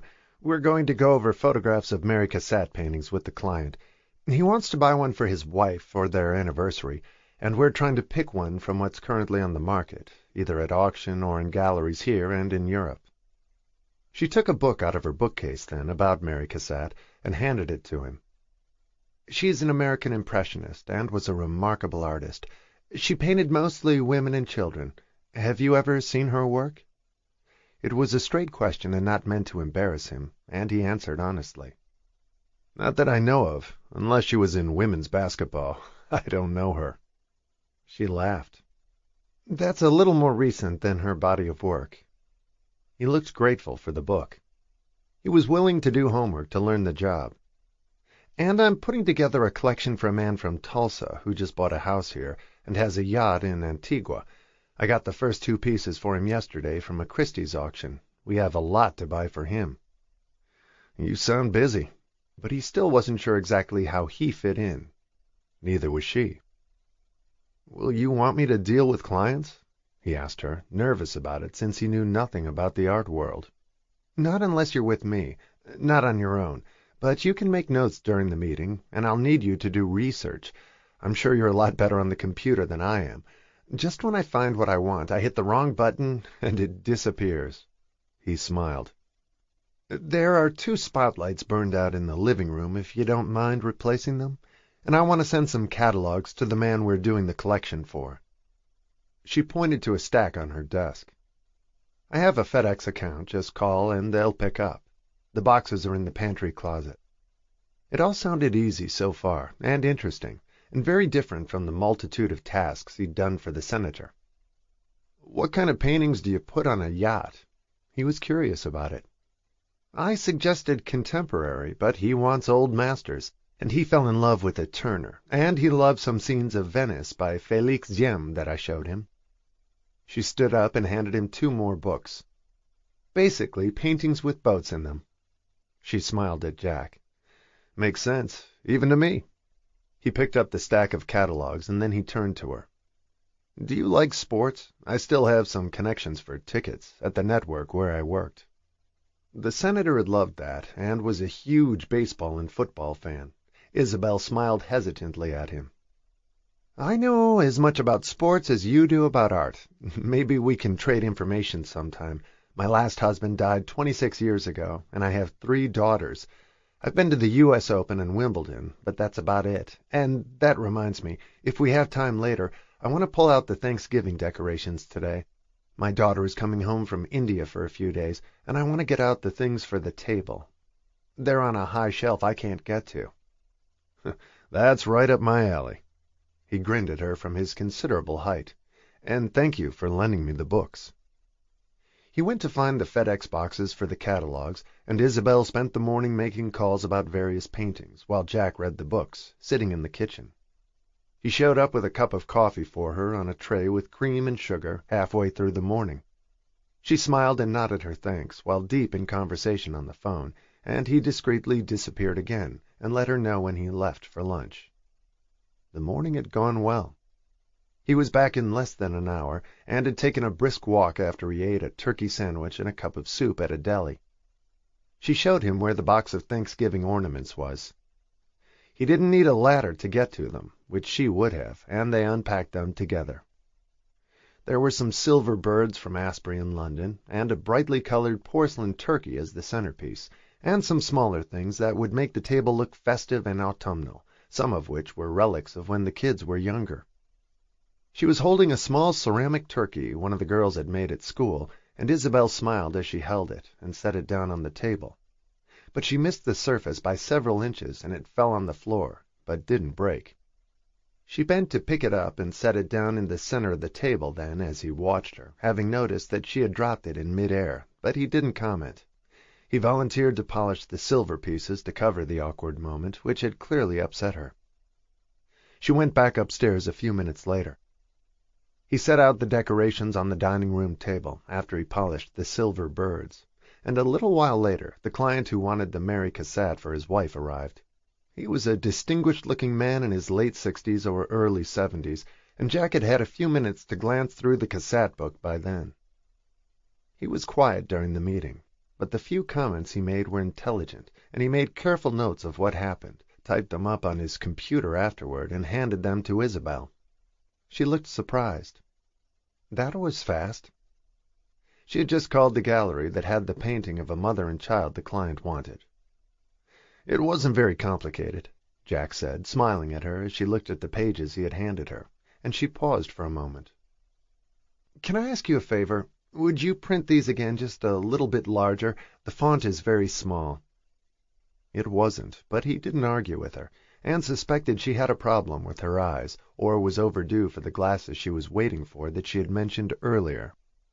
He assumed that was the problem. "That's easy. I'll be back in a minute."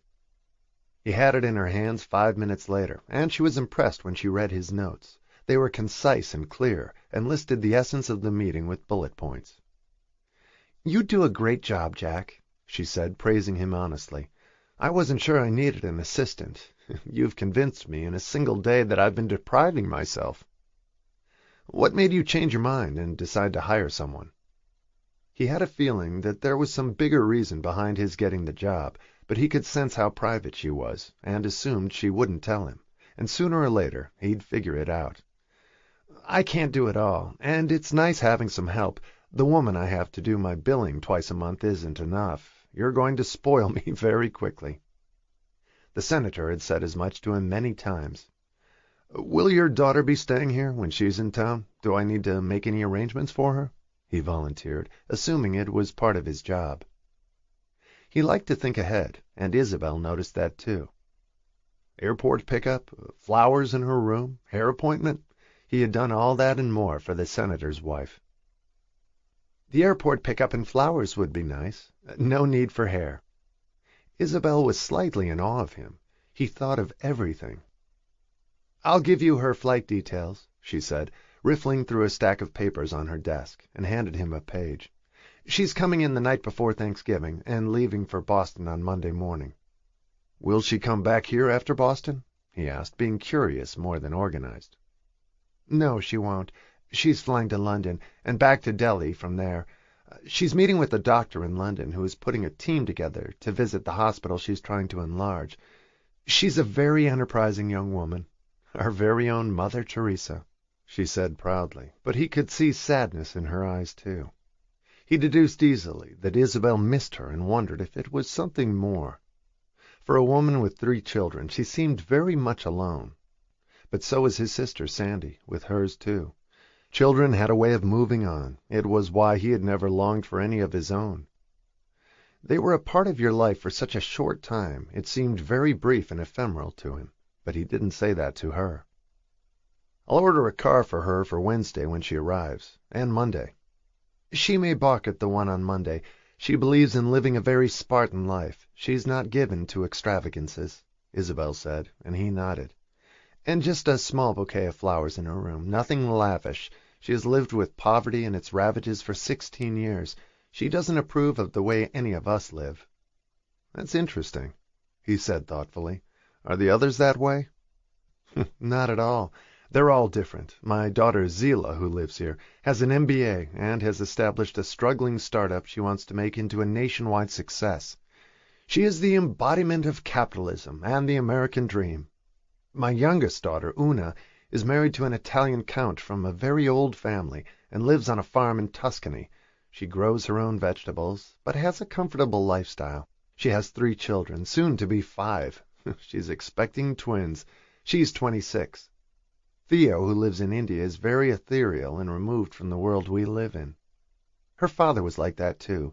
He lived in France." She sounded like she had had an interesting life, but he didn't want to ask too many questions and seem like he was prying. But the few details she'd just given him intrigued him, and he had the feeling she'd been married more than once. He wondered what her daughters were like. He liked their mother so far, and the open, direct way she communicated with him, neither too personal nor patronizing. There was nothing snobbish or grand about her, and he could tell she worked hard. He stayed until 6, although they had agreed his workday would end at 5:30, but he wanted to finish up a few loose ends, and Isabel came down to the kitchen before he left. It was immaculate and in good order, although he'd used it as an office all day. "Is there anything else I can do for you before I go?" he offered, and she shook her head with a smile. "You've managed to spoil me already. I don't know how I got along without you until now." "Very well, I suspect." She seemed to have her life very much in hand, and it struck him again that she seemed youthful and energetic, although he had correctly guessed her age from things she said and how old her daughters were. She didn't look it. "See you tomorrow, then," he said, picking up his coat, and left a few minutes later to go home. Isabel walked around the kitchen after he left. Everything he used was back where it belonged. The FedEx packages had been sent, the notes from the meeting were on her desk in a larger font, and she noticed that he had taken the books with him to do his homework, to learn about the artists they'd discussed for 2 of her clients. She was vastly impressed, and the house seemed strangely quiet once he was gone. He wasn't intrusive, but he filled the space in a pleasant way, and she glanced into the dining room and saw the decorations gleaming on the table. She went to pick up the little ceramic turkey Theo had made, and was glad she hadn't broken it when she dropped it. The years where the girls were young had been the best of her life. "How was your first day at school?" Sandy asked him with a grin when he walked in, took off his coat, and sat down next to her in the small living room. She could see that he looked pleased. "Did the kids all talk to you? Was the food good? Do you like your teacher?" She smiled at him. "I had a turkey sandwich at a deli nearby, and I really enjoyed the day. She's an interesting woman. Her kids are grown up, and she doesn't complain, but she seems lonely," he said, and Sandy nodded. She understood that only too well. She missed hers, too. "I think there's some underlying reason for why she hired me, but she didn't say it. I just have a feeling about it. I sat in on a meeting, polished silver, sent faxes, and I have some books to read about 3 artists, Mary Cassatt, Turner, and Félix Diem. They're all big deals." Sandy read a lot and lived on the Internet, where she learned a multitude of things. "It sounds like fun." She was happy for him. He deserved it, and she still felt bad about the job he'd given up for her. "It is. It's different from the senator. He was more of a hard hitter, and there were constantly people trying to get to him. I had to keep away. She lives in a very enclosed, orderly, controlled world. She has it very much together, and her clients are varied. We saw an Englishman today who lives in Connecticut. She's putting a whole collection together for some oil man from Oklahoma, for his yacht." It sounds like the fast lane to me. It is, but I'm not sure she's part of it. She seems to live a quiet life, and her kids sound intriguing too. A saint in India, a businesswoman in New York working on a startup, and her youngest is married to a count in Italy, lives on a farm, and has 5 kids. You've learned a lot in one day. Sandy looked amused. She thought her brother seemed a little dazzled by his new employer, and she wondered if he had a crush on her, which wasn't like him. He never got involved with women where he worked, or never had. Is she good-looking? Don't start sounding like a big sister. She's in her 50s, and she's my boss. Stranger things have happened, Sandy said with a knowing smile. Just shut up. What do you want for dinner? I've been dreaming of Chinese food all day, she said. Your wish is my command, he said, and headed for the kitchen phone to order Chinese takeout from the menu they kept there. He called in their dinner order to be delivered, came back, sat down, and switched on the TV. There's a basketball game tonight, he said as he wound down and stretched out his legs. He smiled at his sister and turned to the evening news. He liked living with her and having someone to talk to. It filled a void for both of them. He hadn't expected to wind up living with Sandy at their ages, but life never turned out as you expected, for better or worse. And in the house on 74th Street, Isabel was eating a leftover salad she'd bought at the deli the day before and turned on her favorite TV series, while Jack watched NBA basketball downtown. She was pleased with how the day had gone.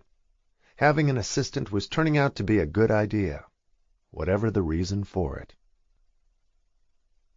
Chapter 11.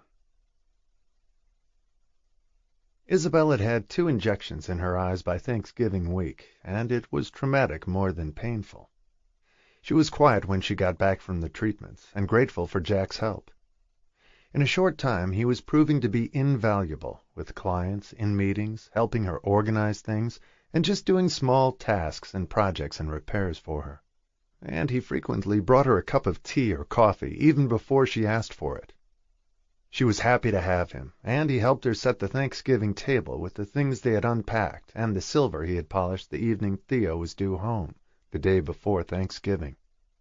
He had noticed that Isabel looked stressed, and she had said she had a doctor's appointment the day before. She had had her new glasses for a week, but she still liked her emails printed in larger font, and kept her magnifying glass close at hand. Twice he had seen her nearly stumble on the stairs, and almost miss a step. He wasn't sure if she was distracted or something else was going on, and she squinted as she looked at the dining-room table once they'd set it. He decided to be bold with her and see what happened.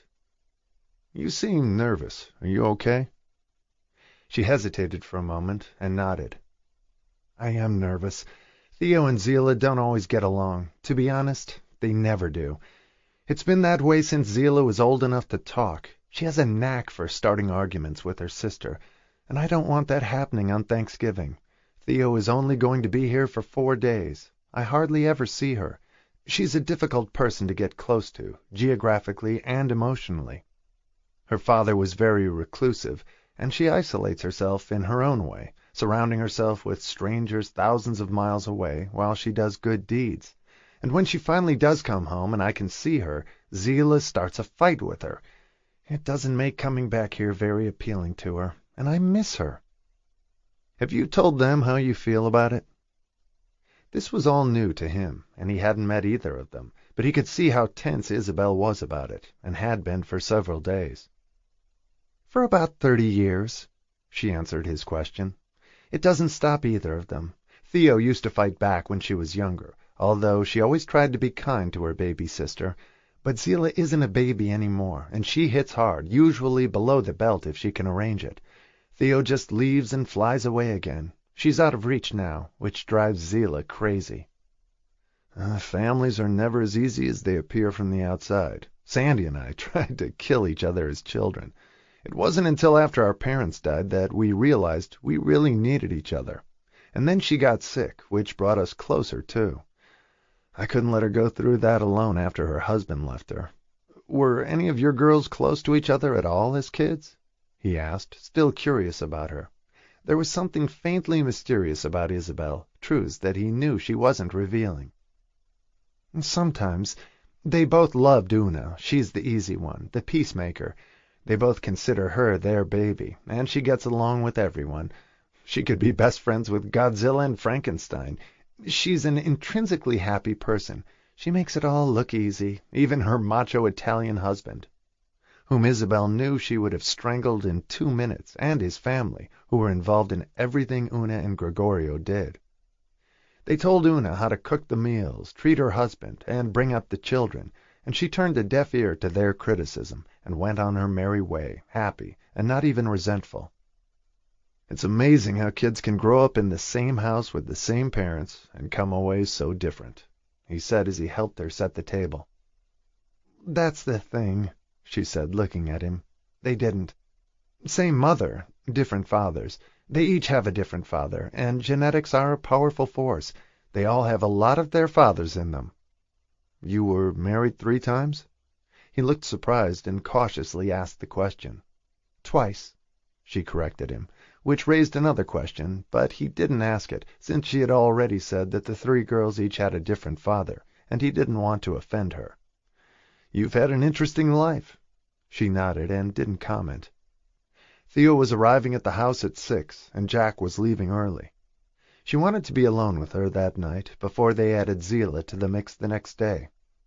Jack was making a Thanksgiving dinner for his sister, and had ordered a turkey. He said he had a lot to be grateful for this year. He was loving his new job. He stopped in to see her in her office before he left. She was answering emails and turned to smile at him, standing on the other side of her desk. He looked 7 feet tall instead of 6'6" when she was sitting down. Have a wonderful Thanksgiving, Jack, she said warmly. You too. Thank you for everything. I'm grateful for you this year. It's an even trade. You helped me more than I ever knew someone could. And she meant it. Well, have fun with your daughters. I hope they behave. Me too. She sat quietly in her office after she heard the front door close, and then went to check Theo's bedroom. She had put a vase of white roses in it. The bed was freshly made. The house looked perfect. They were going to have a light meal that night, before Thanksgiving lunch the next day. When they were all together, they'd call Una. There was no Thanksgiving holiday in Italy, but Una always made a turkey anyway, and told her children what her Thanksgiving was like when she was a little girl. It was one of her favorite holidays. Isabel had promised to visit her at Christmas. She was too pregnant to travel, especially with twins, and Gregorio wouldn't leave his family at Christmas anyway. Theo would be back in India, and Zila had rented a ski house in Vermont with friends. So Christmas in Tuscany sounded good to Isabel, with her daughter and 3 grandsons. They didn't know the sex of the twins yet. Gregorio wanted them to be surprised, although Una wanted to know. As usual, Gregorio's wishes ruled the day. Isabel went back to her own room to lie down while she waited for Theo, and at last the doorbell rang. She hurried down the stairs, mindful of the steps, opened the door, and stood looking at Theo, who was the image of Putnam, and pulled her daughter gently into her arms. She was no bigger than a waif, and still looked like a teenager at 37, although there were fine lines around her eyes. She was as fair as her mother, with huge blue eyes. She was dressed for the cold weather, but put on a sari for dinner with her mother. She found them more comfortable than Western clothes, except when she was doing hard manual labor, and she looked beautiful with her long blonde hair loosed on her back. She told Isabel all about the hospital over dinner in the kitchen, which Isabel had cooked. Theo had convinced a group of British doctors to come out and help them, and was meeting them in London the following week. I have to transfer some more money first and sell some investments, she said simply, and Isabel was certain it was a sizable amount. She had been funding similar projects for years, and could well afford it. She had followed her father's instructions to the letter, and was making a difference in the world. When are you going to Italy? She asked her mother. Right before Christmas. Una says she's huge. Theo smiled at the image of her sister. She sent me a picture. She looks like she's having triplets. Do you think this will be it? Probably not. Gregorio's one of 7 children. He probably wants half a dozen more. But Una was happy, her babies were beautiful, and they had a good life on the farm. It wasn't the life Isabel had expected for her either, but it seemed to be working well for her. "I'm taking my new assistant with me, and giving him time off when I'm with Una, and then we're going to Paris for a couple of auctions, and to see some work being sold privately. I haven't been to Paris in a while." She was afraid of falling if she traveled, and had asked Jack to come along. He had arranged for a nurse to come in at night for his sister, and was delighted at the opportunity. He was planning to spend Christmas with an old friend in Rome. He said his life had suddenly become very glamorous, although Isabel didn't see it that way. Theo went to bed early that night, and was wearing a beautiful sky-blue sari when her mother found her in the kitchen the next morning. Isabel had already put the turkey in the oven, hours earlier, and Zillah was due at noon. They were planning to have their traditional meal at 2 o'clock, and would eat leftovers that night. Zillah arrived half an hour late, kissed her mother at the front door, and raised an eyebrow when she saw her sister in the living room. "You've gone native?" were the first words she said to her. Theo had changed into a rust-colored sari trimmed in gold, with a short taffeta blouse beneath it in pale green, and gold shoes. "The colors are perfect for Thanksgiving," Isabel said to cover the awkward moment, while praying silently that Zillah would kiss her sister and bury the hatchet at least until the end of lunch. Theo was the first to make a move and hugged Zillah, who looked stiff and uncomfortable. She was wearing a red sweater and jeans, and Isabel was wearing a dressy black sweater and black velvet slacks. The turkey was almost ready and smelled delicious. The fragrance wafted throughout the house. "How's your business going?" Theo asked her politely, looking more than ever like her father, as Isabel came and went to the kitchen to check on the food. She was glad she'd had the previous evening alone with Theo, before things got tense the moment Zillah arrived. She had a knot in her stomach as Zillah told Theo about the problems she was having with potential investors. It was the only thing she cared about, and Isabel couldn't help remembering Colin while she talked endlessly about getting her business off the ground. But Zillah was an ambitious, earnest young entrepreneur, not a crook. She had her father's ingenuity and creativity for business, but her mother's honesty and integrity, which was a better combination. "I'm making a big investment in the hospital I'm working on now, too," Theo said quietly, in her peaceful, otherworldly way. "The big difference between us is that you can afford to with your own money. I have to run around begging people to invest who want to skin me alive. It's not exactly the same thing." But she wasn't saving lives either, which no one pointed out. They sat down to lunch after that, and the conversation was strained, despite Isabel's efforts to keep it light. The turkey was delicious, as were all the vegetables and stuffing she'd made to go with it. It was her annual tour de force in the kitchen, which she avoided for the rest of the year. The table looked beautiful. The only mishap was when she set a bowl of peas down after passing it around. She put it too close to the edge of the table, and it fell, spilling peas everywhere. Isabel rushed to clean it up, and Theo helped her. No one seemed shocked by it.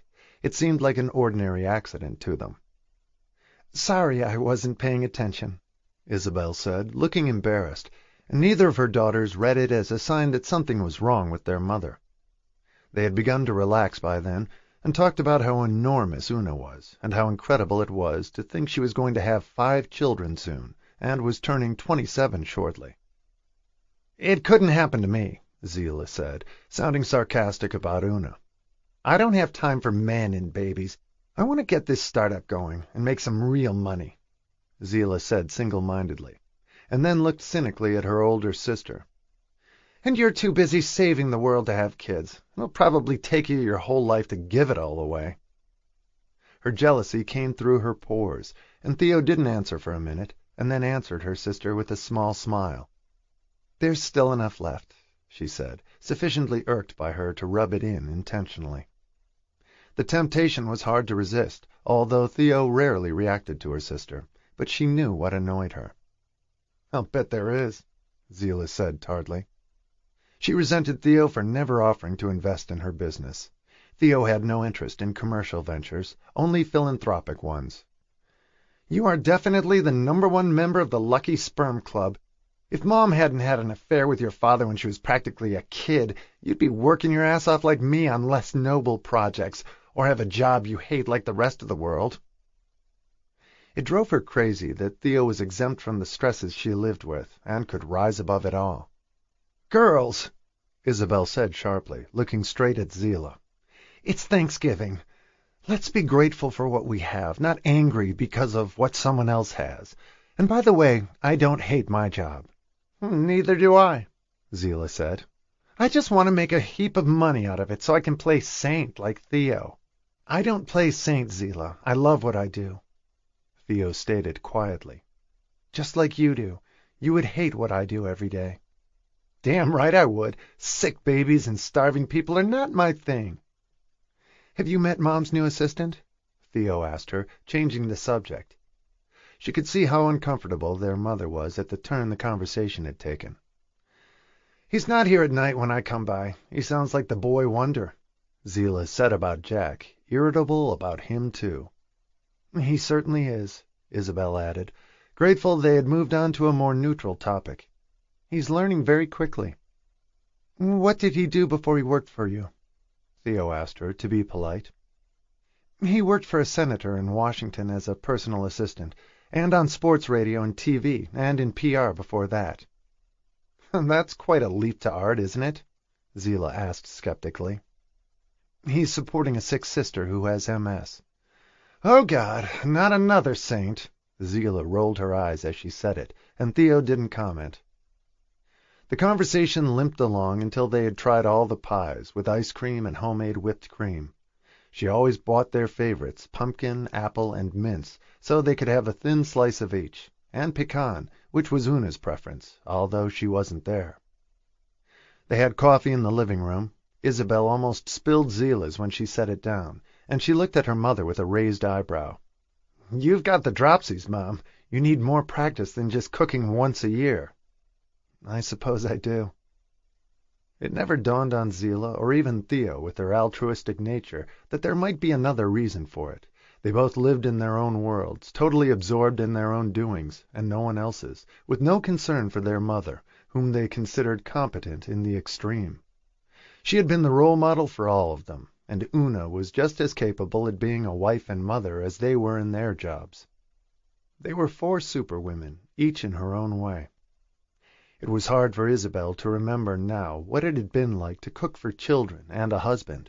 She had been married to Colin so briefly, and he was never there. She had never lived with Putnam. She and Declan had shared the cooking, but he died when they'd only been married for 7 months. Despite 3 men and 3 children, she had never had a long-term, full-time relationship. It felt strange to admit, even to herself.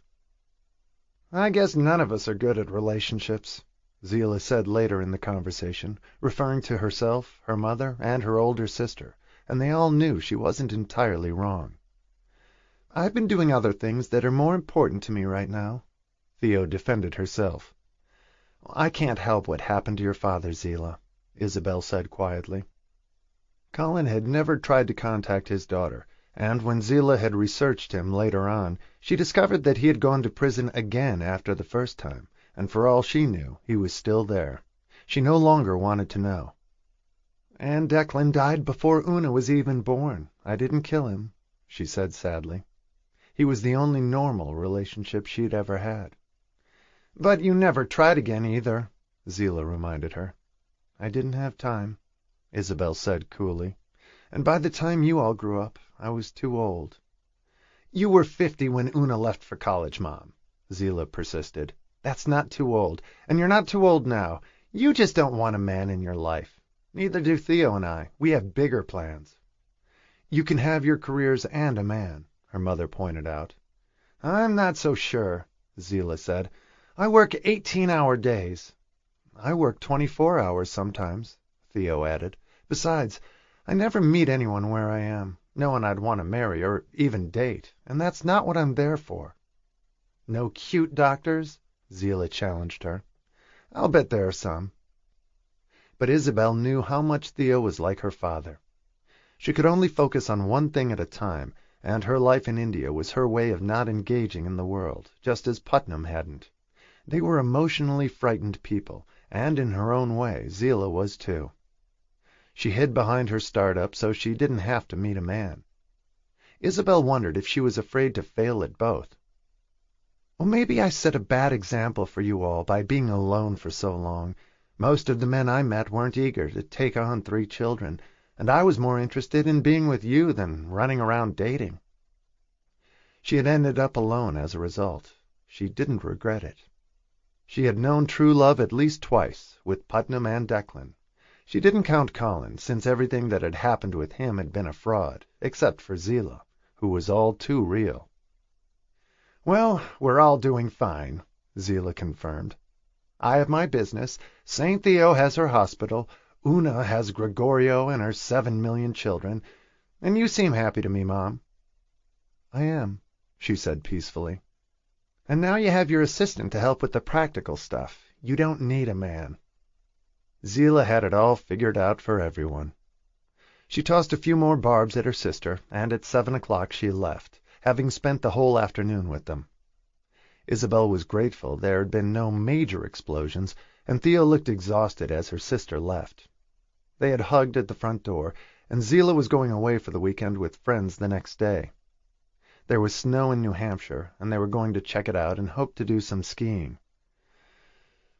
"God, she wears me out," Theo said with a sigh after Zillah left. "She hates me. She has all my life." Isabel looked aggrieved to hear her say it. It pained her for both of them. "She doesn't hate you. She resents what you have, and she doesn't. That's not my fault," Theo complained. "You should have slept with 3 equally rich men. Then we wouldn't have this problem," Theo teased her. "Sorry, I never thought of it. His money had nothing to do with why I loved your father, and Declan had almost nothing. I've always been careful to support myself, even when I was involved with your father. I didn't want to depend on him or anyone else. I needed to know I could take care of myself, and I have. It's so unpleasant that Zillah is so focused on the money. She doesn't see me as a person. She never has. That's why she wants to make a lot of money one day, to compete with you, I think." They both knew it was true. "She'll never have what your father left you. Neither will I." "The difference is that you don't think about it and don't care. She thinks about nothing else," Theo said reasonably. "It's so sad for her," Isabel said. "She's never content. It's why she drives herself so hard." They went to tidy up the kitchen then and load the dishwasher. It took a long time. They had used Isabel's good china, which had belonged to her parents. The kitchen was spotless when they finished. Theo was good at scrubbing up. Zillah hadn't stayed to help. She never did. They both went to bed early, tired after the day. It had been a good Thanksgiving, better than Isabel had dared to hope. There had been no major explosions, and no one had left the table. The next day they got up and walked around the neighborhood. Theo had a few errands to do before she left on Monday. She wanted to buy underwear for some of the children who had never had any, and some American medicines she couldn't get in India. She bought a pair of hiking boots for herself, and some small presents for the children, and a huge bag of lollipops she squeezed into her suitcase. The weekend flew by too quickly, and Isabel felt the same ache in her soul she always felt when Theo left. It was as though she was slipping through her fingers. It was the same sensation she had always had when she'd left Putnam at the end of August and knew she wouldn't see him for another 11 months. With Theo, she never knew when she would see her again either. And just as they began to get close after a few days, Theo was gone. She was the butterfly one couldn't hang on to, the bird that always flew away. Isabel was looking sad when Jack came to work on Monday morning and found her in the kitchen. He had the feeling she'd been crying, but didn't want to ask. "How was Thanksgiving?" he inquired, making coffee for both of them, and set hers down on the table in front of her just the way she liked it. No sugar and a splash of milk. By now he knew her habits. "I thought about you all weekend, but I didn't want to call and intrude." "It was nice." She smiled as he sat down across from her, his legs stretched out a mile. "Maybe too nice. It makes it harder when they leave." "No fights?" "Some skirmishes and caustic comments from the usual source. Nothing serious, no major casualties for a change. I just never know when I'll see them again." "My sister feels that way, too. Your children live so far away. We should go to India sometime to visit, Theo," he suggested. "She's too busy. I've been there, but I always feel like a nuisance when I visit. How was your Thanksgiving?" "Easy. Pleasant. I cooked a decent meal. Lots of football after that. Thanksgiving isn't really about being grateful. It's about food and football." He smiled at her. He was excited that they were leaving for Italy in 3 weeks. Sandy was happy for him, too. She never wanted to hold him back. They worked together that morning, and Theo called in the afternoon. She'd done everything she needed to, and Isabel wanted to beg her to come back to New York so she could see her one more time, but she had changed her ticket and was flying to London that night. She was well versed in being the mother of adults, and particularly someone like Theo, so Isabel didn't ask her when she would see her again. It was enough for now that she had come home for 4 days, just as a month in the summer with Put was all she knew she'd ever get. They weren't capable of more. She had another session with her doctor the next day, and came home rattled and exhausted after the shots. It was too soon to see any improvement, and she was so tired when she got home. She tripped over the carpet when she walked into her office and almost fell. Jack shot a hand out instinctively and caught her. "Good reflexes," she complimented him with a tired smile.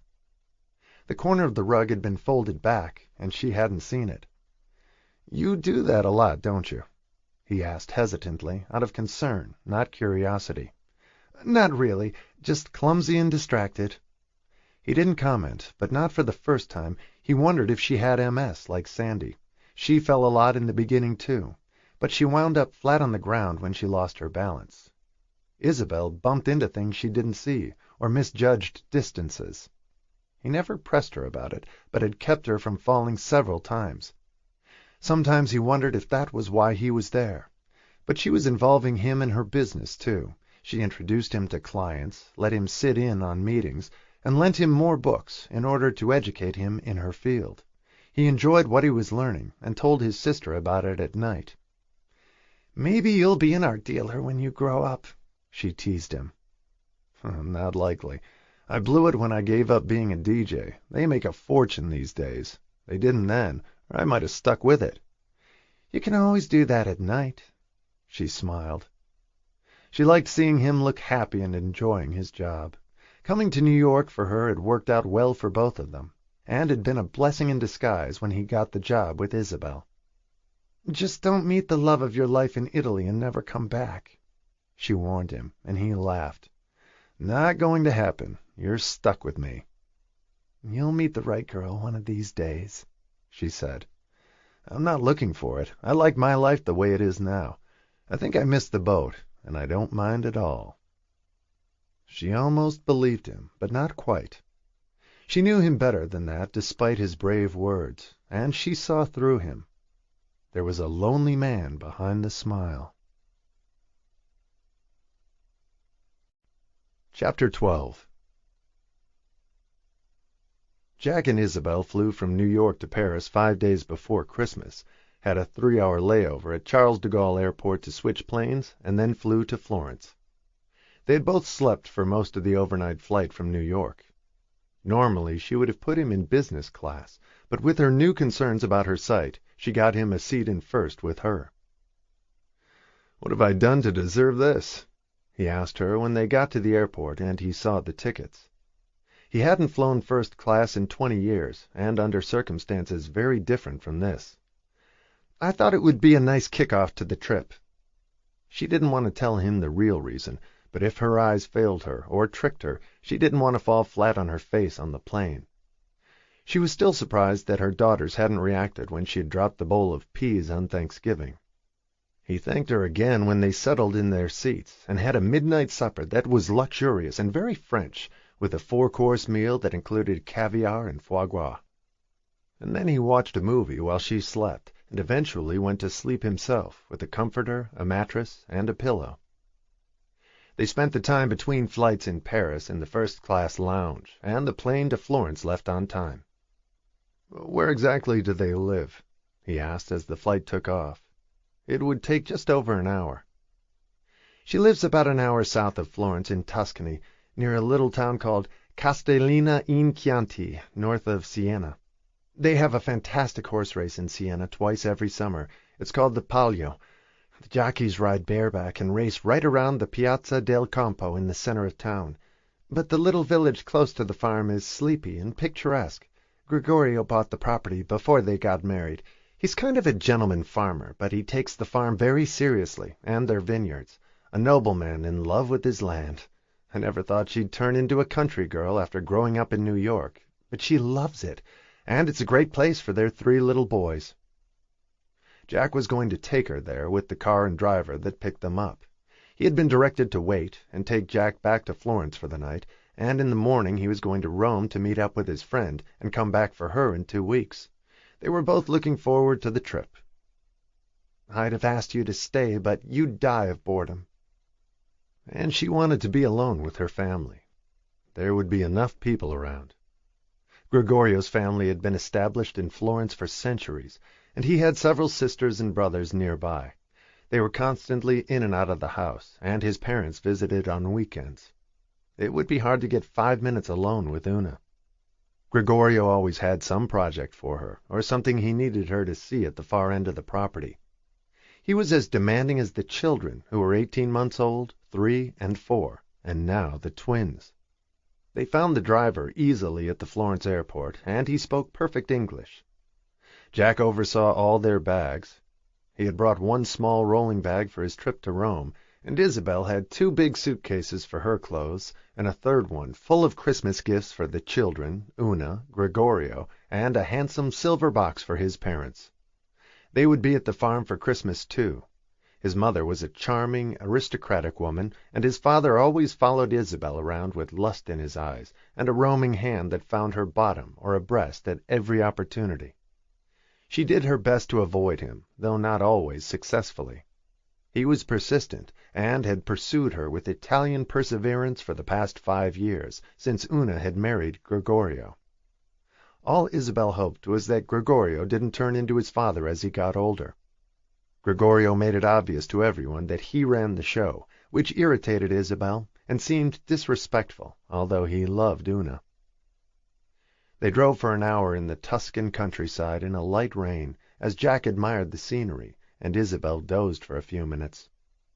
The sun broke through the clouds as they got there, and the car drove through the gate and headed to the main house. It was a 17th-century building that had originally been a monastery.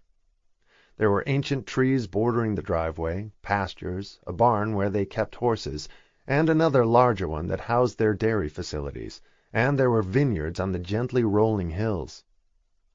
"This is really wonderful," Jack said, impressed. It was a big place, and Gregorio took it all very seriously. He was very proud of their grapes and their wine. "Una loves it," she said almost sadly as they pulled up in front of the house. There were 3 big dogs outside. They began barking, and a moment later a young woman came out looking like a caricature of a pregnant woman with a toddler on her hip. "That's Massimiliano. He's a terror," she said to Jack as Una approached the car, beaming, with the dogs swirling around her. 2 little boys shot out of the house, with a young girl following them at full speed. Isabel got out of the car and put her arms around her daughter as all 3 children started shouting, "Nonna Bella! Nonna Bella!"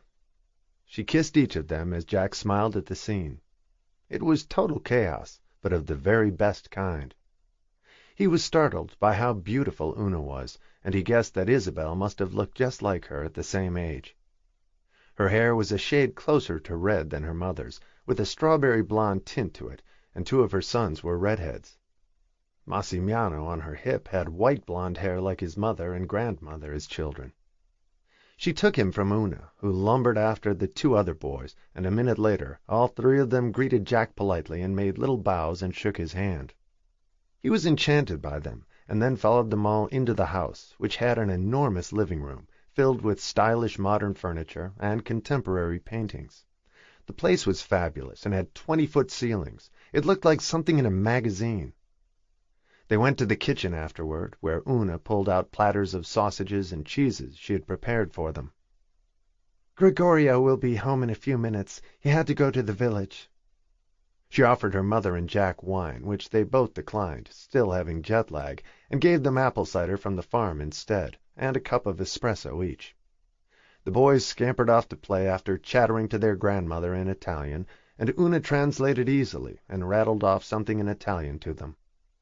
None of her children spoke English yet, and Isabel hoped they would. Gregorio wanted them to learn French first, which he thought was more important. Jack was looking around the house and the terrace, while Una chatted with her mother, who was still stunned by the size of her daughter with the twins she was carrying.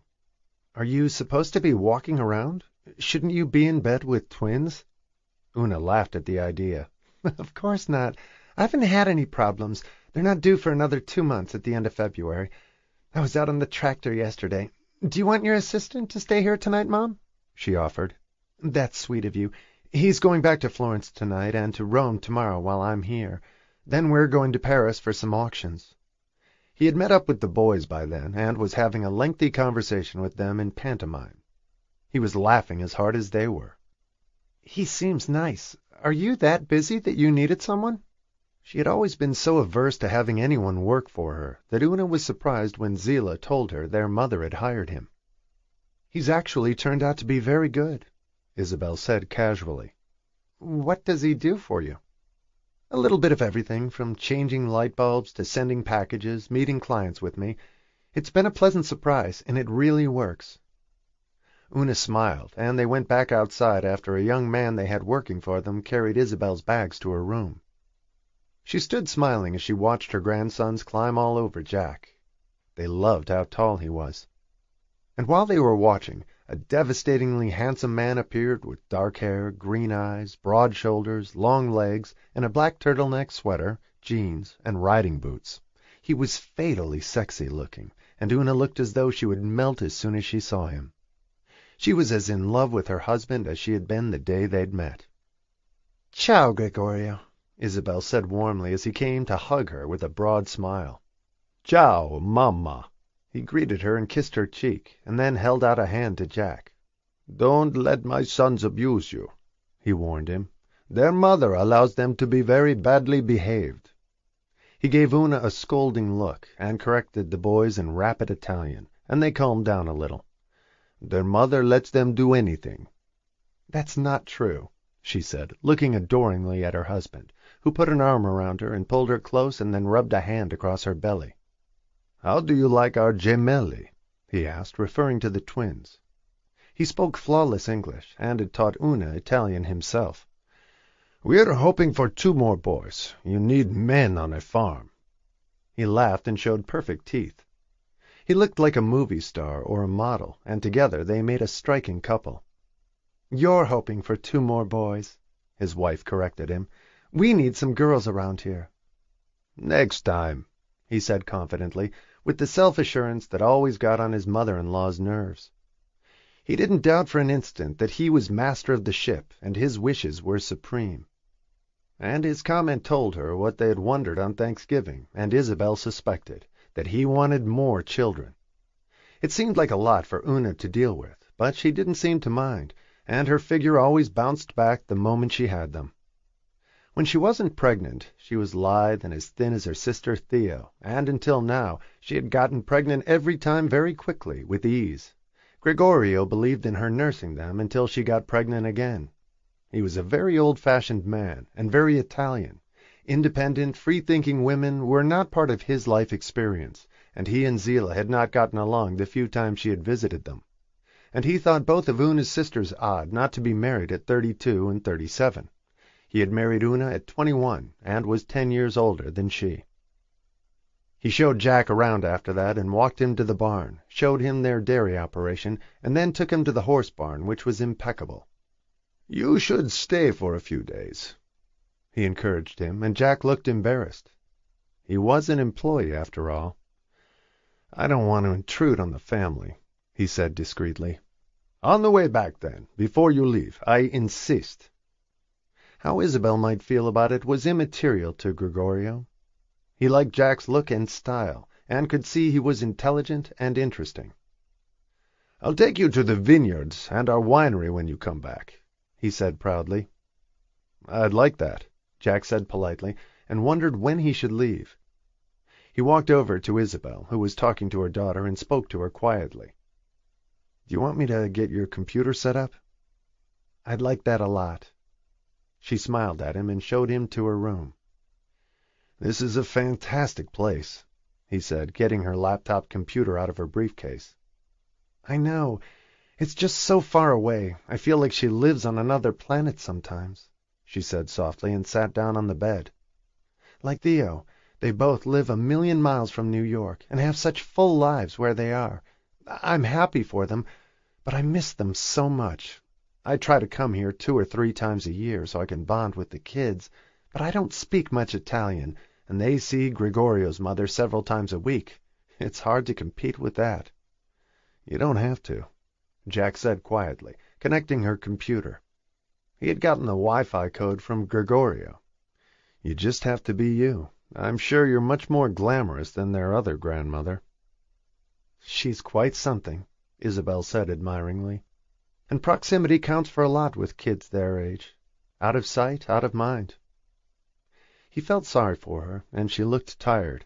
She always felt like an outsider here, even if Una was happy to see her.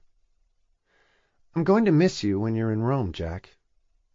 He had only worked for her for 6 weeks, but she had gotten used to him rapidly, and seeing him 5 days a week. The weekends seemed oddly quiet now when he was off. "I'll miss you too, but you'll be fine. Just watch out for all the little steps." He had noticed that there were many of them, and the stone floors would be unforgiving if she fell. He didn't want her to get hurt. But she'd obviously been there before, and was used to them. "I'll try not to break anything before you get back," she smiled. "You can always call me in Rome if you want me here earlier." "I'll be okay. Just not as pampered as I've been lately. I may actually have to make my own cup of tea." He laughed, and as soon as the computer was set up, they went back to Una, Gregorio, and the children, and Una invited him to stay for dinner. He hesitated, not wanting to be rude, and Gregorio insisted. Jack looked to Isabel for approval, and she nodded, smiling at him, so he agreed to stay, and said he'd go to Florence immediately after. He didn't want to overstay. They had dinner in the old monastery refectory, at a long 16th-century table they'd found in Sicily. Gregorio lit a fire in the fireplace, and the children were in bed by then.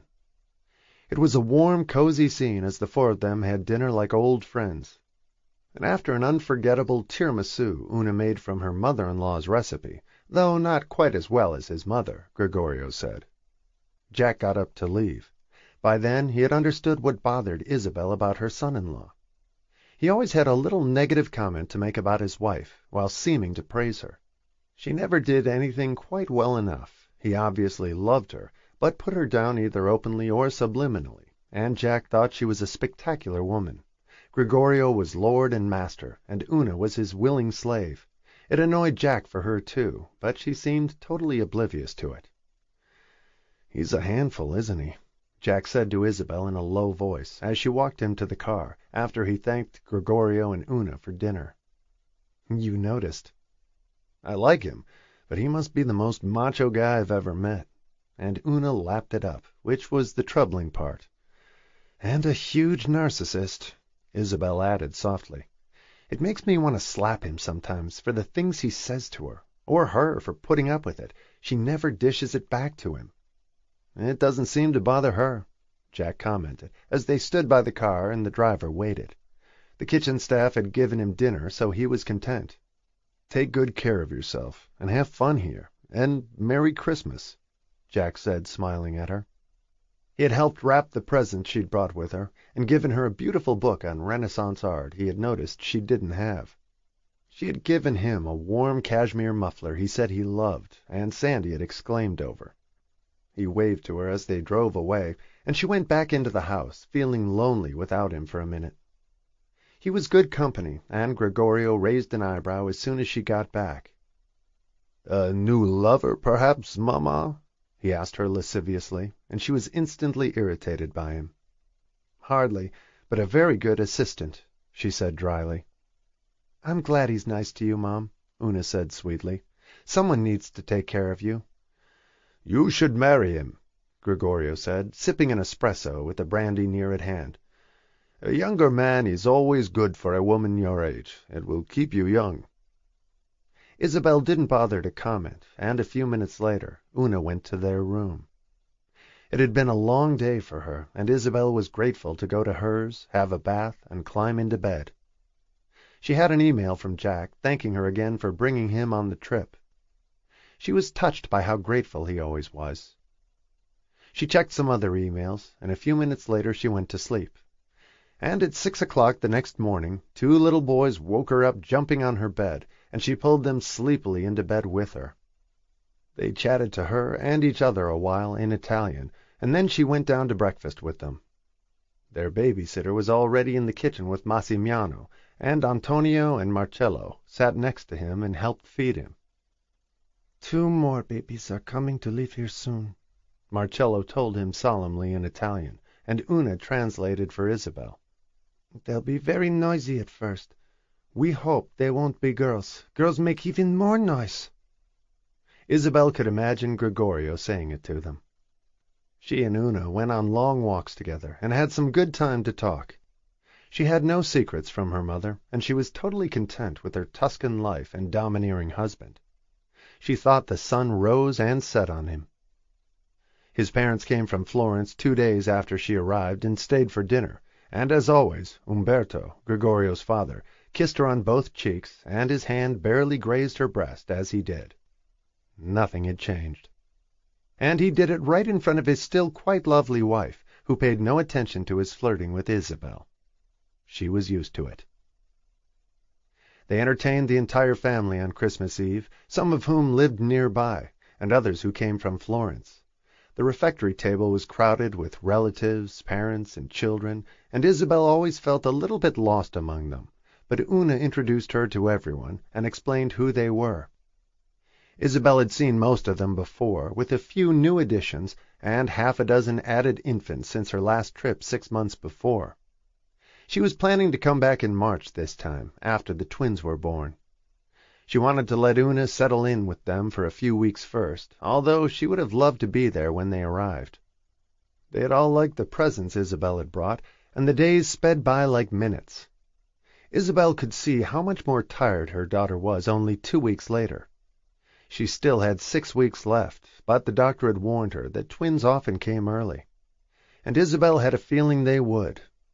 Una wanted to have them at the little clinic in the village, and Gregorio insisted they go to Florence the moment she went into labor, and for once Isabel agreed with him. She wanted Una at a city hospital, too, for a delivery that might be complicated, but Una didn't seem worried about it at all. "You're happy, sweetheart? Everything's okay?" she asked her one afternoon as they walked past the orchards that produced delicious plums she had tasted before. "I'm fine, Mom. It suits me here. I couldn't live in New York again. Sometimes it's hard for me to believe I grew up there. It seems so foreign to me now. And this is home." Isabel could see it, and it made her sad at times. She had lost her baby to Gregorio and his family, and she wondered what Declan would have thought of it. She suspected he would have been pleased for his daughter. It was hard to imagine strong, youthful, wonderful Declan as a grandfather. But she didn't feel like a grandmother either, except when she was here, with the evidence in front of her. Jack came back 2 days before she was due to leave, at Gregorio's insistence, and he took him all over the farm, in his truck, on foot, and on horseback. Gregorio was in love with his land, almost as much as with his wife and sons. A love of the earth was in his blood.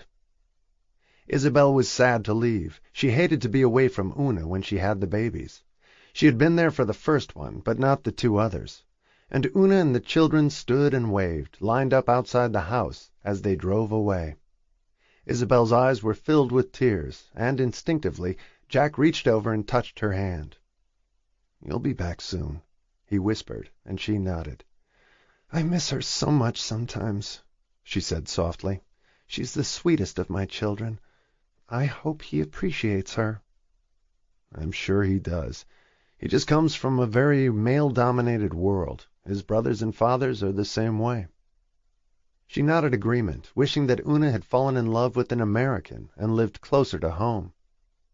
She was quiet on the flight to Paris, and when they got to the Hôtel Georges V, Jack was in awe of the elegance of it and the spectacular flowers in the lobby.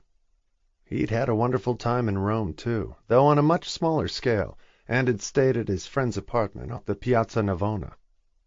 In Paris, Isabel took him to galleries and auction houses and the Louvre. He had been to Paris before, but not in such lavish circumstances. He learned more about art on the trip. She cheered up once she was busy in Paris, and they had several remarkable meals at wonderful restaurants. She enjoyed going with him, and said that otherwise she wouldn't have gone out alone at night. It was over much too quickly, and they were back on the plane, headed for New York. They'd been away for 3 weeks, and it was already mid-January. Isabel was quiet on the trip home, thinking of the treatments she had to resume for her eyes. The time in Europe had been a nice respite from them, but now she had to face real life again. The recent shock she'd had about her vision had made the trip even more meaningful to her. She kept thinking how terrible it would be if she could never see her daughter again, or her grandsons, or the twins who were about to be born. Every moment was more precious now, worrying that it would never come again. She had thought about it a lot in the last 3 weeks, and it had brought her to another decision, which she knew was long overdue. There were things she felt she had to do now to make her peace with the past. She was going to ask Jack to help her, but she didn't want to say anything to him until they were back in New York. He took her to the house and settled her in before he went home. She was feeling very proud of herself. She hadn't fallen once at the farm, in spite of all the steps everywhere. She was more careful than she'd been previously, and it felt good now to be home, although she had loved her visit with Una. "You don't have to hang around," she said to Jack as he lingered. "You must be eager to get home to your sister." "I've been calling her every few days. She's doing fine. Thanks for a great trip," he said. It had been one of the best in his life. "I'm glad you enjoyed it. See you tomorrow," she said, and heard the front door close a few minutes later. She looked around the room and thought of Una and her children. They seemed a million miles away now, and she'd only heard from Zila and Theo on Christmas, and not in the 3 weeks since, and hadn't been able to reach them. But there was someone else she had to see now. It was all she could think about. She knew she should have done it sooner, and suddenly it seemed so important, before it was too late, and while she could still see him. She went to bed, thinking about it, and woke up early the next morning, still on European time. She was already at her computer when Jack came to work. He had woken up early, too, and he came in to see what she was doing. She was looking frustrated. "Can I help?" "I thought I could do it myself, but I can't." She concentrated very intently on the screen. "What are you looking for?" He'd never seen her work so hard on her computer. "A man named Charles Anderson in Providence, Rhode Island. Except his name may not be Charles Anderson any more. He might have changed it. If it's changed, I won't be able to find him." But she knew she had to try anyway. A force greater than her was pushing her now. "Do you know what he might have changed it to?" She shook her head. "Do you know his address?" She shook her head again. "There might be a lot of them by that name." He pulled up a chair to sit next to her, and she turned the computer toward him so he could do it for her. "I have his date of birth." She gave it to him. The man she was seeking was 43 years old. "Let me play with this for a minute. There are search engines to locate people, like old classmates or lost relatives or first girlfriends. It's not that complicated." He re-entered the information, came up with nothing in Rhode Island, and broadened the search to include the Boston area. And 10 minutes later he had 5 of them by that name, including one with the right date of birth. He increased the size of what he was looking at to fill the full screen and turned it toward her. Charles Henry Anderson, in Danvers, Massachusetts. They were looking at his driver's license. She stared at it for a long time, leaning forward, examining his face in minute detail, without saying a word. Her whole body was tense as she looked at the image on her computer. "Do you know him?" Jack asked, watching her. She nodded at first, and then shook her head. "I haven't seen him in a long time." He didn't look like anyone she'd known, and he was close to Jack's age. "Thank you," she said in a whisper, and jotted down the man's information, with his address and phone number. And Jack stood up to leave. He could see that it was important to her, but she didn't explain why. She sat staring at the photograph for another hour after Jack left the room. She looked like she'd been transported to another time, another place, and then she picked up the phone on her desk and called. She had no idea what to say when he answered, or what kind of message to leave if he didn't. He might not want to talk to her after all this time. She had waited his entire lifetime to reach out to him. Chapter 13. Charles Anderson was in the garage of his home in Danvers, 20 miles out of Boston, tinkering with his car, which he loved to do on weekends. His son Steve answered the phone, hung out the kitchen door, and yelled to his father in the garage. "Someone on the phone for you, Dad." "Who is it?" His hands were covered with grease and oil. He was working on an old Mustang that was his pride and joy. He had a 16-year-old son, an 11-year-old daughter, and a wife who was a teacher. Charles was a sales rep for a publishing house in Boston, and wasn't crazy about his job. "She didn't say. It's a woman." Steve called back to him, and Charlie wiped his hands on a rag, walked up the kitchen stairs, and picked up the phone. There was silence when he answered, and he thought it was a prank and was about to hang up when she spoke. "This call is long overdue. I'm not even sure I should be calling you, or if you'd want me to," she said, sounding nervous. "I'm your birth mother, Charles. I've wanted to call you for 43 years. I dreamed of this, but I didn't have the courage, and I didn't want to upset you." He was stone-faced as he listened. "Why now?" "Because time passes, and one day we won't have the opportunity. If you don't want to talk to me, I understand, but I wanted to reach out in case you're curious about me or there's anything you want to know." She wanted to know about him, too, and if he'd had a good life without her. She had wondered that for all of her adult life. "Yeah. A lifetime of questions and one call." "Why did you give me up?" he asked, sounding hurt even 43 years later. "I was 15, a sophomore in high school. I got drunk with a senior at a dance, and he didn't want to know when I found out I was pregnant. I didn't even realize it myself for several months. He was 17, and he left for college in New Mexico before you were born. I never heard from him again. I couldn't bring up a baby by myself." Although in the end she had with all of them, but she'd been older then, and not a child herself. "My father wouldn't let me keep you. He said he wouldn't help me if I did. I didn't have a mom. She died when I was 3. I had no choice and no way to take care of you, nowhere to go. I was just a kid, so I let my father force me to give you up. He said it was the right thing to do for you. I've regretted it every day of my life ever since. I tried to find you once when I turned 18, but I didn't know where to look. The adoption agency wouldn't tell me where you were, or even your name. I named you Charles when you were born, and I thought your new parents would change it, but I guess they didn't. A nurse in the hospital told me their last name was Anderson. That was all I knew. And your birthday. I managed to hide that I was pregnant till the end of sophomore year. My father sent me away to some nuns for the summer, and I had you at the end of August, and gave you up in the hospital. I went back to school to start junior year 2 weeks later. No one ever knew. I've never told anyone, but I never forgave myself." "How did you find me?" he asked, curious in spite of himself, wanting to run away and talk to her at the same time. "It's easier to find people now," she said quietly.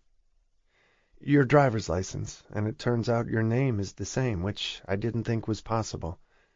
Someone helped me with the internet an hour ago, and there you were. I should have tried years ago, but I never thought I'd find you, and I figured by now it wouldn't matter to you, and maybe it doesn't. But I've thought of you every single day of my life since you were born." And then she asked him a question that nearly stopped his heart. Would you like me to come to Boston and meet you sometime?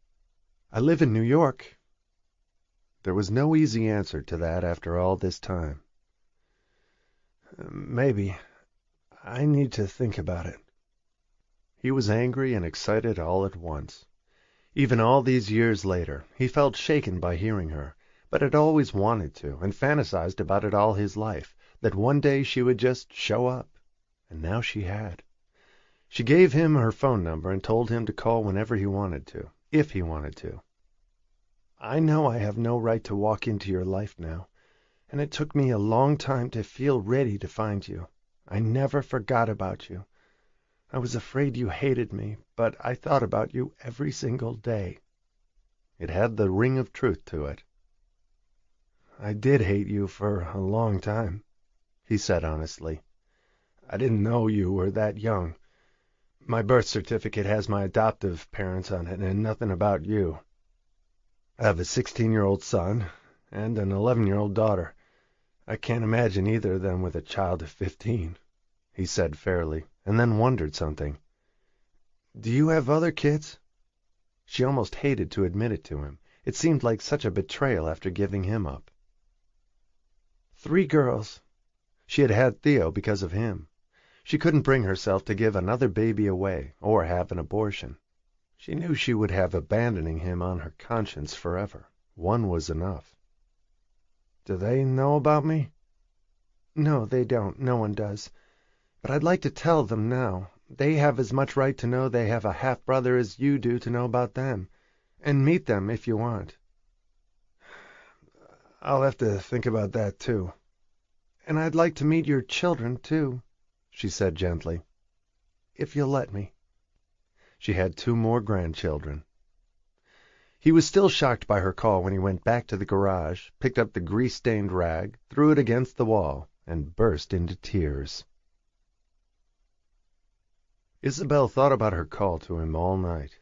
She wasn't sure she would have done it if she hadn't been told she might go blind. A giant clock was ticking now somewhere in her head. Everything mattered more than it ever had before. She wasn't dying, but she wanted to tie up the loose ends in her life. It was time, and Charles was the biggest one of all. She couldn't sleep. She was wide awake and finally got up and went back to her computer. She wanted to know more about him, but all Jack had found on the internet was his driver's license. Thank God he had found that, or she could never have called him. She wanted to do something to distract herself then. She needed to calm down. Just for the fun of it, she put Jack's name into the same search engine she had seen him use that morning, and she knew his date of birth from their employment contract. She had no idea what would turn up, probably his most recent employment with Senator Douglas, or something from when he worked as an assistant producer on TV or the radio show. It was just an experiment to see if she could do it. She had barely finished putting in the information when an image leapt onto her computer screen. It was the front page of the sports section of a newspaper from 21 years before. There was a photograph of Jack with longer hair, and he looked like a kid. It said he was 25 years old, and the headline made her eyes open wide. Tragedy on the court. NBA MVP Jack Bailey suffers compound fracture in the last 8 minutes of championship game.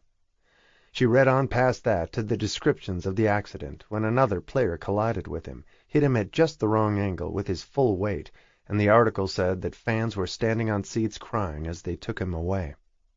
Other sports pages flipped onto the screen after it with the same story, with photographs of him, and one of him being carried off the court on a stretcher, with the coaches running alongside crying. Another headline said, "Heartbreaking end to a brilliant career." Tears filled Isabel's eyes as she read the articles about him. Almost every writer called him a legend and said he had been basketball history in the making. There were other articles from several months later, mourning the seriousness of his injury and the impact on his life. His brilliant career and future in basketball had ended that night.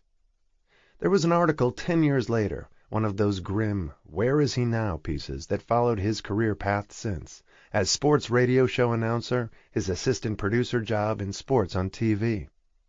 She had read it all in his CV, But the vital information had been left out that he was one of the biggest basketball stars that ever lived, drafted right out of college, and felled at the end of a championship game they'd been winning and lost in the final minutes once he was injured.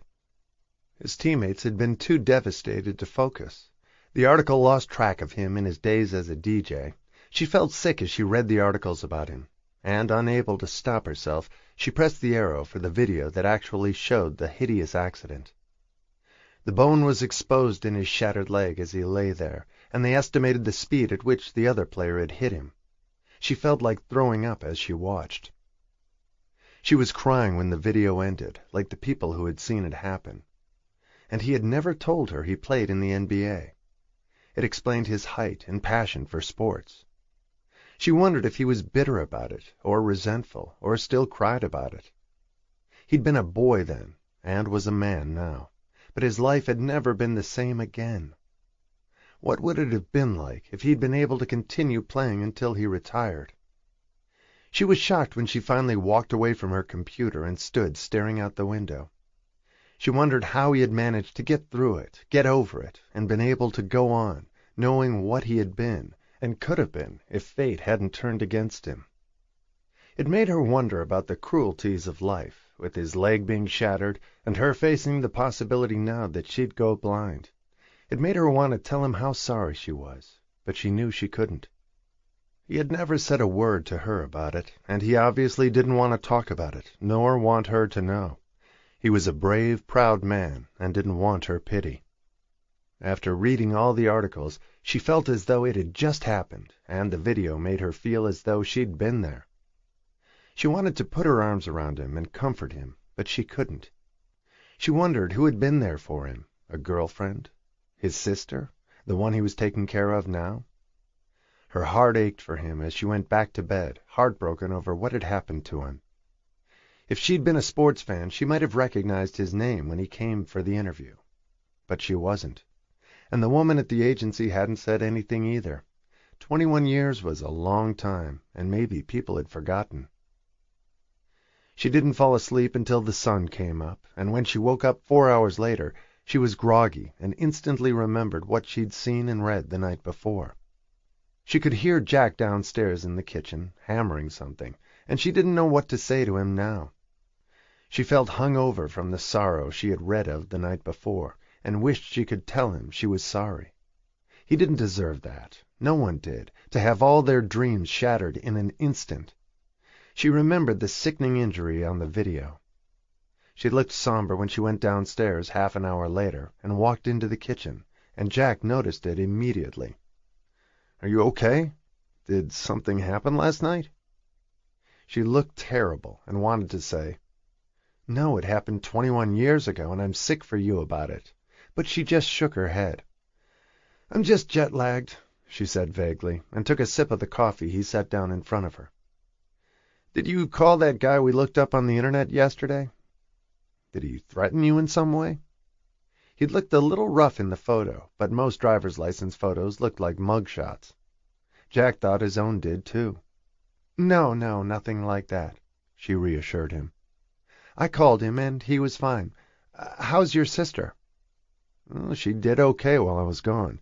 She missed me." He smiled. It's nice to know someone does. She wondered if his accident was why he had never married. It had to take a toll on him psychologically, but he seemed so peaceful and kind and easy-going. Somehow he had managed to live with it, but his recovery and the early years must have been brutal, knowing what he had lost. She sat quietly thinking about it, and then went upstairs to work, while he hammered some nails into a shelf that had gotten loose. She sat at her desk, thinking about him and her son, and then finally forced herself to concentrate on some catalogs she had to go through. She was making good headway on the collection she was putting together for the oil man. She wasn't hungry when Jack brought her lunch.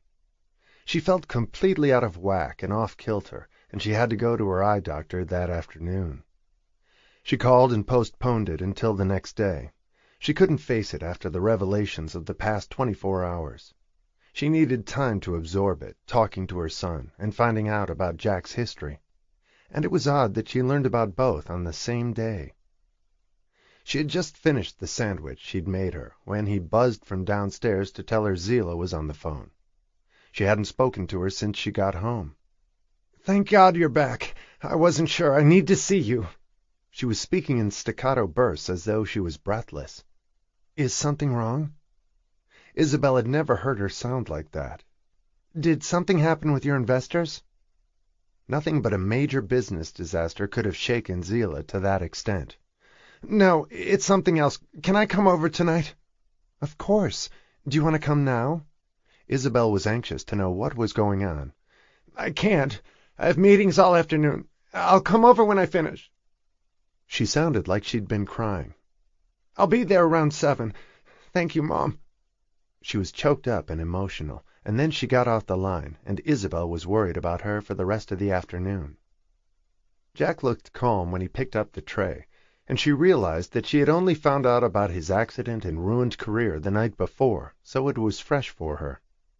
It was old news to him after 21 years, so while she looked badly shaken, he looked calm and had no idea that she knew now. "Was Zillah okay?" he asked her, concerned. She sounded strange. "I don't know. She's coming over around 7. She sounded terrible to me, too. Do you want me to get some things for you to eat when she's here?" "That might be a good idea. Thanks, Jack." It had been an unusual 2 days, with the discovery she had made, and now Zillah wanting to see her. She had a headache by mid-afternoon, and the suspense of waiting to see Zillah was killing her. She went for a walk to clear her head at the end of the day, after Jack left. It was 5:30 by then, and she had another hour and a half to wait before she saw Zillah and heard what she had to say. Isabel had a feeling of dread as she waited, as though something terrible was about to happen. It was as though learning about Jack's accident had set the tone for the day. She hoped that wouldn't be the case. She was counting the minutes until Zillah would arrive, and hopefully whatever it was wouldn't be as bad as she feared, and as Zillah had sounded on the phone. Chapter 14. When Isabel opened the door to Zillah that night, her daughter looked like a different person. Her shining dark hair, always in a businesslike bun, was loose and disheveled. She looked like she'd been crying, and there were dark circles under her eyes. The transformation since Isabel had seen her only weeks before was terrifying. Isabel hugged her tightly, and then followed her upstairs, telling herself that whatever it was, they would face it together. She knew it wasn't a problem with a man, because there were none in Zillah's life, just work. And knowing her priorities and single-mindedness about her career, the problem could only be about work. Isabel was guessing that something about her fledgling business that she'd worked so hard on had failed. She wondered if she'd been embezzled by an employee, since every penny mattered, and she had none to spare. Zillah took her coat off, threw it over a chair, sat down with a desperate look, and burst into tears. "I'm dying, Mom." She managed to choke out between sobs as Isabel sat next to her and put an arm around her shoulders. "Over what, sweetheart?" she said gently. "Your business?" "No, really dying. I had a mammogram 3 days ago, and a needle biopsy. I have breast cancer." What Zillah said hit her mother like a bomb and struck fear in her heart, since her own mother had died of it. "Oh, my God. Are they sure?" Zillah nodded and buried her face in her mother's shoulder. "What stage?" "It's very early," she said, taking a breath. "It's stage 1, but I know what happened to your mother." "That was a long time ago." Isabel tried to appear calmer than she was.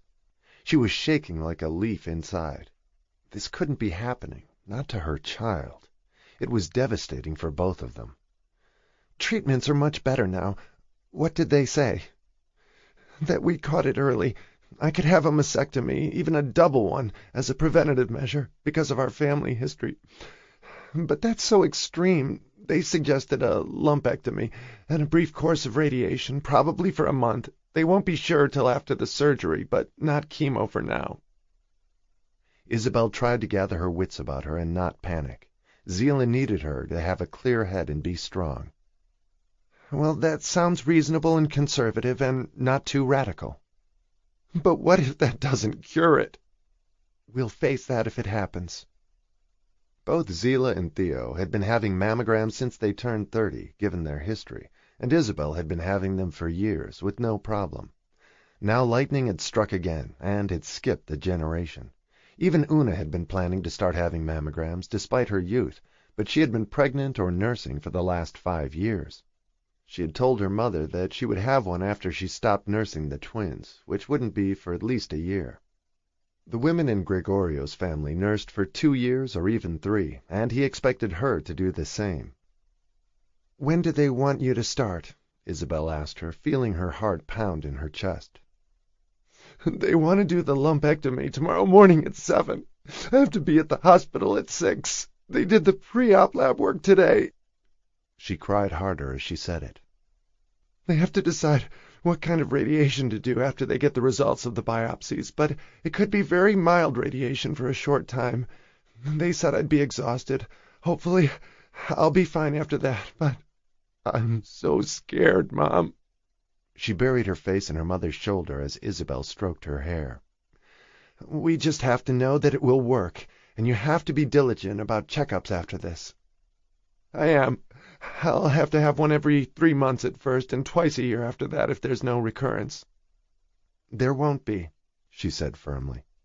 But it had killed her mother within a year. She tried not to think about it, but it filled her mind as Zillah's sobs slowly abated. I'm terrified. Isabel wanted to say, me too, but didn't. She had to support Zillah now, without wavering. I'll go with you tomorrow, Isabel said firmly. Nothing could have stopped her. I knew you would. They scheduled it today right before I called you. But she sounded less frightened than before, with her mother at her side to help her. Do you want to stay here tonight? Isabel offered, and Zillah nodded. She didn't want to be alone. Zillah, the toughest and often the hardest of her daughters, had collapsed in terror like a small child and wanted her mother with her. She had no one but her mother now to support her. She had no close friends. She never had time to meet people because she worked constantly. They talked for a long time about the procedure. The lump was so small that she hadn't detected it herself, and the surgery would be brief, under general anesthesia to minimize the trauma. She might be in the hospital for one night, and they said she would be sore for several days, but could go back to work. They were going to biopsy the surrounding area, and wanted to take enough tissue to be safe, not just optimistic. She lent Zillah a nightgown and tucked her daughter into her own bed like a little girl. Zillah still had her old room in the house, but she wanted to be close to her mother for the night. She was sound asleep when Isabel got into bed and set her alarm for 5 a.m. She sat looking at her daughter for a long time, her ebony hair fanned out on the pillow. She looked peaceful and young. She looked angry so much of the time that it touched Isabel to see her so peaceful, like a child again. She had been so sweet at times when she was little, and then so furious at other times. She was always railing at the fates about something, but not now. And it was shocking to see her suddenly so dependent and terrified. Isabel remembered Jack after she turned off the light, and got up to send him an email. Something came up. I'll be gone when you come in tomorrow. Will call you when I can, leaving a stack of notes and files on my desk. Thanks. I. She heard the response arrive on her computer as she got into bed and got up again. He was still awake. Is Zillah okay? Are you? She will be. Me too. Thanks for asking. Let me know if I can do anything to help, he shot back to her after she answered him, and she sent him a last, thanks, Jack. He was a good person, and she had even more appreciation of him now that she knew what he'd been through himself and what he had lost. He had no idea that she knew, and she saw no reason to tell him and remind him of the painful past. She barely slept and woke up at 5 and gently awakened Zillah a few minutes later. Zillah wasn't allowed to eat, and Isabel drank a quick cup of coffee when she was dressed, and then they went outside and she hailed a cab at 5:45. They were going to New York Presbyterian Hospital, which wasn't far and took 10 minutes to get there. Zillah walked into the hospital looking like she was going to the guillotine, holding tightly to her mother's hand. She needed her now. They went to the surgical floor and were taken to a pre-op room where Zila changed into a surgical gown and her vital signs were checked, and a pleasant young anesthesiologist came to talk to her and explained the procedure to both of them. The surgeon had told her they were going to biopsy her lymph nodes too, to make sure it hadn't spread. They wanted to be as meticulous as possible at this early stage, and he said her chances were excellent that the disease could be stopped here. She was lucky they'd found it early. Zila didn't look convinced. She was expecting the worst now. She had canceled her meetings for the next few days. Everything else seemed so unimportant, and she was going to contact her sisters after the surgery. It was important information for them, too. They gave her a shot to relax her before they rolled her away on a gurney. Isabel walked alongside her to the elevator, and she was already looking drowsy. And then Isabel left to wait for her and paced the hallway alone.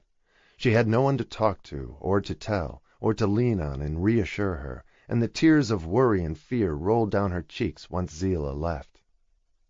It was a bleak, wintry day without sun, and at 9:30 her surgeon came to tell Isabel that the procedure had gone well. Zila was in the recovery room and would be back in her room by noon. Isabel could leave for a short time if she wished. She couldn't see Zila yet anyway. She wasn't sure what to do, and then decided to go home for a couple of hours, which was less depressing than waiting at the hospital. She walked home to get some air, and Jack heard her come in. He hurried out of the kitchen, and their eyes met as she gazed at him bleakly.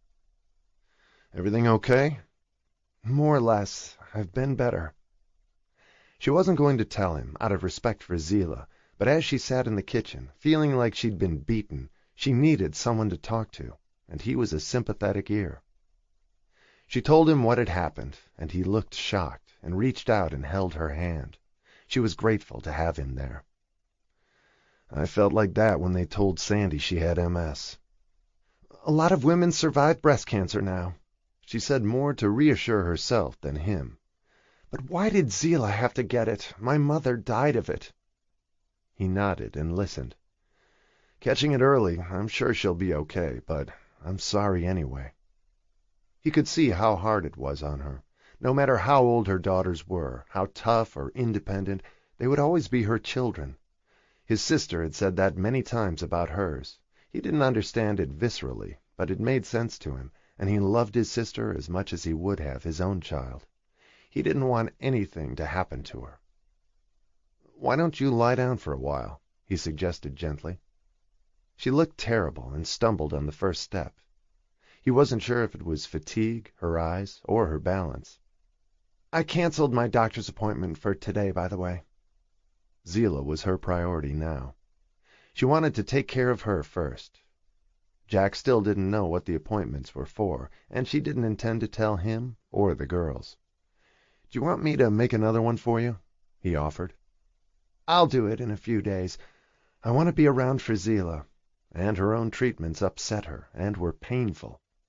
She needed to be in the best shape she could be for her daughter, not frightened and sick herself. One drama at a time was enough. He didn't know if the reasons for her medical appointments were serious or not, but he had a suspicion that they were. "Will she come back here tonight?" he asked quietly. He had a calming influence and was a soothing, reassuring presence, even more than he appeared to be at first. He was a good man to have on hand in a crisis. He had been there himself, she knew now. "She opted to stay overnight till tomorrow in case she was sick from the anesthetic. She'll go back to her place then. We don't know when they'll start radiation. Possibly immediately, or in a few weeks, depending on the biopsies." He nodded. He was learning things he had hoped never to have to know, just as he had about MS. But his sister's illness had brought them closer than they'd ever been before, and he loved living with her. Sandy always said there was a blessing in everything, but he resisted seeing it that way. In his mind, multiple sclerosis was not a blessing, just as cancer wasn't in Zila's case, or her mother's. It was just bad luck. Isabel came back downstairs at 11, and had remembered that they were meeting with Bill Casey, the oil man, to show him images of some new paintings coming on the market she thought he should buy. The gallery where she used to work had given her an early heads-up that they were going to be sold, and they were willing to give her a good price for her client. She still dealt with them from time to time. They were one of the best in the business. Now she was, too, in the private market, and she brought them good clients. "I think you can handle the meeting without me, Jack," she said confidently. She didn't want to leave Zillah. "Are you sure?" He sounded doubtful. He loved watching her work, and how smooth and encouraging she was with her clients. She made each of them feel important, and increased their knowledge of the subject, without ever patronizing them. "He likes you, and I can't be here. I don't want to cancel. Just show him the photos of the paintings and see what he thinks. You can tell him I had a family emergency, and I'll call him in a few days." Jack nodded, looking nervous. "Maybe you shouldn't have that much faith in me. What if I blow the sale?" "You won't." "I'm better with a hammer, a coffee pot, and a boarding pass than I am as an art dealer," he said humbly, and she smiled. "Don't sell yourself short. He'll be here at 5 o'clock. Have a drink with him. He'll love that." She took some things from her bedroom for Zillah, a small pillow for her head, and a cashmere blanket from a chair, and headed back to the hospital a few minutes later. Jack walked her outside to hail a cab for her. He was just as worried about her as he was about her daughter. No one ever thought to help or take care of her. She was the one they leaned on, and never the reverse. He could always tell, and she took it all on herself. She had been the only parent to all three of them for all their lives. They brought Zillah back to the room a few minutes after she got there. She was still groggy, and a nurse was putting heated blankets over her. She smiled at her mother. "They said it went well, and the initial pathology reports during the surgery looked good." They had to wait for the more detailed ones, which took longer, but the surgeon said he was pleased, and she still had 2 breasts, which was important to Zillah.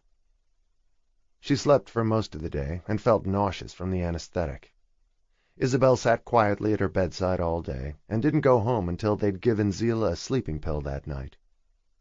She let herself into her house with a sigh, and noticed that Jack had forgotten to put the alarm on. She wondered how the meeting with Bill Casey had gone. She hung up her coat and gave a start when Jack came out of the kitchen. "You're still here?" It was 9:30, and she was so exhausted from the tension of the day she could hardly put one foot in front of the other. "I hope you don't mind. I figured you'd be beat when you got back. I picked up some food at the deli. Sometimes people forget to take care of the caretakers." She smiled at what he said. "I've been doing this all their lives," she said as they walked into the kitchen and she sat down. She had never had a man to help her. None of their fathers had been around. But at least there had been no one to argue with her about her decisions. She took comfort in that. None of their fathers had been in her life long, and she still missed Putnam and Declan at times. And her father, too. He had been a kind man, despite his insistence on her giving the baby up for adoption. He had thought it was the best thing to do. And who knew? Maybe he'd been right. At 15, it would have altered her life dramatically. But it had anyway, inevitably. You didn't give up a baby and just walk away unscathed. She had carried the guilt and the sorrow for 43 years. "You haven't been doing this with a daughter with cancer," Jack reminded her, and brought her out of her reverie and back to the present as he put a bowl of soup down in front of her and some chicken. "That's true," she admitted. "I didn't expect this. I always wondered if my heredity from my mother would catch up with me.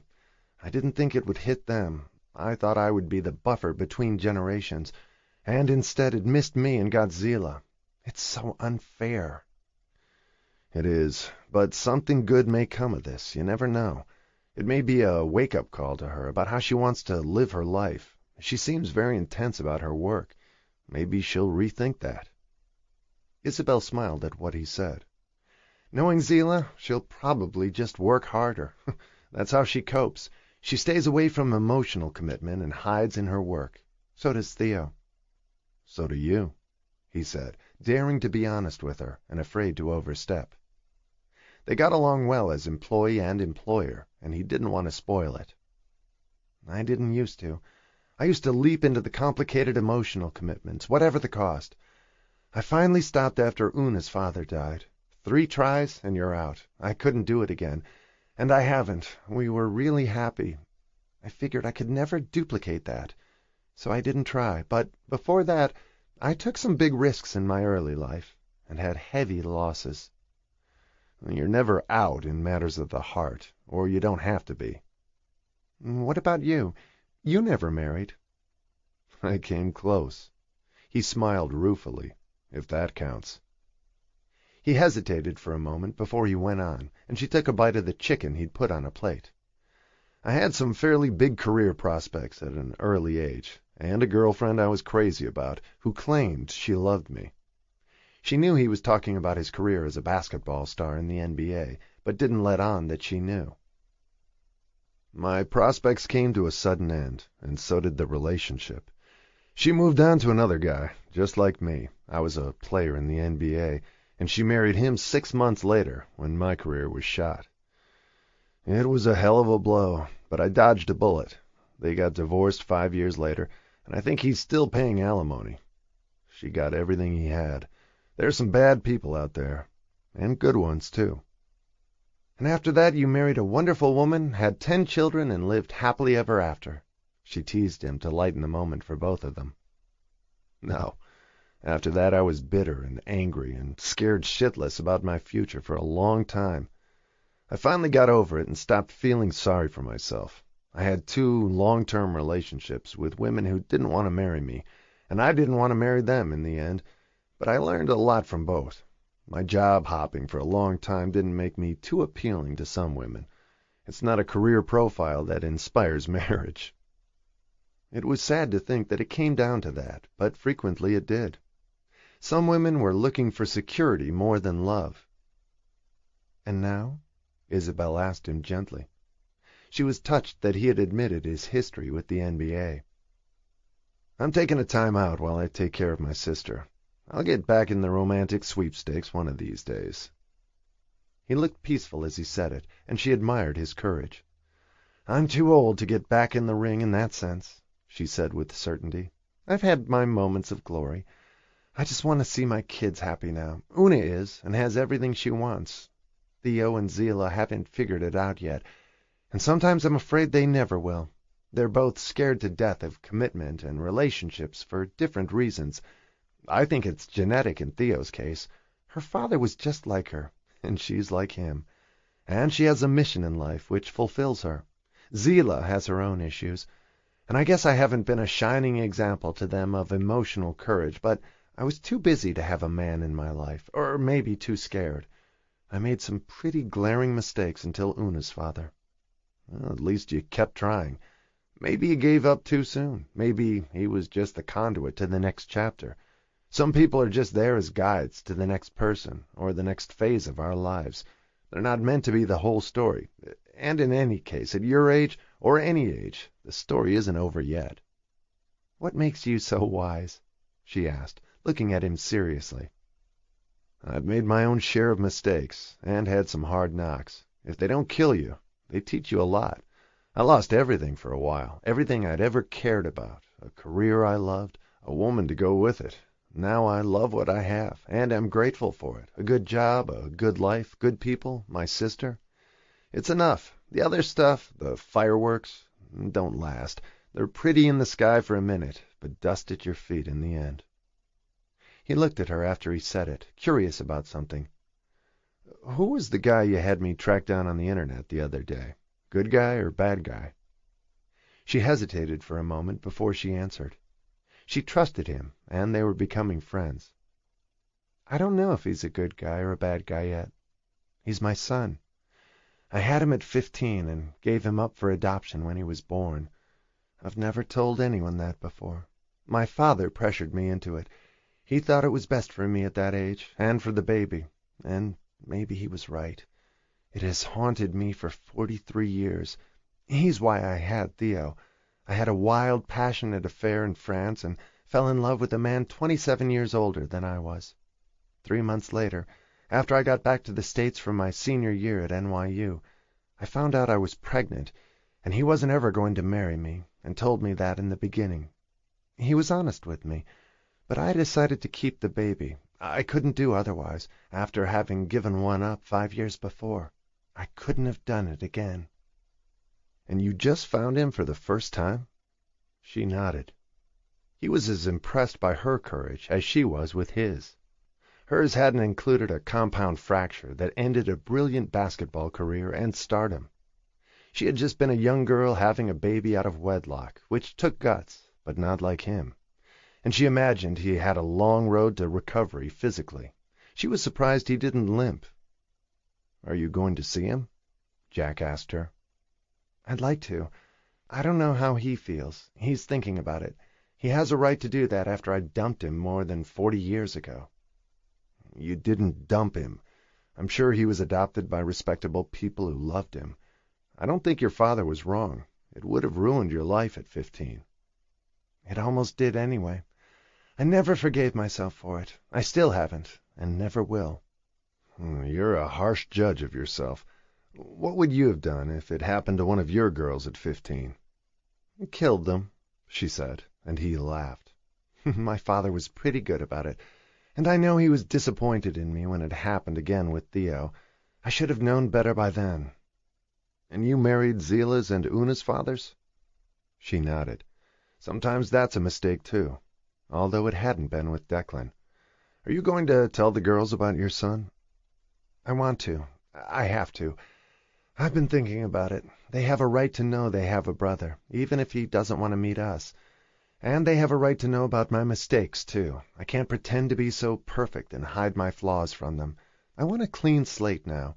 Some things have happened recently that have made me rethink things. I was thinking about telling them about Charles, and then Zila got sick. I can't do that to her right now. We all have to focus on her. It's her turn, not mine. There's something else I should probably tell them, too," she said thoughtfully as he watched her, and she decided to be brave again. "About why you've been falling on the stairs and bumping into things? Do you have MS?" he asked, looking worried, and she shook her head. "No. I may be going blind, or eventually," she said quietly, and it sent a shiver down her spine and made her feel sick just saying it out loud to him. "Or I might not. They don't know yet. I'm getting treatments. I have macular degeneration. Pretty ironic for an art consultant, don't you think?" She tried to sound glib about it, but she wasn't. "It sounds like a shit break to me. I know about those things. It's a long story, but I played basketball in the NBA until I broke my leg during a championship game. End of story. And a lot of other things. But in weird ways, there are some compensations for it that you don't see at first. I hope you don't go blind, Isabel. But even if the worst happens, other things happen that make up for it. It sounds crazy, but it's true." "Like a blessing in disguise," she said pensively. "It sounds like small compensation to me." "It isn't. Sometimes you win something a lot bigger. I've been thinking you had MS like my sister. I didn't realize it was your vision." "I have some pretty nasty bruises to show for it." She smiled at him wistfully. "Who goes to the treatments with you?" He wondered who else knew. "No one. I haven't told the girls about it, and I'm not going to. I'm willing to tell them about my mistakes. They don't need to know about my frailties. They count on me. I have to be strong for them, like now, for Zila." "You can't be strong all the time," he said gently. "Yes, I can. They don't need a mother who's falling apart or whining or going blind. They need what I'm giving Zila now to keep her on her feet." "You shouldn't have to go to the treatments alone," he said, and then thought of something. "Can I go with you, as your assistant?" She looked shocked at the suggestion. It had never occurred to her. "I think you're wrong not to tell them. They have to be there for you, too. It's not just a one-way street at their ages. But if you're not going to tell them, or even if you do, I'd be happy to go with you." "It's pretty nasty. I get injections in my eyes." "All the more reason for me to be there. Caring for someone is about the nasty parts, too. And I've got a strong stomach." "I'll think about it," she said, moved to tears by his offer. He really was an extraordinary person. I'm going to put the treatment on hold for now while I take care of Zila. And when I go back to it, I don't want to give up my gladiator status and be a sissy." "Screw that. And you're not a sissy, just for the record. Having a person go with you does not make you a sissy. Gladiators are outdated. I think they all got eaten by lions about 2,000 years ago." She smiled at what he said. "Thank you, Jack." They had exchanged a lot of information and confidences, and she was glad he had stayed and waited for her to come home from the hospital. And maybe he was right that there were trade-offs. If she didn't have a problem with her eyes, she wouldn't have hired an assistant and would never have met him, and he had added a lot to her life. And knowing she might be going blind had finally pushed her to try to find the baby she'd given up as barely more than a child herself. Along with the losses, there were blessings, and there had been for him, too. "You need to go to bed, or you'll be a mess tomorrow," he said, standing up. He was glad he had stayed late, too. There was so much about her he admired and liked. "If you see Zila tomorrow, don't say anything to her about the surgery today," she reminded him. "Of course not. The code of a personal assistant, whatever you tell me, goes nowhere. It's also the code of a good friend." They looked at each other, and warmth passed between them. "I guess we're friends, then," she said softly, and then remembered his meeting with the oil man. She had forgotten all about it. Jack said it had gone well, and he was thinking over his options. He put her dishes in the sink, and she headed for the stairs as he watched her to make sure she didn't miss a step. "Thank you, Jack," she said as she went up to her room, and a minute later she heard the front door close. It was after midnight, and had been an incredibly long day for all of them, not just Zila. But she was grateful that she and Jack were friends, and glad he had told her about his career in the NBA.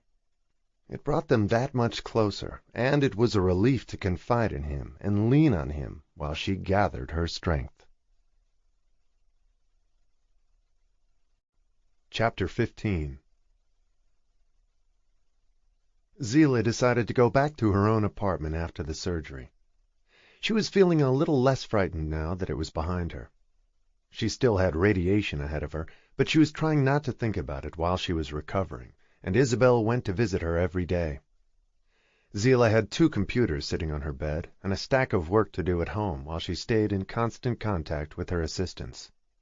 She had told both of her sisters about the lumpectomy, and it had worried both of them, for her and for themselves. Isabel was working on a presentation for the Caseys of a group of paintings for their yacht. Jack's meeting with Bill Casey had gone well. He liked the paintings Jack had shown him. Jack walked into her office hesitantly 2 days later. She looked up and smiled at him. There had been an unspoken bond between them since their confessions the night of Zila's surgery. There was a solid foundation for their friendship. "I wanted to ask you something about Zila," he said after he sat down. "We don't have the final pathology reports yet," she said, still very worried about her, although she was in better spirits. "They'll determine when she starts radiation." "I didn't mean that, although of course I'm concerned about that too," because he knew how it would devastate Isabel if the reports weren't good. "It's something else. Is she spiritual at all?" "You mean like religious?" He nodded. "I'm not sure. I took them to church when they were kids, but they went their separate ways on into their teens. Theo is more Buddhist than anything, I think. Una got very serious about it when she married Gregorio because he's so Catholic and expects her to be too, and I think Zila's religion is her work. I don't know what her formal beliefs are, or if she has any. She doesn't talk about it." "Why?" Isabel was intrigued about what he had in mind. "I had some pretty low moments after I left the NBA, and I couldn't sleep. I'd sit around all night watching TV and mattress infomercials at 4 a.m., and one night I saw this young preacher from Texas on TV. He was only about 10 years older than I was, and the guy was amazing. No hellfire and brimstone, just an incredible amount of charisma, practical advice, and positive thinking, with a very subtle religious message behind it if you're open to it. I wasn't too sure about my beliefs either at the time, and a God who would let me break my leg at a championship game and end my career. I needed to blame someone, and God was convenient. In any case, I got hooked on the young preacher, And I swear, he got me back on my feet and headed in the right direction, both physically and mentally. I flew to Texas to meet him and see him at his church. He's really extraordinary. He also believes that forgiveness has a lot to do with healing. He has a lot of ideas that worked for me and still do. I saw in the paper yesterday that he's coming to New York this weekend. He packs the house with about 20,000 people when he does these events. It's a powerful message about what you can do. I came out of there floating when I went. I was wondering if you and Zila would like to go. You don't have to tell her I suggested it if you don't want to. She might be more impressed if it comes from you. He looked faintly embarrassed as he described it to her, but Isabel was intrigued. Religion was an entirely personal thing, but she liked the inspirational aspect of it, and that he felt it had led to healing in various forms. "Do you think she'd be interested?" Jack asked her. "I can buy you both tickets. It's at Madison Square Garden this Saturday night." "Why don't you buy them, and I'll talk to her. If she doesn't want to go, I will. It won't do me any harm either." She still hadn't heard from Charles Anderson about meeting her, and she hoped he would. She had opened the door, but she couldn't pressure him. It wouldn't have been fair. Now it was up to him. Jack bought her tickets online a few minutes later, and he would have liked to take Sandy, but she wasn't up to it. Her condition had deteriorated slightly recently, and her daughter in Alaska was having trouble in her marriage, and Sandy was worried about her, which seemed to be making her breathing worse. She wanted to visit her, but she couldn't travel anymore, and she hated how helpless it made her feel not to be able to get on an airplane and see her daughter. Jack had mentioned it to Isabel, and it made her realize that she was lucky Zila lived in New York, and she didn't have to go halfway around the world to help her. It would have been much harder for her if it were Theo in India. Jack put the tickets on her desk when he left at the end of the day, and Isabel mentioned it to Zila when she visited her the next day. She listened without comment while her mother described the preacher and the event from what Jack had told her. Isabel had been reading about him. "It sounds a little weird, doesn't it, Mom? What do you think?"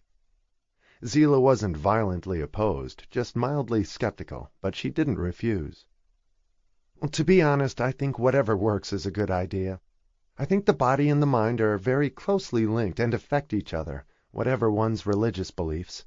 Mary Baker Eddy figured that out in the 19th century when she had a skating accident and established a religion based on healing. And whatever modern-day version has surfaced might have some merit to it. I want to go. Do you want to come with me? We've got nothing to lose. I don't have a hot date this Saturday, do you?" She teased her, and Zila grinned. "Not exactly. I can't remember the last time I did, except with investors in town from California. I'll go with you." Her arm and her breast were still sore, but she was being careful not to bump it or make it worse. "I'll get a car and drive her so we don't have to fight for a cab around Madison Square Garden on Saturday night. I'll pick you up at 6:30. It starts at 7. She went back to the house then, and Jack had left a book on her desk by the preacher in question, and Isabel didn't put it down till she finished it late that night. She liked his message, and said as much to Jack the next morning. "It's so simple and clear. It's all about trust, honesty, and there's a lot in it about forgiveness," as he had told her. "It works for me. I hope you'll like him," Jack said easily. "What did Zila say?" "We're going." "Me too. I bought myself a ticket." "Do you want to come with us?" "I don't want to intrude on Zila. You two should go alone." He was discreet about things like that, which she appreciated, and she agreed with him. On Saturday night she picked up her daughter as promised, and they arrived at the garden 10 minutes before the event.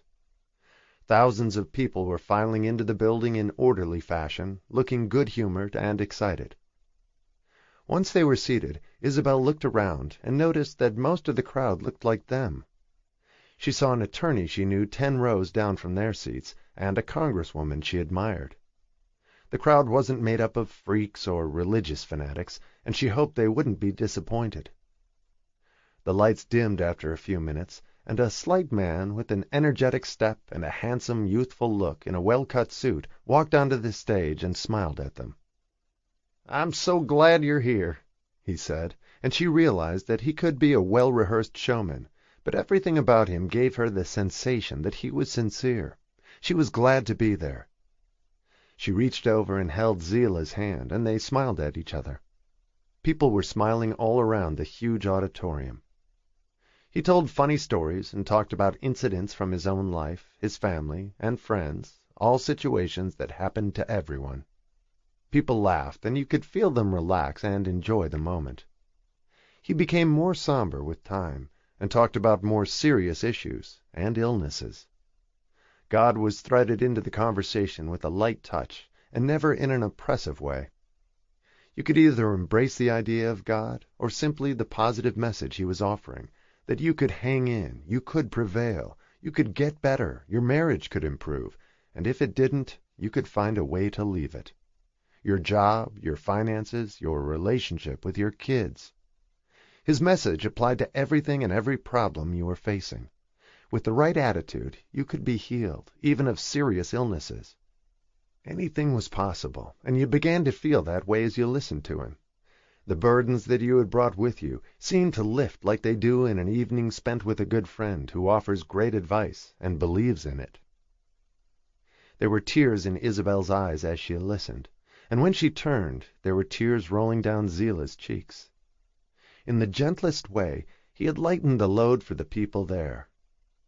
At the end of his message, after 2 hours, people literally stood up and cheered. He thanked them, said a short blessing, and stayed to chat for a few more minutes, and then left the stage as discreetly as he had arrived, with a warm wave. Isabel felt as though he had hugged her when he left, and Zila looked shell-shocked. As they made their way out of the building, Isabel realized that he and his very pretty wife were wandering through the crowd of thousands, randomly shaking hands and thanking them for coming. Isabel felt as though something in her had changed that night. In the car, Zila was crying and laughing and smiling and singing his praises. "He's fantastic," she said to her mother, and then looked sober. She had thought about it all through the evening. She knew what she had to do now. Whatever happened with her health, she had to repair the damage she had inflicted on people for so many years, sometimes even intentionally. Isabel went upstairs to her apartment with her, and Zila looked at her seriously. "I want to go see Theo and Una. I've been angry at both of them for my whole life. I wanted to get even with them for what they had, and I didn't. Theo had a father who adored her. I don't really remember him, but she has all his letters, and she used to read them to me. You weren't married to him, but he couldn't have loved her more. He even loved you, and he left her his whole fortune, everything. Theo can do what she wants forever. She can make her dreams and everyone else's come true. She can save lives, feed villages, build hospitals, bring in doctors. I hated her for it. She can have and do anything she wants. My father was a criminal and a shit. He didn't even want to be my father. He gave me up as soon as he went to jail. I never even heard from him growing up. He didn't care who I was or how I was, and didn't want to know. I've been angry at Theo my whole life for her father, her money, the freedom she has. She's safe forever, and I have to fight for everything I have and live by my wits, and no matter how hard I work, I'll never have a father, or the money she does. It's like she won the lottery and I didn't. I've been jealous of her all my life, and I've been a bitch to her because of it. Every time I see her, I want to hurt her, to get even. Even you hated my father once you found out who he was, and so do I, for what he did to you, and to me. Declan was the love of your life, the perfect man, and Una has that whole legacy of a wonderful man who was her father, even if he died before she was born. She never knew him, just like I never knew mine, but she doesn't need to. Everything anyone says about him is good. That's what he left her, the legacy of his goodness. Una is so free and happy because of it, and she doesn't care about money. She wears the same dress every time I see her. She doesn't care about running a business or having things. She just wants Gregorio and all her babies. Whatever she has is enough for her. She never wants more. I always want more. Whatever I have is never enough. And if I live to be 1,000, I will never have what Theo does. I'll never save a life or build a hospital. I always feel like a loser when I'm with her. She won everything, the Great Father Award, a ton of money. She won all the prizes, and I got none. And now when I date, I pick the guys who don't want me, every time. It's almost as though if I find men like my father, I tell myself, I can turn it around this time. But I never can. They're either losers or married or shits, or just bad guys who make a point of rejecting me. I can pick them out in any crowd. I wouldn't want him myself, but Una has a guy who adores her, and children who love her. She's never been rejected by anyone in her life. Getting rejected is my stock in trade, starting with my father. And I've been a bitch to both my sisters for what they have and I don't, whether it's a man, a father, or money. It was an incredible realization of what made Zillah tick, and Isabel was silent, absorbing it. She knew it was all true. It was a tremendous admission for Zillah to acknowledge it. I owe them both an apology, she said seriously. I want to take some time off before I start radiation and go see them. I want to talk to them in person, not on Skype or by text or email. I have a lot to say and a lot to make up for. I know they'll want to hear it, her mother said gently. You're a big person, Zillah, for wanting to make amends to them. Not everyone would do that, or even admit there was a problem. I understand why you feel the way you do, or did, but you forget your own strengths, too. You have more degrees than either of them. Una never even finished college, and Theo was not a great student. You were. You have your BA and MBA from Harvard, and an incredible head for business. Neither of them could do what you do. One day, I think you'll be a very successful woman. It was gratifying to hear it, and Zillah smiled at her mother's praise and faith in her. Do you want a husband and kids someday? Isabel asked her. I thought you were more interested in your career. I am, for now, but one day I'd like to have both, if that's possible. I haven't figured that out yet, and there have been no decent candidates in my life. Ultimately, I'd like a good guy for me, maybe someone who works as hard as I do, not some deadbeat who wants to mooch off me and put me down. I've had enough of those, and now it's a moot point anyway, she said as tears filled her eyes. I have cancer, and I'm probably going to die. Her voice caught on a sob as she said it, and Isabel could see she believed it, and she took both her daughter's hands in her own. You are not going to die, she said with all the strength and faith she could muster. Stop saying that right now. Maybe this was an opportunity for you to learn some things about yourself, like what you just told me about you and your sisters. Do you realize how big that is? If you stop expending energy on being angry at them, you'll have a lot more time for everything else, and one day you'll have the right man if that's what you want. Don't just hand your life over to an illness. You can't let it beat you, Zillah. You are a winner, and this time you have to win. She said it with such energy, she surprised them both. Do you really think I'll beat it, Mom? She asked, worried. She didn't look convinced. The idea that she had cancer was overwhelming. I know you will. I expect you to. You need to believe in yourself. I'll try, she said meekly. And I'm serious about going to see Una and Theo. I think I'll go to Una before the babies come.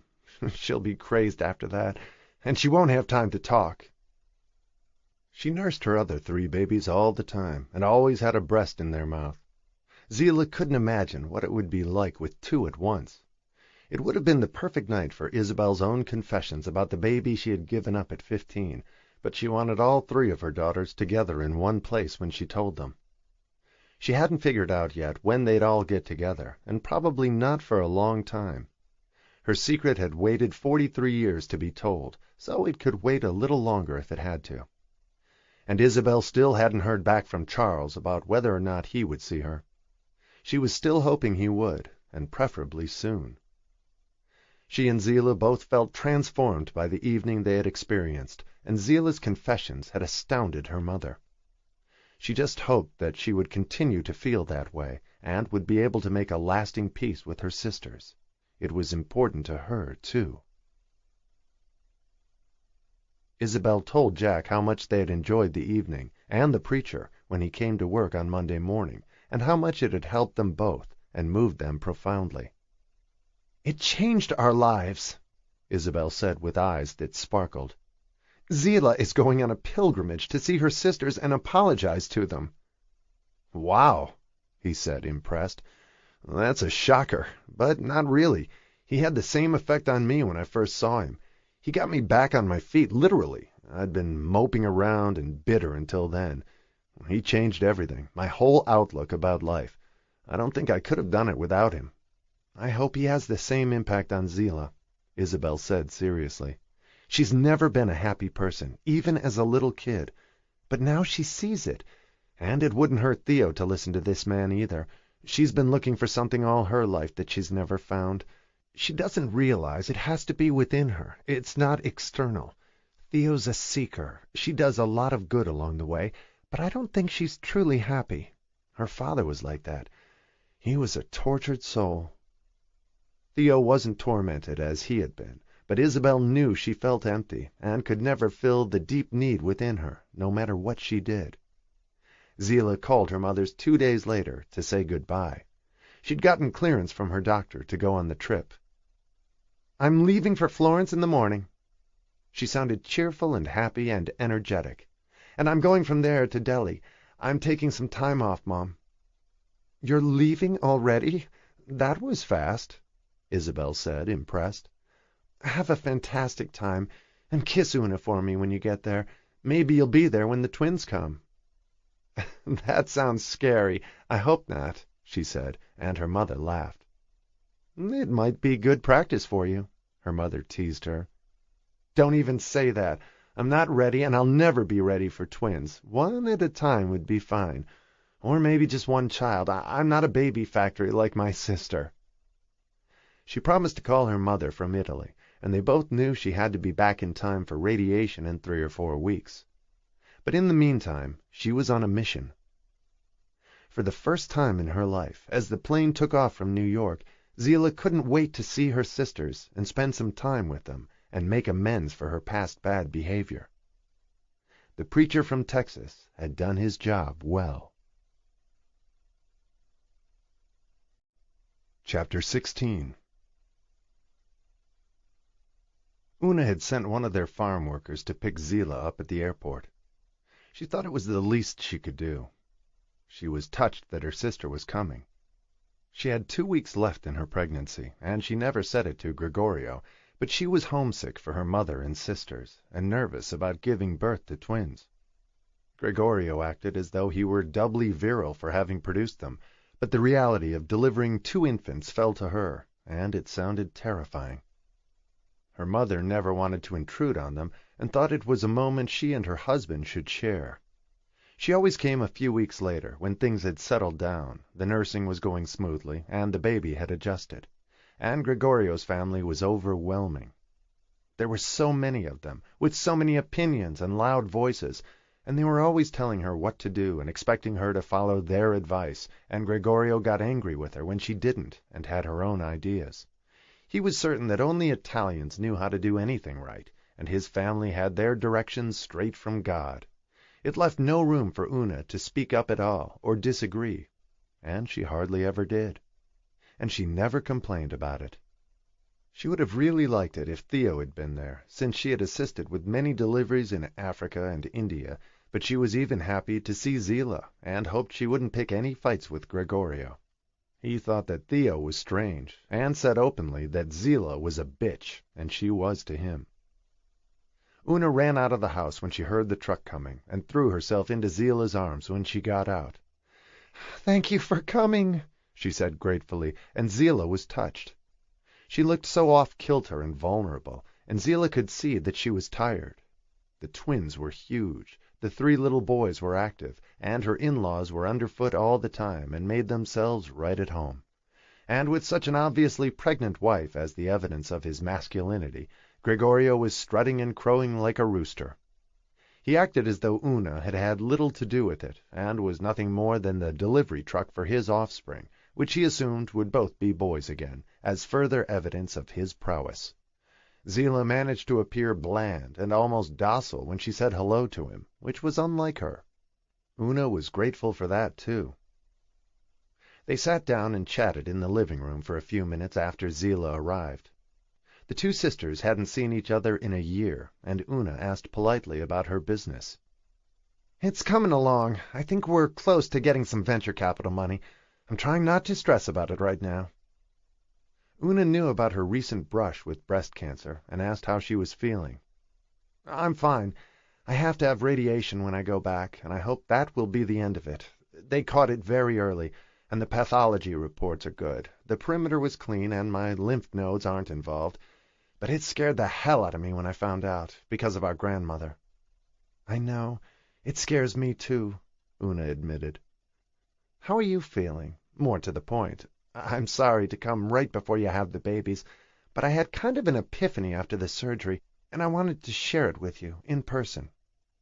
"I'm fine," Una answered her. "Just tired now at the end. The doctors say they can come early, any time, and I'm getting nervous. I saw a film about giving birth to twins, and I nearly fainted." "Will Gregorio be with you?" She assumed he would be, especially with all the trumpeting and peacocking and posturing he did. She could easily imagine him standing by proudly and cutting the cord. "He doesn't want to be," she said honestly. "He thinks that's a woman thing. His father and none of his brothers have ever been at the births. He was there for Massimiano, but only because I had him so fast he couldn't get out of the room before the baby was born. He wants to leave it to the doctors and nurses this time. My mother-in-law and his two aunts want to be at the delivery, but I don't want them there. We fight about it every night," she said with a half-smile, and Zila felt sorry for her. She was too good-natured, and Gregorio and his family took full advantage of it. She wanted to defend her little sister's interests and to protect her. "So, what's the epiphany you had?" "That I've been a bitch to you and Theo all my life, and I want to stop," she said seriously. "I'm ashamed to admit it to you, but I've been jealous of you both." "Of me?" Una looked startled as Zila noticed her enormous belly shift in shape with visible movements, as though the twins were having a fist fight inside her. It had to be boys, she was sure. "Why?" she asked Zila. "Because you and Theo had wonderful fathers who adored you, or yours would have if he had known you. Mom was crazy about him, and everyone talks about what an incredible man he was. And Putnam adored Theo and left her a vast fortune and 1,000,000 love letters. And my father was a con artist and a shit who went to prison and gave up his rights to me. I always felt left out, like some kind of loser whose own father didn't want her." Una was staring at her in amazement. "Anyway, I've been a bitch to both of you. The war is over. Maybe getting cancer put some sense into me. I've had a lot of time to think, and Mom and I went to see an incredible preacher. It just all seemed so simple after we heard him. I love you, Una. You're the sweetest person I know. I need to take lessons from you." As she said it, she walked over and hugged her younger sister, and Una started to cry. "You came all the way here to say that to me? That's the nicest thing you've ever done. I love you, too. I was probably a pest when I was a kid. I always thought you were so cool and so smart, and I wanted to be just like you, but you're way smarter than I am. So I got married and had babies instead. I could never do what you do. And maybe Mom just thinks my father was a saint because he's dead," she said, and wiped her eyes. "I'm going to see Theo when I leave here, but I wanted to visit you first, before the twins come and all hell breaks loose. You'll be so busy." She nodded as Gregorio walked through the room, and was visibly surprised to see them there, and smiled at his wife in the superior way he had. "You're not cooking dinner tonight?" Zila didn't see why she should have to, but she held her tongue. "Your mother sent over a pesto lasagna," Una answered him with a loving smile. "So I'm off the hook." "You are a very, very spoiled young woman," he said, smiling at her. "That was very nice of my mother," he said, and Una agreed with him. Zila thought she was a saint. She chased her children around all day, waited on her husband hand and foot, cooked 3 meals a day for them, and he expected her to make dinner 2 weeks before she gave birth to twins, and was spoiled if she got a night off from cooking dinner. It made Zila angry for her. "The men in this family are treated like princes all their lives," Una whispered when he left the room again.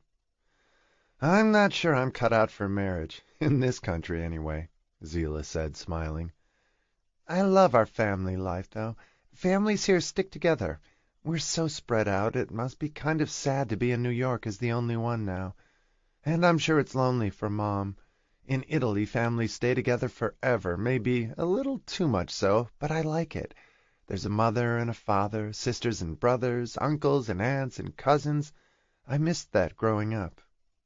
"I don't think I did," Zillah said. "It would drive me crazy to have all those people around." "Well, sometimes it does me, too." Una smiled. "But I'm used to it now. And Italian men are all like Gregorio. He's no worse than his brothers. They're all spoiled."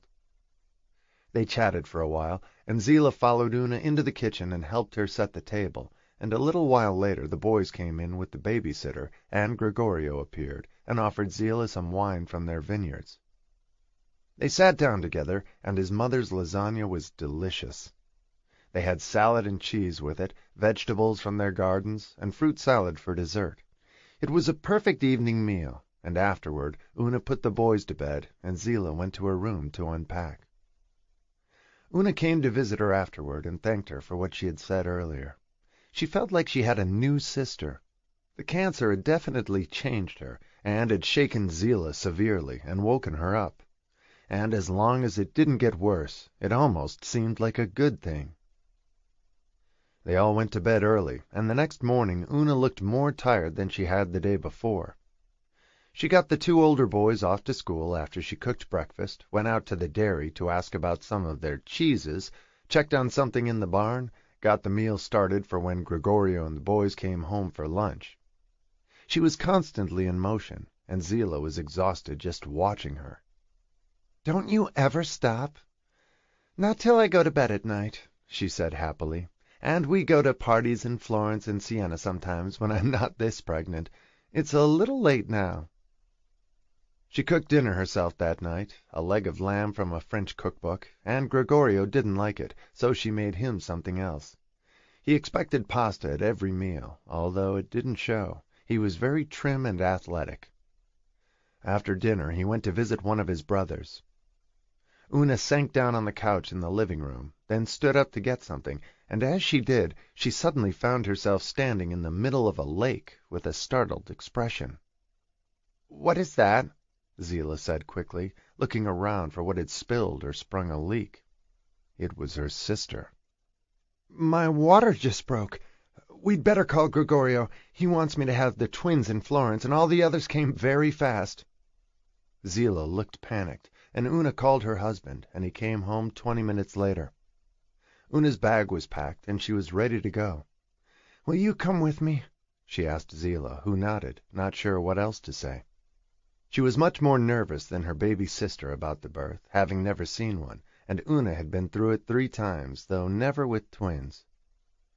Una told the nanny they were leaving, and they followed Gregorio out to his car, a 4-door Maserati. Zillah got into the back seat, and Una next to her husband. Gregorio hit the gas like he was in a Grand Prix race. "Is the baby going to come that fast?" Zillah asked, hanging on for dear life in the back. "No, he always drives like this," Una said with a grin. "This is slower than usual for him." Gregorio ignored them, kept his foot on the accelerator, and took every curve at full speed, while Zillah tried not to scream. By the time they reached Florence, just over an hour later, Una had started having contractions. She could hardly walk when they pulled up in front of the hospital. Gregorio looked relaxed and smiled at them both. He had enjoyed the drive. They walked into the hospital together, and Gregorio said he was going to get a cup of coffee while they checked her in. A nurse offered Una a wheelchair, and Zillah followed them to an exam room, while Una undressed between contractions. They were getting significantly worse. She spoke to the nurse in Italian, and Zillah could figure out that the nurse responded that the doctor would be there soon. "I think the twins are in a hurry," Una said to her sister as they waited alone in the room. "They're pushing really hard."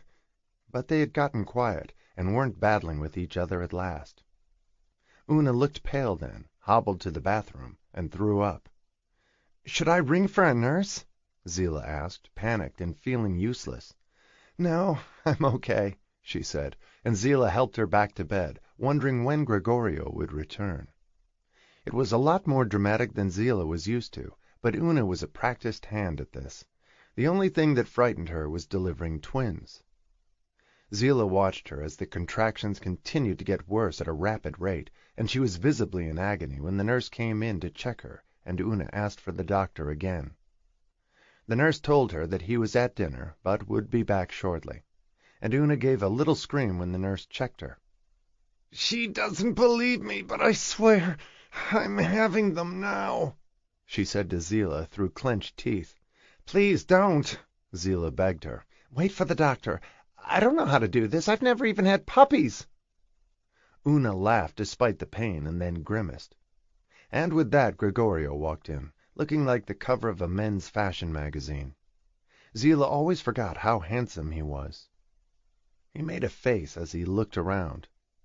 "My God, what an ugly room. Couldn't they give us a better one? Where's the doctor?" "At dinner," Zillah told him, and he went to the nursing desk and made a scene, and within minutes there were nurses scurrying everywhere. A young doctor came in to see Una, who said the twins were pushing down hard. He looked, and they could see he was panicked. Una was right. "If this were a hotel, they'd be out of business," Gregorio said grandly. But it wasn't, Zillah wanted to point out, and her sister was about to give birth. "I'm sure the food is terrible, too," he added, as Una started to cry. Gregorio finally came to his senses, and the doctor walked in and told her not to push, and she said she had to, as Gregorio looked wild-eyed, and Una grabbed his arm. "Don't leave me. I need you," she said, and for once Zillah knew just how he felt, terrified, and she didn't blame him. Everything was moving quickly, and a moment later they were pushing Una down the hall at full speed on a gurney, with Zillah and Gregorio running along beside her, and he looked deathly pale. Zillah glanced over at him. "Are you okay?" He nodded, and Una looked angrily at her sister. "Why are you asking him if he's okay? I'm having the babies," she corrected her, but Zillah thought he was going to faint, and she wasn't sure that she wouldn't. Una was a lot braver than either of them. A nurse gave them both chairs next to Una's head as they settled her on the delivery table, in stirrups, and the doctor tried to maneuver the babies into a better position for them to follow each other, as Una screamed at the manipulations and clutched Gregorio's arm and begged him to stop them, as all three of them cried. It was awful and much worse than Zillah had expected, and she hadn't planned to be there. Una never stopped screaming as the first baby moved slowly down, and the doctor had her pushed through the never-ending contractions. It seemed like hours, but was only about 45 minutes of intolerable agony for Una, and a little face appeared as they heard a cry.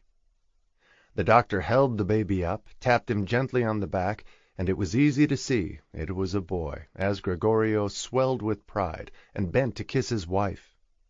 "You are fantastic, and I love you," he said through tears of pride and joy, but she only had a moment's respite as the contractions continued. She had to push again, and the second twin had shifted into a sideways position and wouldn't move. Gregorio was distracted by his newest son, and Una screamed as they tried to edge the baby into a better position, and couldn't for a long time, until the doctor finally declared victory. Gregorio was holding the first twin, and Una was clutching Zillah's hands. I can't, she kept saying as Zillah tried to get her to focus. "Yes, you can. I know you can," they all shouted and told her to push, as the second baby, bigger than the first, finally emerged with a last scream from Una, and tears ran down Zillah's cheeks as the doctor said, "It's a girl," and both sisters grinned. There was silence from Gregorio for a moment, as he looked as though someone had said the baby was Chinese. "A girl? Are you sure?" The doctor laughed at the question.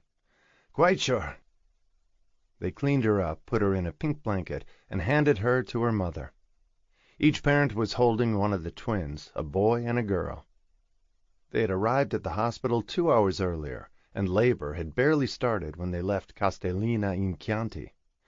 Zillah felt as though they had been there for a month. It was the hardest thing she had ever seen, and it didn't make her long for a baby, but filled her with respect for her sister, for going through so much pain, for the 4th time in 5 years, and this time with twins. And it hadn't been an easy delivery, even though it was fast. The nurse who had weighed them announced that they were each just over 8 pounds. Una had been carrying 16 pounds of baby. Most twins weighed half that. "My wife is born to have children," Gregorio said proudly, and bent to kiss her again. Zillah thought he owed her far more than that for what she had just gone through, but Una looked ecstatic, holding her new daughter, and gazed adoringly at her husband, holding their son. Zillah only hoped she didn't have to go through it too many more times. She couldn't imagine how she did it. He handed the baby boy to one of the nurses a few minutes later and told Una he was going to call his mother, which she knew meant that all his brothers and sisters and his mother would be in her room within the hour. She was familiar with all of it, and didn't mind. "You're my hero," Zillah said when he left the room, and Una looked at her, exhausted but victorious. "I'm happy, Zillie," she assured her. "I love him." "You're a hero for that, too," Zillah said, and Una laughed. "It'll be good for him to have a girl. She'll wrap him around her little finger." "I hope so," Zillah said, and sat down, feeling weak. She had been through her own trials recently, which were a lot less joyous than twins. They called their mother on Zillah's cell phone then to tell her she had a new grandson and finally a granddaughter. It was 6 p.m. in New York, and Isabel had been reading. Jack had just left. She was delighted at the news, and happy to know that Zillah was with her. She said it had been hard, but Una had been incredibly brave, and Isabel couldn't believe how big the babies were. She was up and dressed when Jack came to work the next morning, and she told him the news. "Congratulations. How was Zillah?" he asked her after inquiring about Una and the twins. "Shocked, I think. Watching twins delivered can't be easy, but I'm glad for Una that she was there. It's nice knowing the girls are together. I'll go over in a few weeks when Una is back on her feet and it's less chaotic. She has enough to deal with his family." Isabel went back upstairs to work then, and Jack joined her a little while later. He had seen the appointment on her calendar. She was going to the eye doctor that day, since Zillah was away, and she had time. "Am I coming with you?" he asked her pointedly, and she hesitated. "Do you really want to?" "Yes. I don't see why you should go alone. I want to be there." "That's above and beyond the call of duty," she reminded him. "So are most things in life," he said, and she smiled at him. They left the house together in time for her appointment, and he came into the exam room with her and held her hand. It was painful, as it had been before, but seemed less so with Jack to talk to and provide some distraction, and she thanked him when they left the doctor's office. "I feel guilty dragging you through that," she said, feeling embarrassed. "I volunteered. Believe me, I've seen worse." She smiled at him, and they took a cab uptown, and for the rest of the afternoon they went through catalogues together. She pointed out why she liked certain paintings for their clients and not others. He found it fascinating, and he was always impressed by how knowledgeable she was. She was a remarkable woman, and in her opinion, he was an exceptional friend. Chapter 17. In Zillah's opinion, her visit to Una in time to see the babies born had been a great success. She was there for a week. Una stayed at the hospital in Florence for 5 days, while dozens of visitors, mostly Gregorio's relatives, came to see her every day. And Zillah left the day she went home. She had told her what she wanted to say, and they enjoyed some loving, close moments while she was there. Zillah was still in awe of what she'd seen during the birth of the twins. Gregorio had been pouring champagne and handing out cigars ever since, and he gave Una a pair of Bulgari diamond bangle bracelets to thank her for their 2 beautiful new children, Paula and Nicola. It still stunned Zillah that her sister was the mother of 5 children and had only recently turned 27. She promised to visit them again soon, and Gregorio thanked her for being at the birth. It even created a slightly warmer bond with him, although she recognized now that he would always be what he was. He was part of a culture which fostered both his machismo and his narcissism, and no one could stem the tides of that. Una loved and accepted him without reserve, so Zillah had to do the same, for her sake. It wouldn't be fair to make waves for her. Gregorio embraced Zillah warmly when she left, which was a first. She flew from Florence to New Delhi, and from there drove for 6 hours with a car and driver to Chandpur in the Bijnor district in the state of Uttar Pradesh, where Theo was establishing the small hospital she had dedicated herself to. Zillah was impressed when she saw it, and how at ease her sister was in primitive conditions with few comforts and no luxuries. It was a sacrifice she was happy to make for the common good and the people she served.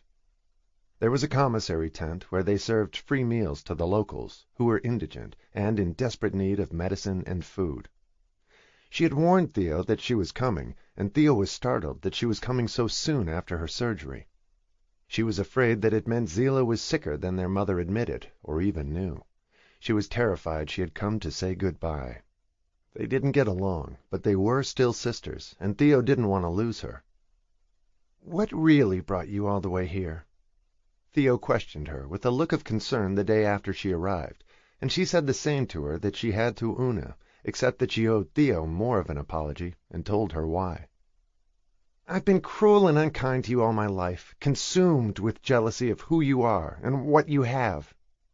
Theo was as shocked as Una had been, but also deeply touched by Zillah's humble admission. "Now I'm even more worried about you," Theo said seriously. "Mom said you had stage 1 breast cancer. She didn't tell me it had gone to your brain," she teased her with a wry expression. "Who are you, and what did you do with my sister?" "Oh, shut up," Zillah said to her, and they jostled each other as they had as children, and then laughed. They hadn't enjoyed each other in years, if ever. Zillah stayed with her for a week, and they had a wonderful time together. Theo showed her everything she was doing there, and introduced her to a team of doctors who had come from London to help them, and were staying for several months. Zillah teased her about it later, having noticed that the head of the team had a marked interest in her older sister, and she asked Theo about it before she left. His name was Geoffrey Bates. His father was a member of the House of Lords, and Geoffrey was very upper crust, but he liked the rigors of their barren outpost as much as she did, and had just come from a similar setup in Zambia, which Theo was planning to visit with him to see how it worked. "I see Dr. Bates has a definite weakness for my big sister," Zillah said with a quizzical look.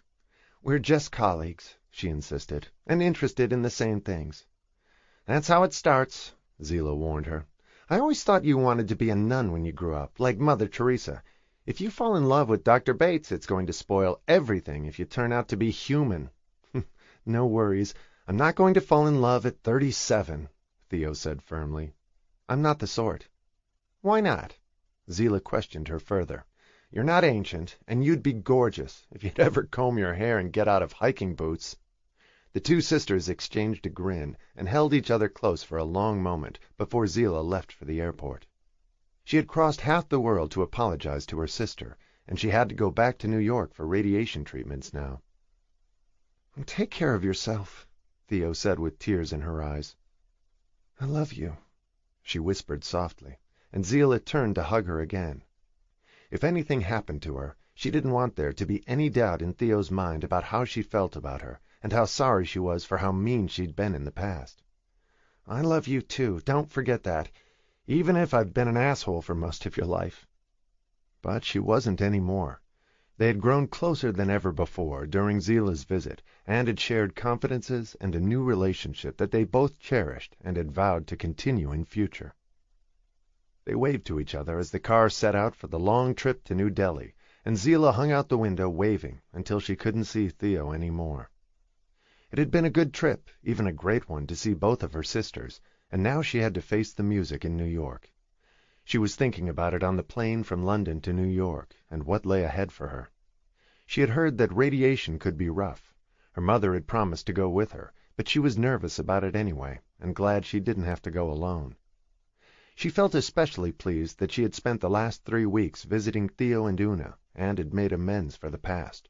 She had a lot to make up for, although they had both insisted that they didn't hold it against her, and appeared to forgive her. Everything in Zila's life had new meaning now, and she had laid the foundation with each of them for a relationship they'd never had before. Her sisters were both such different women. Una was the epitome of family, and Theo the soul of solitude, although Zila had a feeling that Dr. Jeffrey Bates was going to try and change that if Theo let him in behind her walls. He seemed to be making good headway in that direction when Zila left. Theo denied it, and said that their interest in each other was strictly professional. It might have been on Theo's part, but from what she had seen, Zila was sure Dr. Bates had other projects in mind, particularly on the trip to Zambia they were planning, to visit his research facility. Zila was smiling, thinking about it, when the man sitting next to her spoke to her. He'd been looking at her for a while, but she hadn't noticed. He was American, and had classic good looks, and the appearance of a businessman. "Business in London?" he asked her, to strike up a conversation. He wondered if she was a model. She could have been. "No, I've been in India visiting my sister. She lives there, and is building a hospital in Chandpur, in the state of Uttar Pradesh." It sounded very exotic to him. He looked fascinated by her. He had noticed her when she boarded the plane, and thought she was a striking-looking woman. "Is she a doctor?" "No, she's a saint. She's been in India for 16 years, helping to bring food, water, and medical help to villages, and building medical facilities. It's a vocation more than a job," she said proudly, for the first time. There was no longer an edge when she spoke about her. She'd had to get cancer for that to happen, but she didn't tell him that. "Do you live in New York?" he asked hopefully, and she nodded. She didn't want to talk to him all the way across the Atlantic, but they were waiting for lunch to be served. "Yes," Zila answered. "I work for an international firm on Wall Street. We have investments in Mumbai and New Delhi in electronics, and partners in London. I go to London a few times a year, and to India about once a year. I'm the founder of a struggling startup," she said with a self-deprecating look. He hadn't expected her to say that, and liked the idea that she was an entrepreneur. They chatted through lunch, and then she put the headphones on and selected a movie, and fell asleep halfway through it. She didn't wake up until they were landing in New York. He decided to take a chance before he lost sight of her at the airport, and handed her his card as the landing gear came down. "I'd love to meet you for a drink sometime," he said, and she looked amused at how direct he was. He was a good-looking guy, and he'd been nice to talk to, but she was in no position to date anyone right now. She had cancer, and she didn't feel she had a right to inflict that on anyone. What if she got really sick, or worse? "Thank you," she said politely, and slipped the card into her purse without looking at his name, intending to throw it out when she got home. "Do you have a card with you?" he asked, and she shook her head. This had been a strictly personal trip to Italy and India, and she hadn't brought business cards with her, intentionally. "No, I don't. I'm sorry." She didn't encourage him or offer to write down her number. "A boyfriend?" he asked, and she laughed at the question. "I don't have one of those in my purse either. What's the name of your company?" She told him, and she admired his persistence. "Actually, I've heard of it. Clever idea. Delivery services all over the country." "Not yet, but we're getting there. 7 cities right now, and we're growing." But she didn't want to talk business with him. She was still basking in the afterglow of a wonderful trip to see her sisters. They said goodbye. She left the plane, picked up her luggage, went through customs, and didn't see him again. She took a cab into the city and called her mother as soon as she got home. They hadn't spoken in a week while she was in India. "How was it?" Isabel asked her, anxious to hear how it had gone with Theo. "Fantastic. Theo is amazing. You should see what she's doing out there," she said with admiration. "I have." Isabel smiled. Zila sounded strong and peaceful, and more relaxed than she'd ever heard her. "There's a cute English doctor following her around too. She says she's not interested, but I don't believe her, and he certainly is. It's never too late, they both said in unison, and then laughed. How are you feeling? Her mother inquired gently. Fine.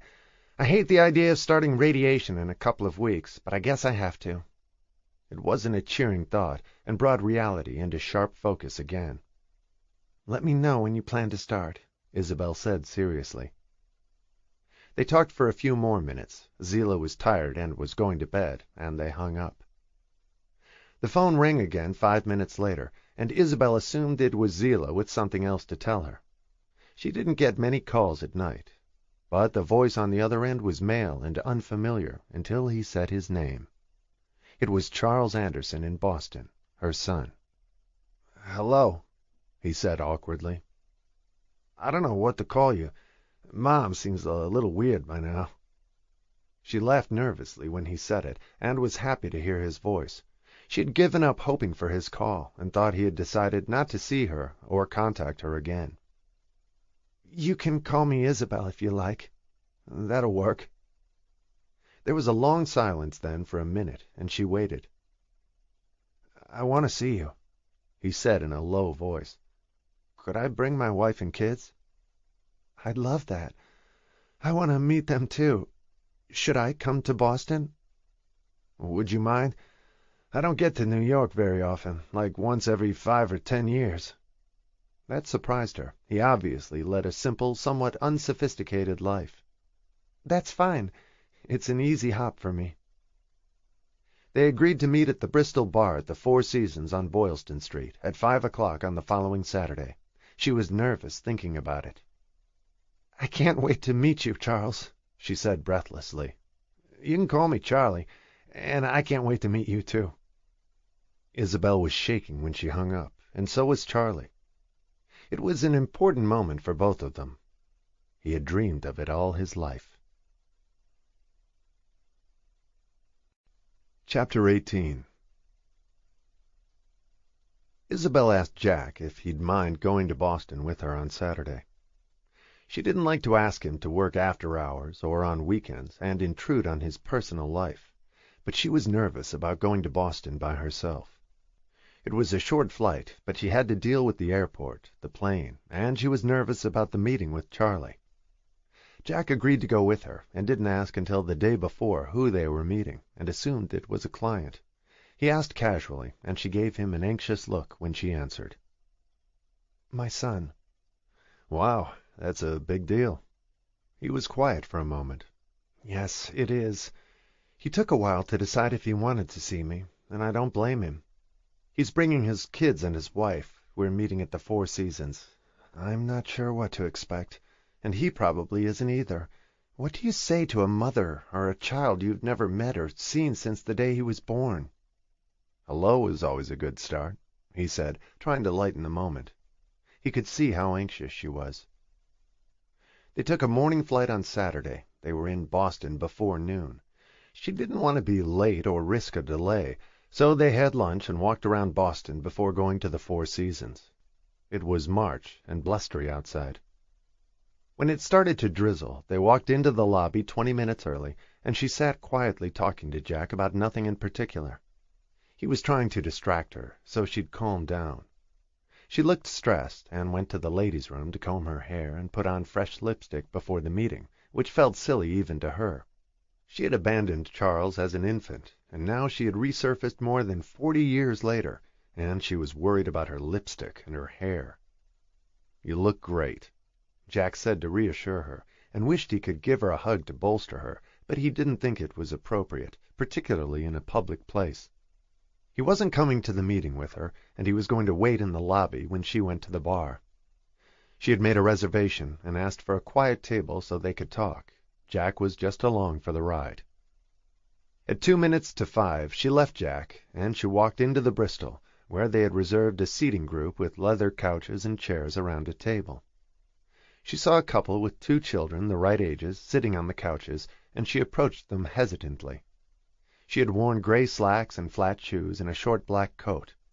She looked stylish, but not too dressed up, and her blonde hair was pulled back in a neat ponytail, and she had a pale blue cashmere turtleneck, the color of her eyes, under the coat. And before she could ask them if they were the Andersons, the man stood up. He was balding but good-looking, slim and athletic, and what shocked her about him was that he was the image of her father, and he looked more like her than any of her girls. She would have known him anywhere. She had been afraid that she wouldn't recognize him in the restaurant, and they wouldn't find each other. There was no risk of that. His son looked like Charlie, and his daughter was cute with dark hair. His wife was a pretty blonde in her late 30s. She was wearing a red coat and high heels, and had obviously made an effort, and Isabel was suddenly afraid she hadn't dressed up enough. She hadn't wanted to show off, but to be real. Charlie turned toward her and watched intently when she walked toward him, as though he could sense her near him, and she could see in his eyes that he was aware of the resemblance too. She stood looking at him for a moment, as her eyes filled with tears, and instinctively held her arms out to him, and he moved right into them, and they held each other. Jack had followed her to the entrance of the bar, saw them meet and embrace, and had to choke back tears. It was an incredibly moving moment, without a word uttered. She took a step back then and smiled up at her son. "Hello, Charlie." Her voice was soft, and her eyes brimmed with tears, and Charlie's too. "Hi, Mom," he said, and they both laughed, and their laughter sounded the same too. "You look so much like my father," she said in a gentle voice, looking him over like a lioness finding her cub in the wild and wanting to make sure that he was all right. He introduced her to his wife then, Patty, and his children, Steve and Jamie, and said they were 16 and 11. The two children, her grandchildren, were staring at her in fascination. He had explained to them what the meeting was about, that she was an additional grandmother, and she was his birth mother. They were old enough to understand what that was, and shocked that she had given their father away. He had explained to them that she had been 15 at the time, and some of the details she had recently told him. Isabel kissed both the children and Patty, and then they all sat down. "What do you want the children to call you?" her son asked her politely, and she looked confused for a moment. "Whatever you'd like. Isabel? Grandma Isabel?"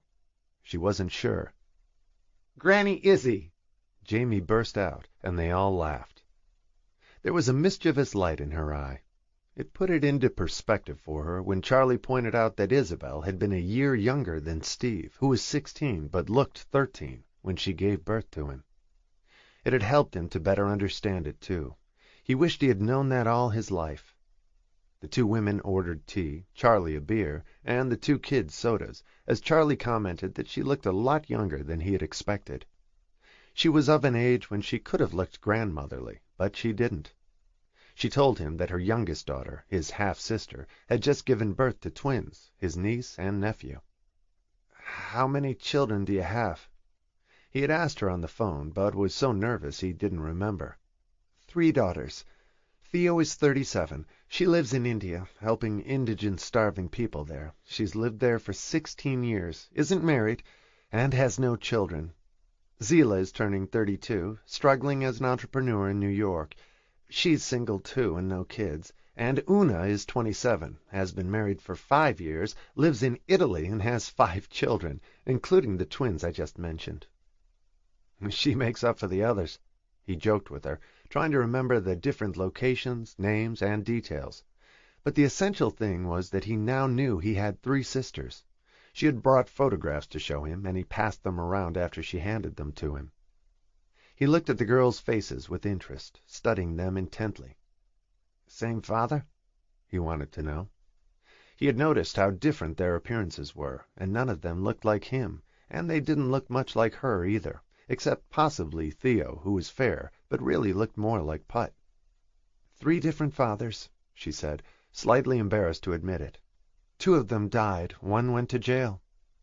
She was keeping no secrets from him after her long absence. He nodded. "Are you married now?" She shook her head. "No, I'm not. I haven't been since Una's father died 27 years ago, before she was born." "That's too bad," he said kindly, "especially if 2 of them live so far away." It was her turn then. "Were the Andersons kind to you, Charlie?" She had always worried about it, but convinced herself they were. Well, nice enough. They weren't warm people. They had a daughter after they adopted me, and I became the adopted kid then, and she was the real one. It made a big difference to them." She was sorry to hear it, and disappointed for him. That must have been painful. And then she felt instantly hypocritical for saying it, since what she had done to him was far worse. "They're both dead now. They never wanted me to find you, and wouldn't tell me anything. They probably didn't know much themselves. Adoption agencies kept their records sealed in those days." It was an old-fashioned position where an adopted child was prevented from knowing the facts about their birth parents. Nowadays, everyone stays in touch, visits, and sends pictures and Christmas cards. It wasn't like that then. Most of my friends who were adopted know their birth parents now. "I always wanted to find you. I didn't know if I could, but I was afraid to disrupt your life, and my life was complicated for a number of years with weird relationships, a husband who died, a divorce, and bringing up my children alone. It didn't get easier for a long time." "Do you work?" He wanted to know everything about her, what she did, and who she was really. "I'm an art consultant. I sell paintings to private individuals." It sounded fancy to him. He hadn't had a fancy life, but he looked like a bright guy and sounded intelligent. "Do you like your job? What do you do?" "I'm a sales rep for a publishing house. I don't love it. It's a job. I was in insurance for a while. It's funny. I like art, but I don't know much about it. Patty teaches 6th grade. She's from New Hampshire. We got married when she was 21 and I was 25. It seems to work." He smiled at his wife. He appeared to be a quiet, stable person. He wasn't daring or imaginative or creative, but she had the feeling he was reliable and trustworthy. She wondered how her daughters would react to him, or if they'd be snobbish about him. He wasn't from an elite world and lived in a middle-class suburb, but he seemed to be a solid, kind man, the sort of person who would never put a child up for adoption. "Do you know anything about my father? I couldn't find him either." He looked pained as he said it. "Not much. I hardly knew him. I was a sophomore. He invited me to a school dance. He got me drunk, dragged me into a car he'd borrowed, and you can figure out the rest. His name was Stuart Wheeler. He was 18 the year you were born. My father went to see his, and he denied the whole thing. He went to the University of New Mexico, and I never heard of him again. We were never friends. Our school may know more about him than I do." She gave him the name of their high school in Newport, and he jotted it down with his father's name. Finding his parents had been a lifelong pursuit for Charlie. She was embarrassed at how little she knew to tell him. "My dad was a really nice man. You look so much like him. He was a museum curator in Boston, and my mother died when I was 3, of breast cancer. After that he took a job as a property manager on a fancy estate, so he could be with me more, and I grew up there. He died a long time ago now, 27 years ago. I was an assistant in an art gallery before I started my own business." "It seems like you did pretty well, in spite of a rough beginning," he said fairly, thinking of her mother. "You have nice kids who sound like they're doing good things. I would have killed any kid who did that to my daughter." He looked protectively at Jamie as she watched them, and her mother stroked her hair. Patty looked like a warm person, and a good wife and mother. Isabel could feel her as a positive force among them, without judgment. They all just wanted to know as much as possible about each other. "Are there any health or mental issues that I should know about?" he asked her. "I've always wondered. With that kind of adoption, you don't get to know about those either." It had concerned him all his life, whenever he went to a doctor and they asked about family history. He had none. "Not that I know of, no mental ones. My father died of a heart attack at 65 with no previous heart problems. My mother died of breast cancer at 33, and that just surfaced in my daughter Zila, who's almost 32. She's in treatment now, and they caught it early, so for your daughter, that would be her great-grandmother, my mother, which is fairly remote, and now her aunt, your sister, which is closer. I don't know if it's coincidence or heredity, but it's upsetting." "I'm sorry." He looked sympathetic. They ordered another round of drinks, and Isabel added cookies for the kids, and Patty and Charlie didn't want anything. He was too excited to eat, and so was Isabel. The reunion was going well, with kind feelings among them, and some questions Charlie had had for a lifetime were finally getting answered. They sat and talked until 7 o'clock, and Isabel could feel the tension go out of her body. There had always been a place in her that was broken ever since she had given him up, and she felt it was healing. It was the end of the meeting when she remembered what she wanted to show him. She took out her wallet and pulled out a faded photograph the size of a postage stamp of a baby that could have been any infant in a little blue hat and blanket. "It was the day you left the hospital with the Andersons. One of the nurses gave it to me, the one who told me your adoptive parents' name. She wasn't supposed to take the picture either. I've carried it for 43 years. His eyes filled with tears as she said it, and so did hers. The meeting had been emotional for them both, and Patty and the children had been curious and quiet and respectful. They knew how much finding her meant to their dad. They had never seen him cry before. "It means a lot that you didn't just walk away and forget me. I understand it so much better now. It still hurts, but it makes sense. You couldn't take care of a baby at 15. You didn't even have a mother to help you." He echoed what she'd told him on the phone. "My father wouldn't let me keep you," she said again. "I never forgave him for it." Saying the words was like releasing a caged bird she didn't even realize she was holding in her heart, but it was true. She had never forgiven her father for making her give him away, even if she loved her father. It had always stood between them, and she suspected he had known it. It was why she thought he hadn't fought her any harder than he did about Theo. He couldn't. She was of age then, or very close to it, and 21 when Theo was born out of wedlock. She handed Charlie the photographs of his half-sisters, with their names on the back as to who was where in the photo, for him to keep. She'd brought one of her parents when they were young, and a few of her at different ages.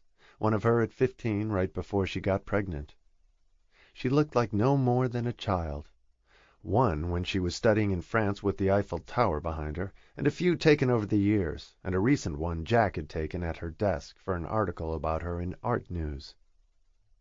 She asked for the check then, and insisted on paying, and he thanked her, and then they walked through the lobby of the hotel together. She made eye contact with Jack and nodded, and he approached them, and she introduced him as her assistant. Charlie shook hands with him, and then stared at him and looked as though the roof had just fallen in on him. "Oh, my God. Oh, my God. It's you, isn't it? You were my idol in high school when you were playing in college. Jack Bailey. I saw your final game. I cried for a week afterward. What are you doing here?" Jack smiled at him. "I'm Isabel's assistant. I'm teaching her to shoot hoops," he said, and they all laughed. Jack had brought a camera with him and offered to take a photograph of all of them, standing in the lobby. And then Charlie asked if Isabel could take one of him with Jack. He was almost more excited to meet his teenage idol than his mother, and the two women exchanged a look and grinned. 18 years of marriage confirmed that Isabel's assessment of Patty was correct. She was solid and loved him, and they looked happy together. They all hugged and kissed goodbye, and she promised to organize a meeting with her daughters soon. And then Isabel and Jack got into the town car he'd gotten to take them to the airport, as she let out a sigh and leaned back against the seat, drained and relieved. "How was it?" She thought about it before she answered. It had all gone so much better than she expected. He wasn't angry, and he didn't hate her. The meeting had been warm and compassionate on both sides. "It was like lancing a boil that has poisoned a part of me since I was 15. I always knew it was there, but I couldn't do anything about it. I think it was like that for him, too. So many questions we didn't have the answers to, either of us. His adoptive parents don't sound like great people, just okay. They had their own biological child after they adopted him, and he was treated as second best forever after that. It's a terrible thing to do to a kid, but what I did was worse. I'm glad he has a sweet wife and good kids. They're decent people, and he's the image of my dad. I don't know if he still hates me or not for leaving him, but I think hearing how it happened put it in perspective. Today his father would be charged with rape. Back then, it was considered normal and a hazard of dating, and tough luck if a girl got pregnant at 15. The thought was that if it ruined a girl's life, she deserved it. It didn't ruin mine, but it could have, and having him and giving him up have weighed on me for all these years. I'd like to see him again, and I want to introduce him to the girls. I told him it would take a while to arrange. They don't come home very often, and not together. I think I might ask them to come home specially and meet him," she said, looking pensive. "I think it's important. They're blood relatives, even if they never knew about him, and they don't have much in common." She wondered how they'd react to him as she looked out the window as they headed to the airport. She thought about her father, too, and how vehement he had been that she'd give up the baby. She felt she had no choice. "My father must be revolving in his grave over the meeting," she said softly, and looked at Jack. "I think he'd understand," Jack said kindly. "I hope so. I couldn't die one day without having met him, or at least trying to find him." Jack looked shocked at what she said. "I hope you're not planning to do that any time soon." "No, but if I go blind, I wanted to see him before I do. It's funny, he looks a lot like me, more than my daughters." "Yes, he does," Jack agreed. "He's a good-looking man." "And he was thrilled to see you. That was so cute." She smiled at Jack. "I guess a few people still remember," he said quietly. "Yeah, like every guy under 90. "What do you know?" he teased her. "You've probably never been to a basketball game." "That would be true, but I've read about you now. You were a very big star." He didn't comment. "I'll take you to a game sometime." She smiled when he said it. "I'd like that." She remembered how shocked she was by his height the first time she had met him. Now it made sense, as an ex-basketball player. The flight to New York was easy and brief, and after worrying so much about meeting Charlie, with the release of the tension, she fell asleep with her head on Jack's shoulder. He left her there until they landed, and he gently woke her up. She smiled and followed him off the plane, and he dropped her off at her house, and then went downtown to Sandy. Isabel thought about Charlie and his family all night after she got home.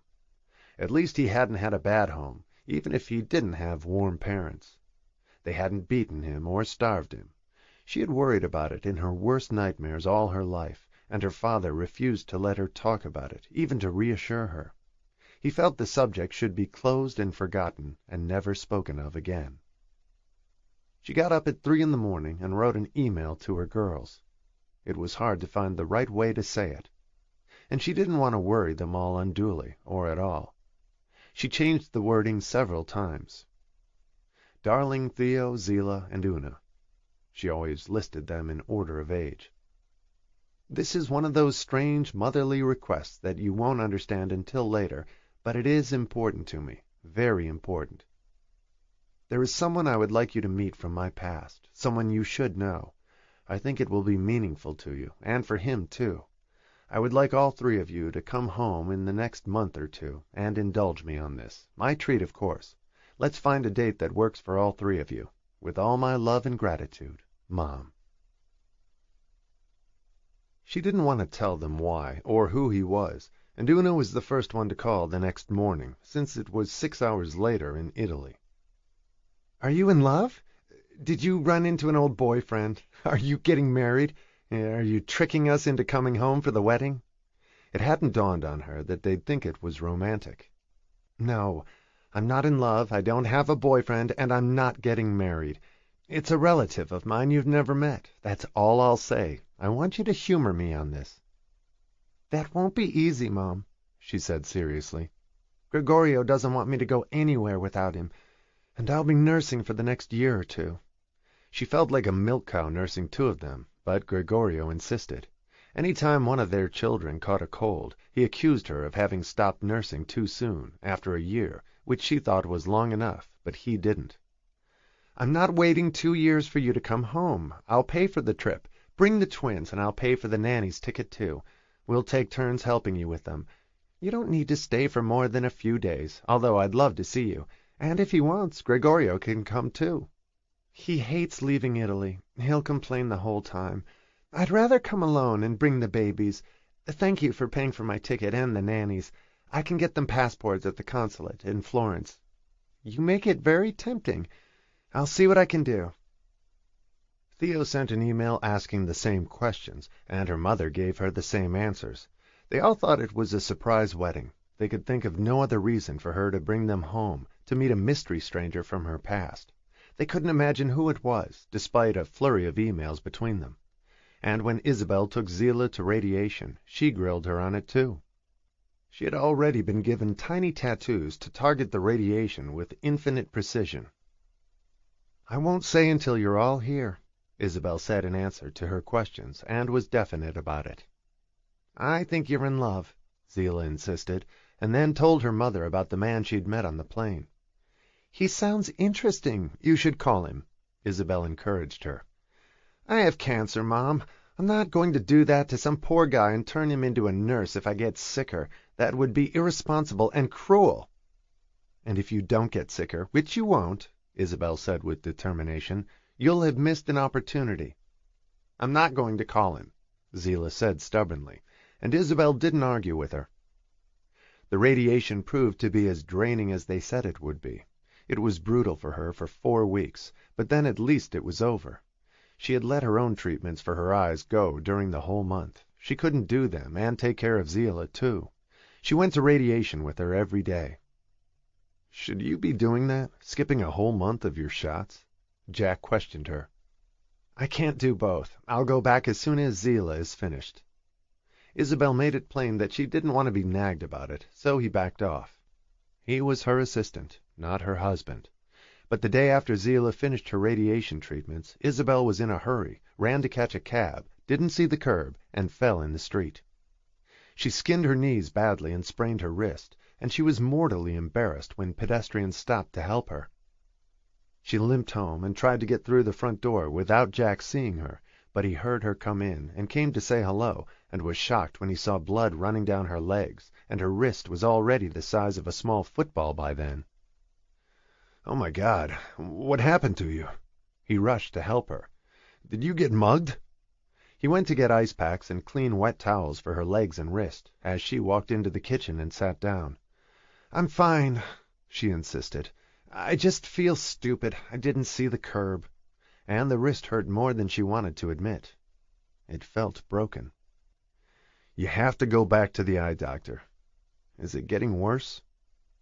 He looked worried, and she shook her head. "Actually, I think it's a little better. I just wasn't looking, and I was rushing." "We should get an x-ray for your wrist." "No, we shouldn't." She growled at him. She lay down for a while, and a call from Una cheered her up.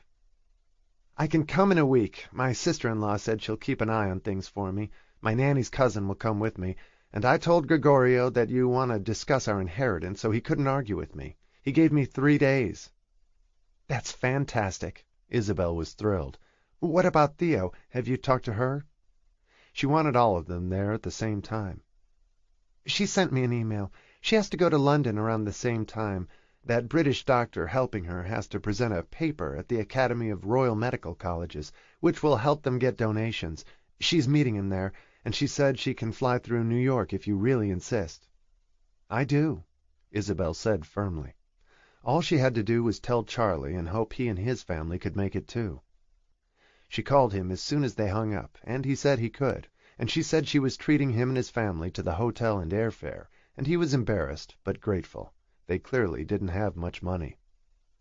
She sent out emails then, thanking all of them and confirming the plan. They were all coming to New York in a week, and Jack made the arrangements for her. There was alternating good and bad news.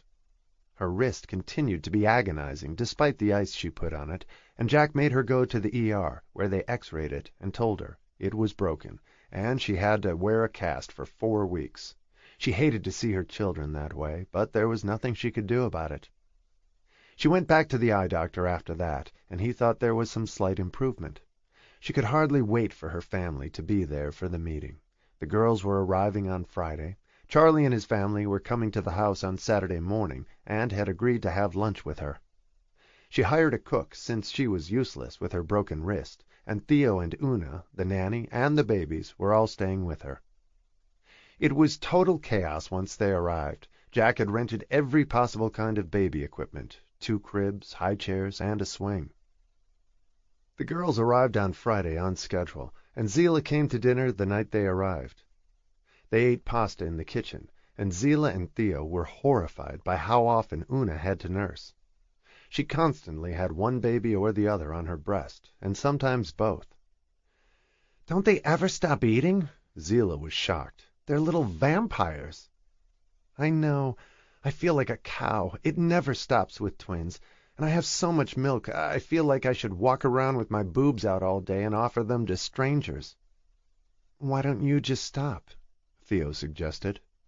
"I can't. Gregorio would kill me. They're only 2 months old. I'd love to stop at 6 months, though. He'd probably divorce me." With twins, she was either feeding them or changing diapers, and they passed them around between their mother, their aunts, and their grandmother. And the nanny took them away whenever they got fussy or needed a nap.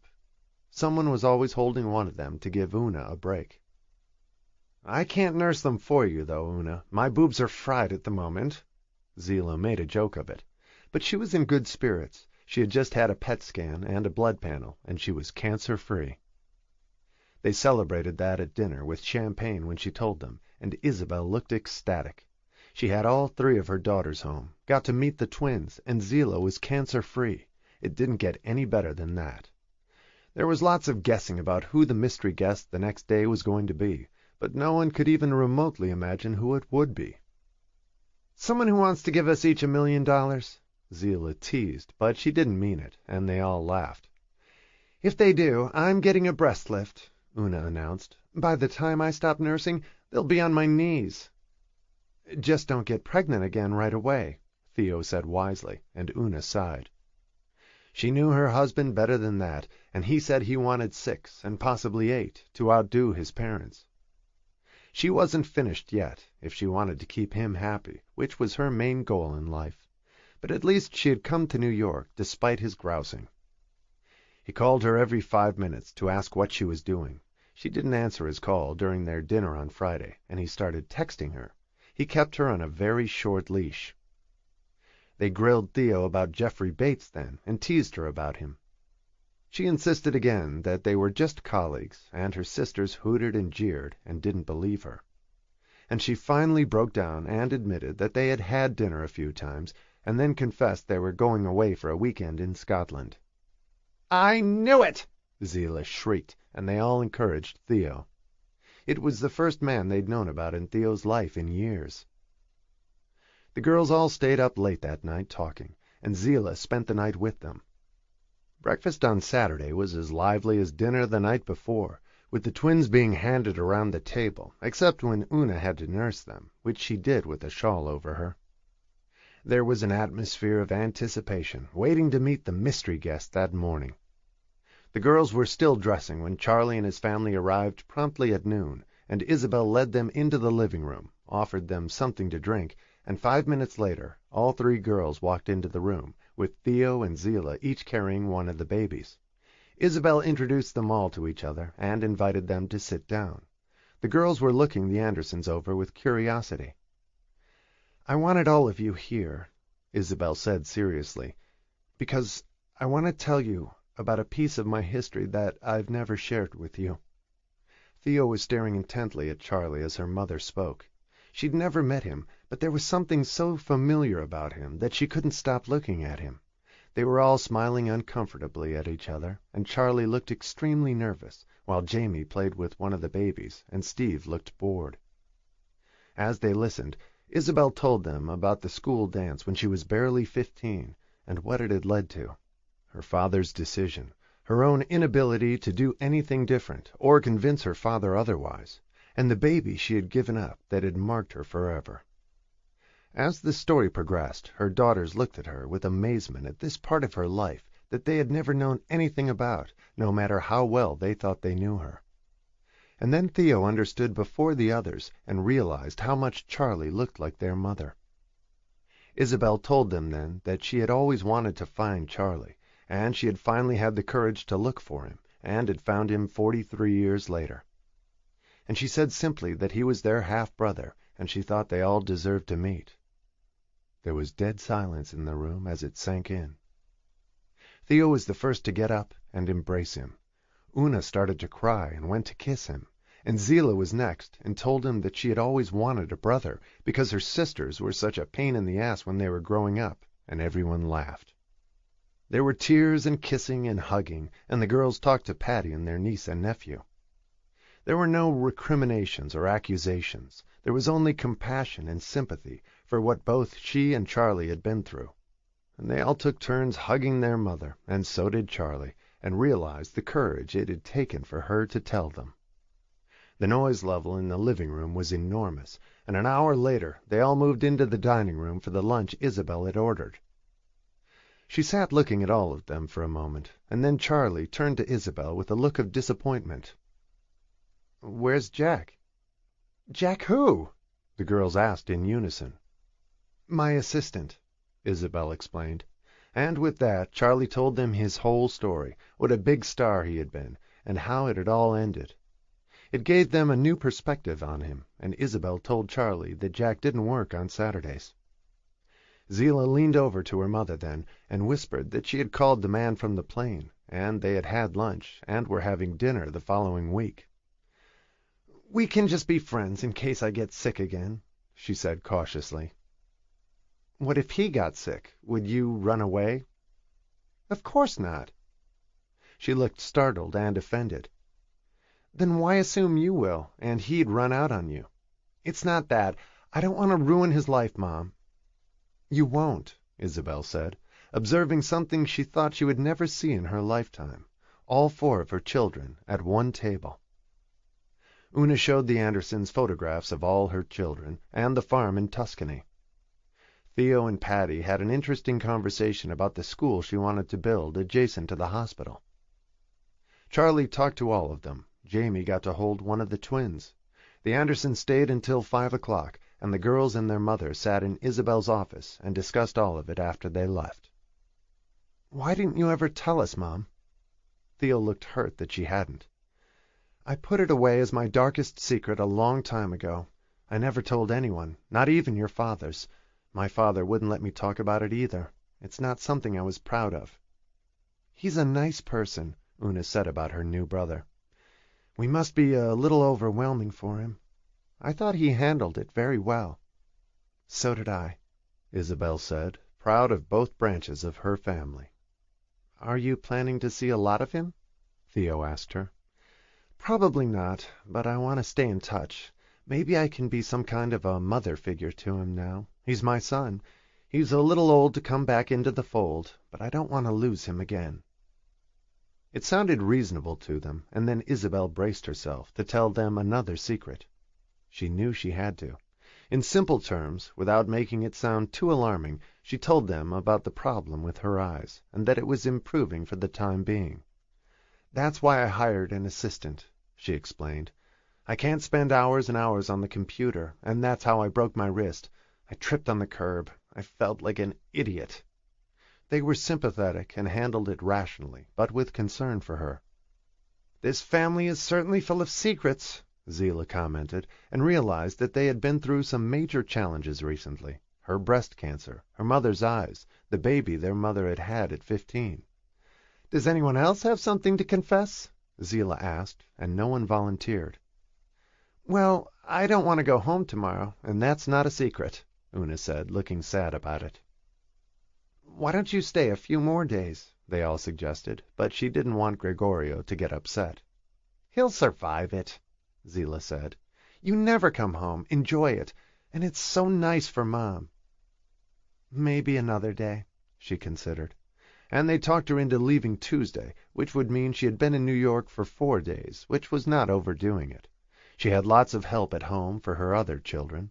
Theo changed her ticket for her, and Una sent a text to Gregorio, who sent a flurry of them immediately and ordered her to come home.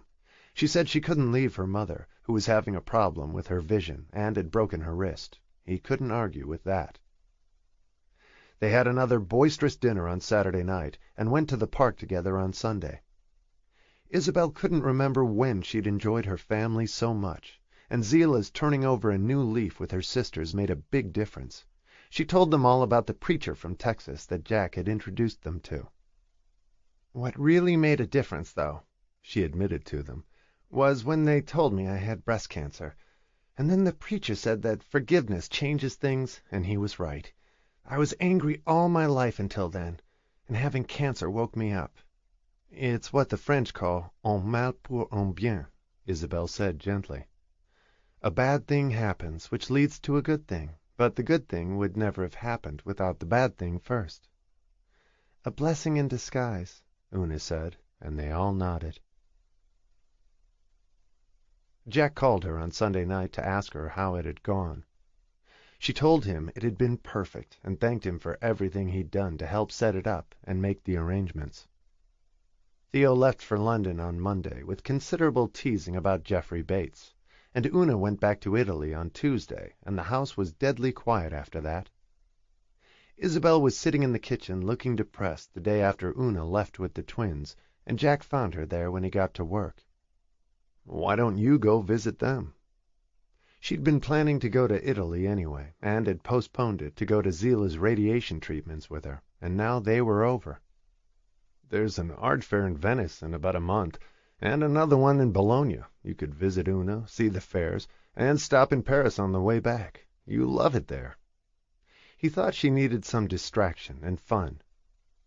She liked the suggestion and thought about it as she went upstairs, and by the end of the day she had decided he was right. She didn't need to sit there feeling sorry for herself. All the dates coincided, and the fairs she was interested in were happening in May, which was a lovely month to travel. "All right," she told him before he left for the day. "Let's go to Italy and Paris. Can you get away?" "I'll work it out." It had gone smoothly before. "I'll book the tickets on the internet from home," he said, smiling at her. He was pleased that things were working out well for her, and he liked his job, even more than working for the senator, and it was so varied. There was always some new surprise afoot. He emailed her later that night. He had booked the plane tickets, with a 5-day stay in Paris on the way back. And he would take care of the hotels the next day when she told him where she liked to stay. She thanked him and gave him the names of the hotels she preferred in each city. She realized that so far he had been a blessing in disguise too. If she hadn't been told that she might go blind, which didn't seem to be happening, at least not for now, she would never have hired him. And he had definitely improved her quality of life. It was an interesting thought, how sometimes good things come from bad. Chapter 19. The plane took off from Paris to Florence an hour late due to storms in Paris, but the weather was beautiful and sunny when they got there. The car and driver were waiting for them, and this time Jack was staying at the farm with her. They were only staying for 4 days, and then going on to Bologna and Venice for the art fairs. The children were happy to see their grandmother, and the twins had doubled in size in 2 months. Gregorio said it was because she was nursing and had so much milk. Una told her mother she had decided to stop in the summer, which seemed long enough to her, with twins. It was all she did now. She hadn't discussed it with Gregorio yet, but she seemed just a little bit more independent to her mother. She assumed they'd work it out. Theo had admitted that she'd had a wonderful time in Scotland with the doctor, and he was coming back to India. Zilah was seeing Mark Thompson, the man she had met on the plane, and all her tests were clear, and with luck would stay that way. Isabel was in touch with Charlie and Patty every few weeks, just a friendly email or a call which made him feel part of a larger family. All her chicks appeared to be in good order, and when she and Jack left for Bologna after a relaxed visit, she looked rested and happy. "You certainly came into our lives at a turbulent time," Isabel commented to him as she watched the Italian countryside slide by, and he smiled at her. "That's why you hired me," he reminded her. "I know he's the most macho guy on the planet and drives like a lunatic, but I actually like Gregorio, and he loves her." "He just loves himself more," Isabel responded, and Jack laughed. "That could be true, but she's happy with him." That's because she accepts doing everything his way. I wish she stood up to him a little more. But that wasn't Una's personality. She wanted to please him and everyone around her. Maybe she will when she gets older. She's very young. And she was very grown up in a way, too, a good wife and an extraordinary mother. He's a lucky man, Isabel said, and Jack didn't disagree. They checked out the art fair in Bologna that afternoon and stayed at the Grand Hotel Majestic in 2 beautiful rooms and drove on to Venice the next day. Jack had never been there before. They both loved it. Sometimes I have to remind myself that this is a job. I still pinch myself in the morning when I wake up. I should be paying you. He teased her as they walked around Venice, comfortably lost part of the time. She tucked her hand into his arm so she didn't trip. Her eyes were definitely getting better. The shots were working, and she had to have more when they went back. They stayed in Venice for 4 days, drove south to Rome for 2 days, and then flew to Paris for the last 5 days of their trip. They had planned it perfectly. Isabel bought 4 paintings in Paris for old clients and 2 in Venice for the Casey's yacht. The job for them was almost complete, and she had an appointment with a new Russian client when they got back to New York. Jack had become very knowledgeable in the last 6 months. He learned quickly and read everything she gave him. "You'll be a fine art dealer one day," she teased him. "You'll probably leave me and open a gallery," she said as they walked along the Seine, once they got to Paris. They had dinner at her favorite bistro that night on the Rue Saint-Dominique. It was an odd arrangement. He worked for her, but they were constant companions now. She was uneasy going out without him, and used to him, and their work life spilled over into their private time. She discussed everything with him, and they agreed on most subjects. "What are we these days?" he asked her over dinner. "Best friends, or work pals, or—" He smiled as he watched her carefully and waited for the answer. "Does it need a name?" she said. "It might one day, so I don't get confused and cross boundaries I shouldn't." The boundaries between them had been blurred for months. When he scolded her about something, she told him he sounded like Gregorio and ignored him. "Where do you see yourself 5 years from now?" he asked her as they shared dessert, and she looked surprised at the question. "Or 10. "Hopefully not dead," she said cynically. "Don't say things like that. You'll probably live to be 90, and I'll be long gone." "It's interesting how we've both had several lives. As a basketball star in your case, radio, TV, the senator, now art, me with the kids, and very different men who influenced my life. Putnam probably the most among them, and for the longest. Colin and Declan had been so brief, but all 3 had left her with wonderful children. Don't you want children one day, Jack?" She thought it a shame if he didn't. He was so good with her, and so nurturing. No one had ever taken care of her as he did. She had always had to fend for herself and take care of her kids. "No," he answered her honestly. "Parenting is so quick. You blink and they're gone, and you're alone again anyway." She couldn't deny that. Her girls had all flown and were doing fine without her. It left one to figure out what to do with the years that were left. She was beginning to think about it. She had her work. But what else? "Would you ever be interested in a partnership, Isabel?" She was surprised by the question. "In business?" "Not really," he said quietly as their eyes met. "I had something else in mind. This seems to work surprisingly well for both of us. I just wondered if—" He wasn't sure how to finish the sentence, and she smiled at him, touched. "Is this a proposition or a proposal?" she whispered across the table. "Possibly both," he whispered back. "Interesting. I'll give it some thought," she said mysteriously, and they left the restaurant a short time later and went back to their hotel. It had been a lovely evening, and she was intrigued by what he had said. She asked him a question in the car on the way back. "The age difference doesn't bother you?" "No." "Would it bother you if it were reversed? You were with a man 27 years older than you, with Putnam." "I was young then." She smiled at the memory. She had been so desperately in love with him. And if I turn into a blind old woman? We'll figure it out. Then you wouldn't see how old I was getting. That would be a blessing. She laughed, and they walked through the lobby and went to their rooms, which were side by side. There was a connecting door, which they kept locked. They said good night, and he kissed her on the cheek, and they disappeared into their own rooms. Isabel stood looking at the connecting door for a while, and with the same spirit of adventure and willingness to take risks she'd had at 20, she silently unlocked it and opened it just a crack. He might never even notice. If he did, what happened next was up to the fates. As she stood looking at the door, it opened slowly, and Jack stood looking at her from the other side.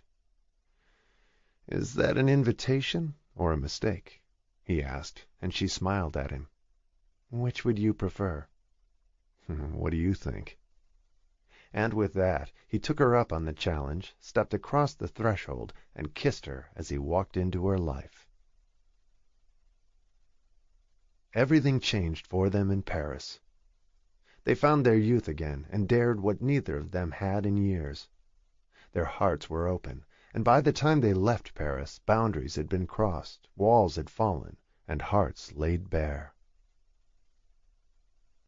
They flew back to New York, sitting next to each other, eating, talking, watching movies, and he was sad knowing he couldn't stay with her in New York. He couldn't leave his sister alone at night. He wasn't going to desert her, no matter how in love he was with Isabel, and he was very much so. She understood the responsibilities he had to honor, and respected him for it.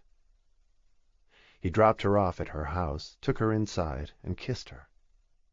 They had talked about her children in Paris, and she said she didn't need their permission, or even their approval. It was too late for her to let anyone stop her at her age. He lingered and hated to leave her, and then he went home to Sandy, who was waiting for him. He thought she looked strange when he walked in, as though something was bothering her, but he was tired and didn't want to ask. She waited until the next morning to tell him, after asking how the trip was. She thought he looked different, too. There was something she couldn't put her finger on, but she could feel it more than see it. In some subtle way he had changed while he was away. "I have bad news," she finally said over breakfast. "Not about my health." She was quick to reassure him. "I feel terrible doing this to you. Your niece finally left the creep she's married to. Nancy wants to come home, Jack, with the kids, and live with me. I didn't have the heart to say no to her." She felt guilty toward him. "You gave up a great job in Washington for me, and now I'm throwing you out. I feel like the worst sister in the world." He looked at her in amazement. "You're throwing me out?" She nodded. "She's coming home in 3 weeks."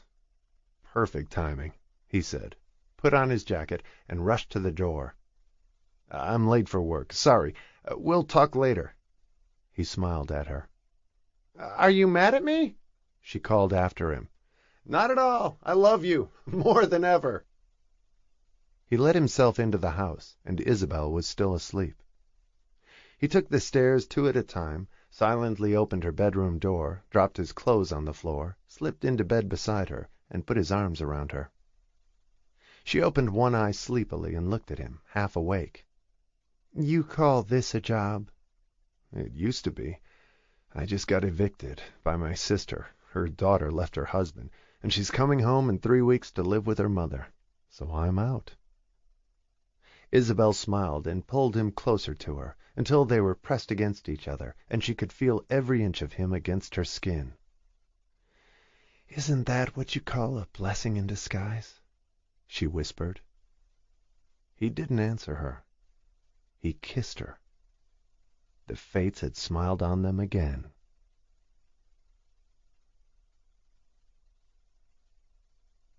The end.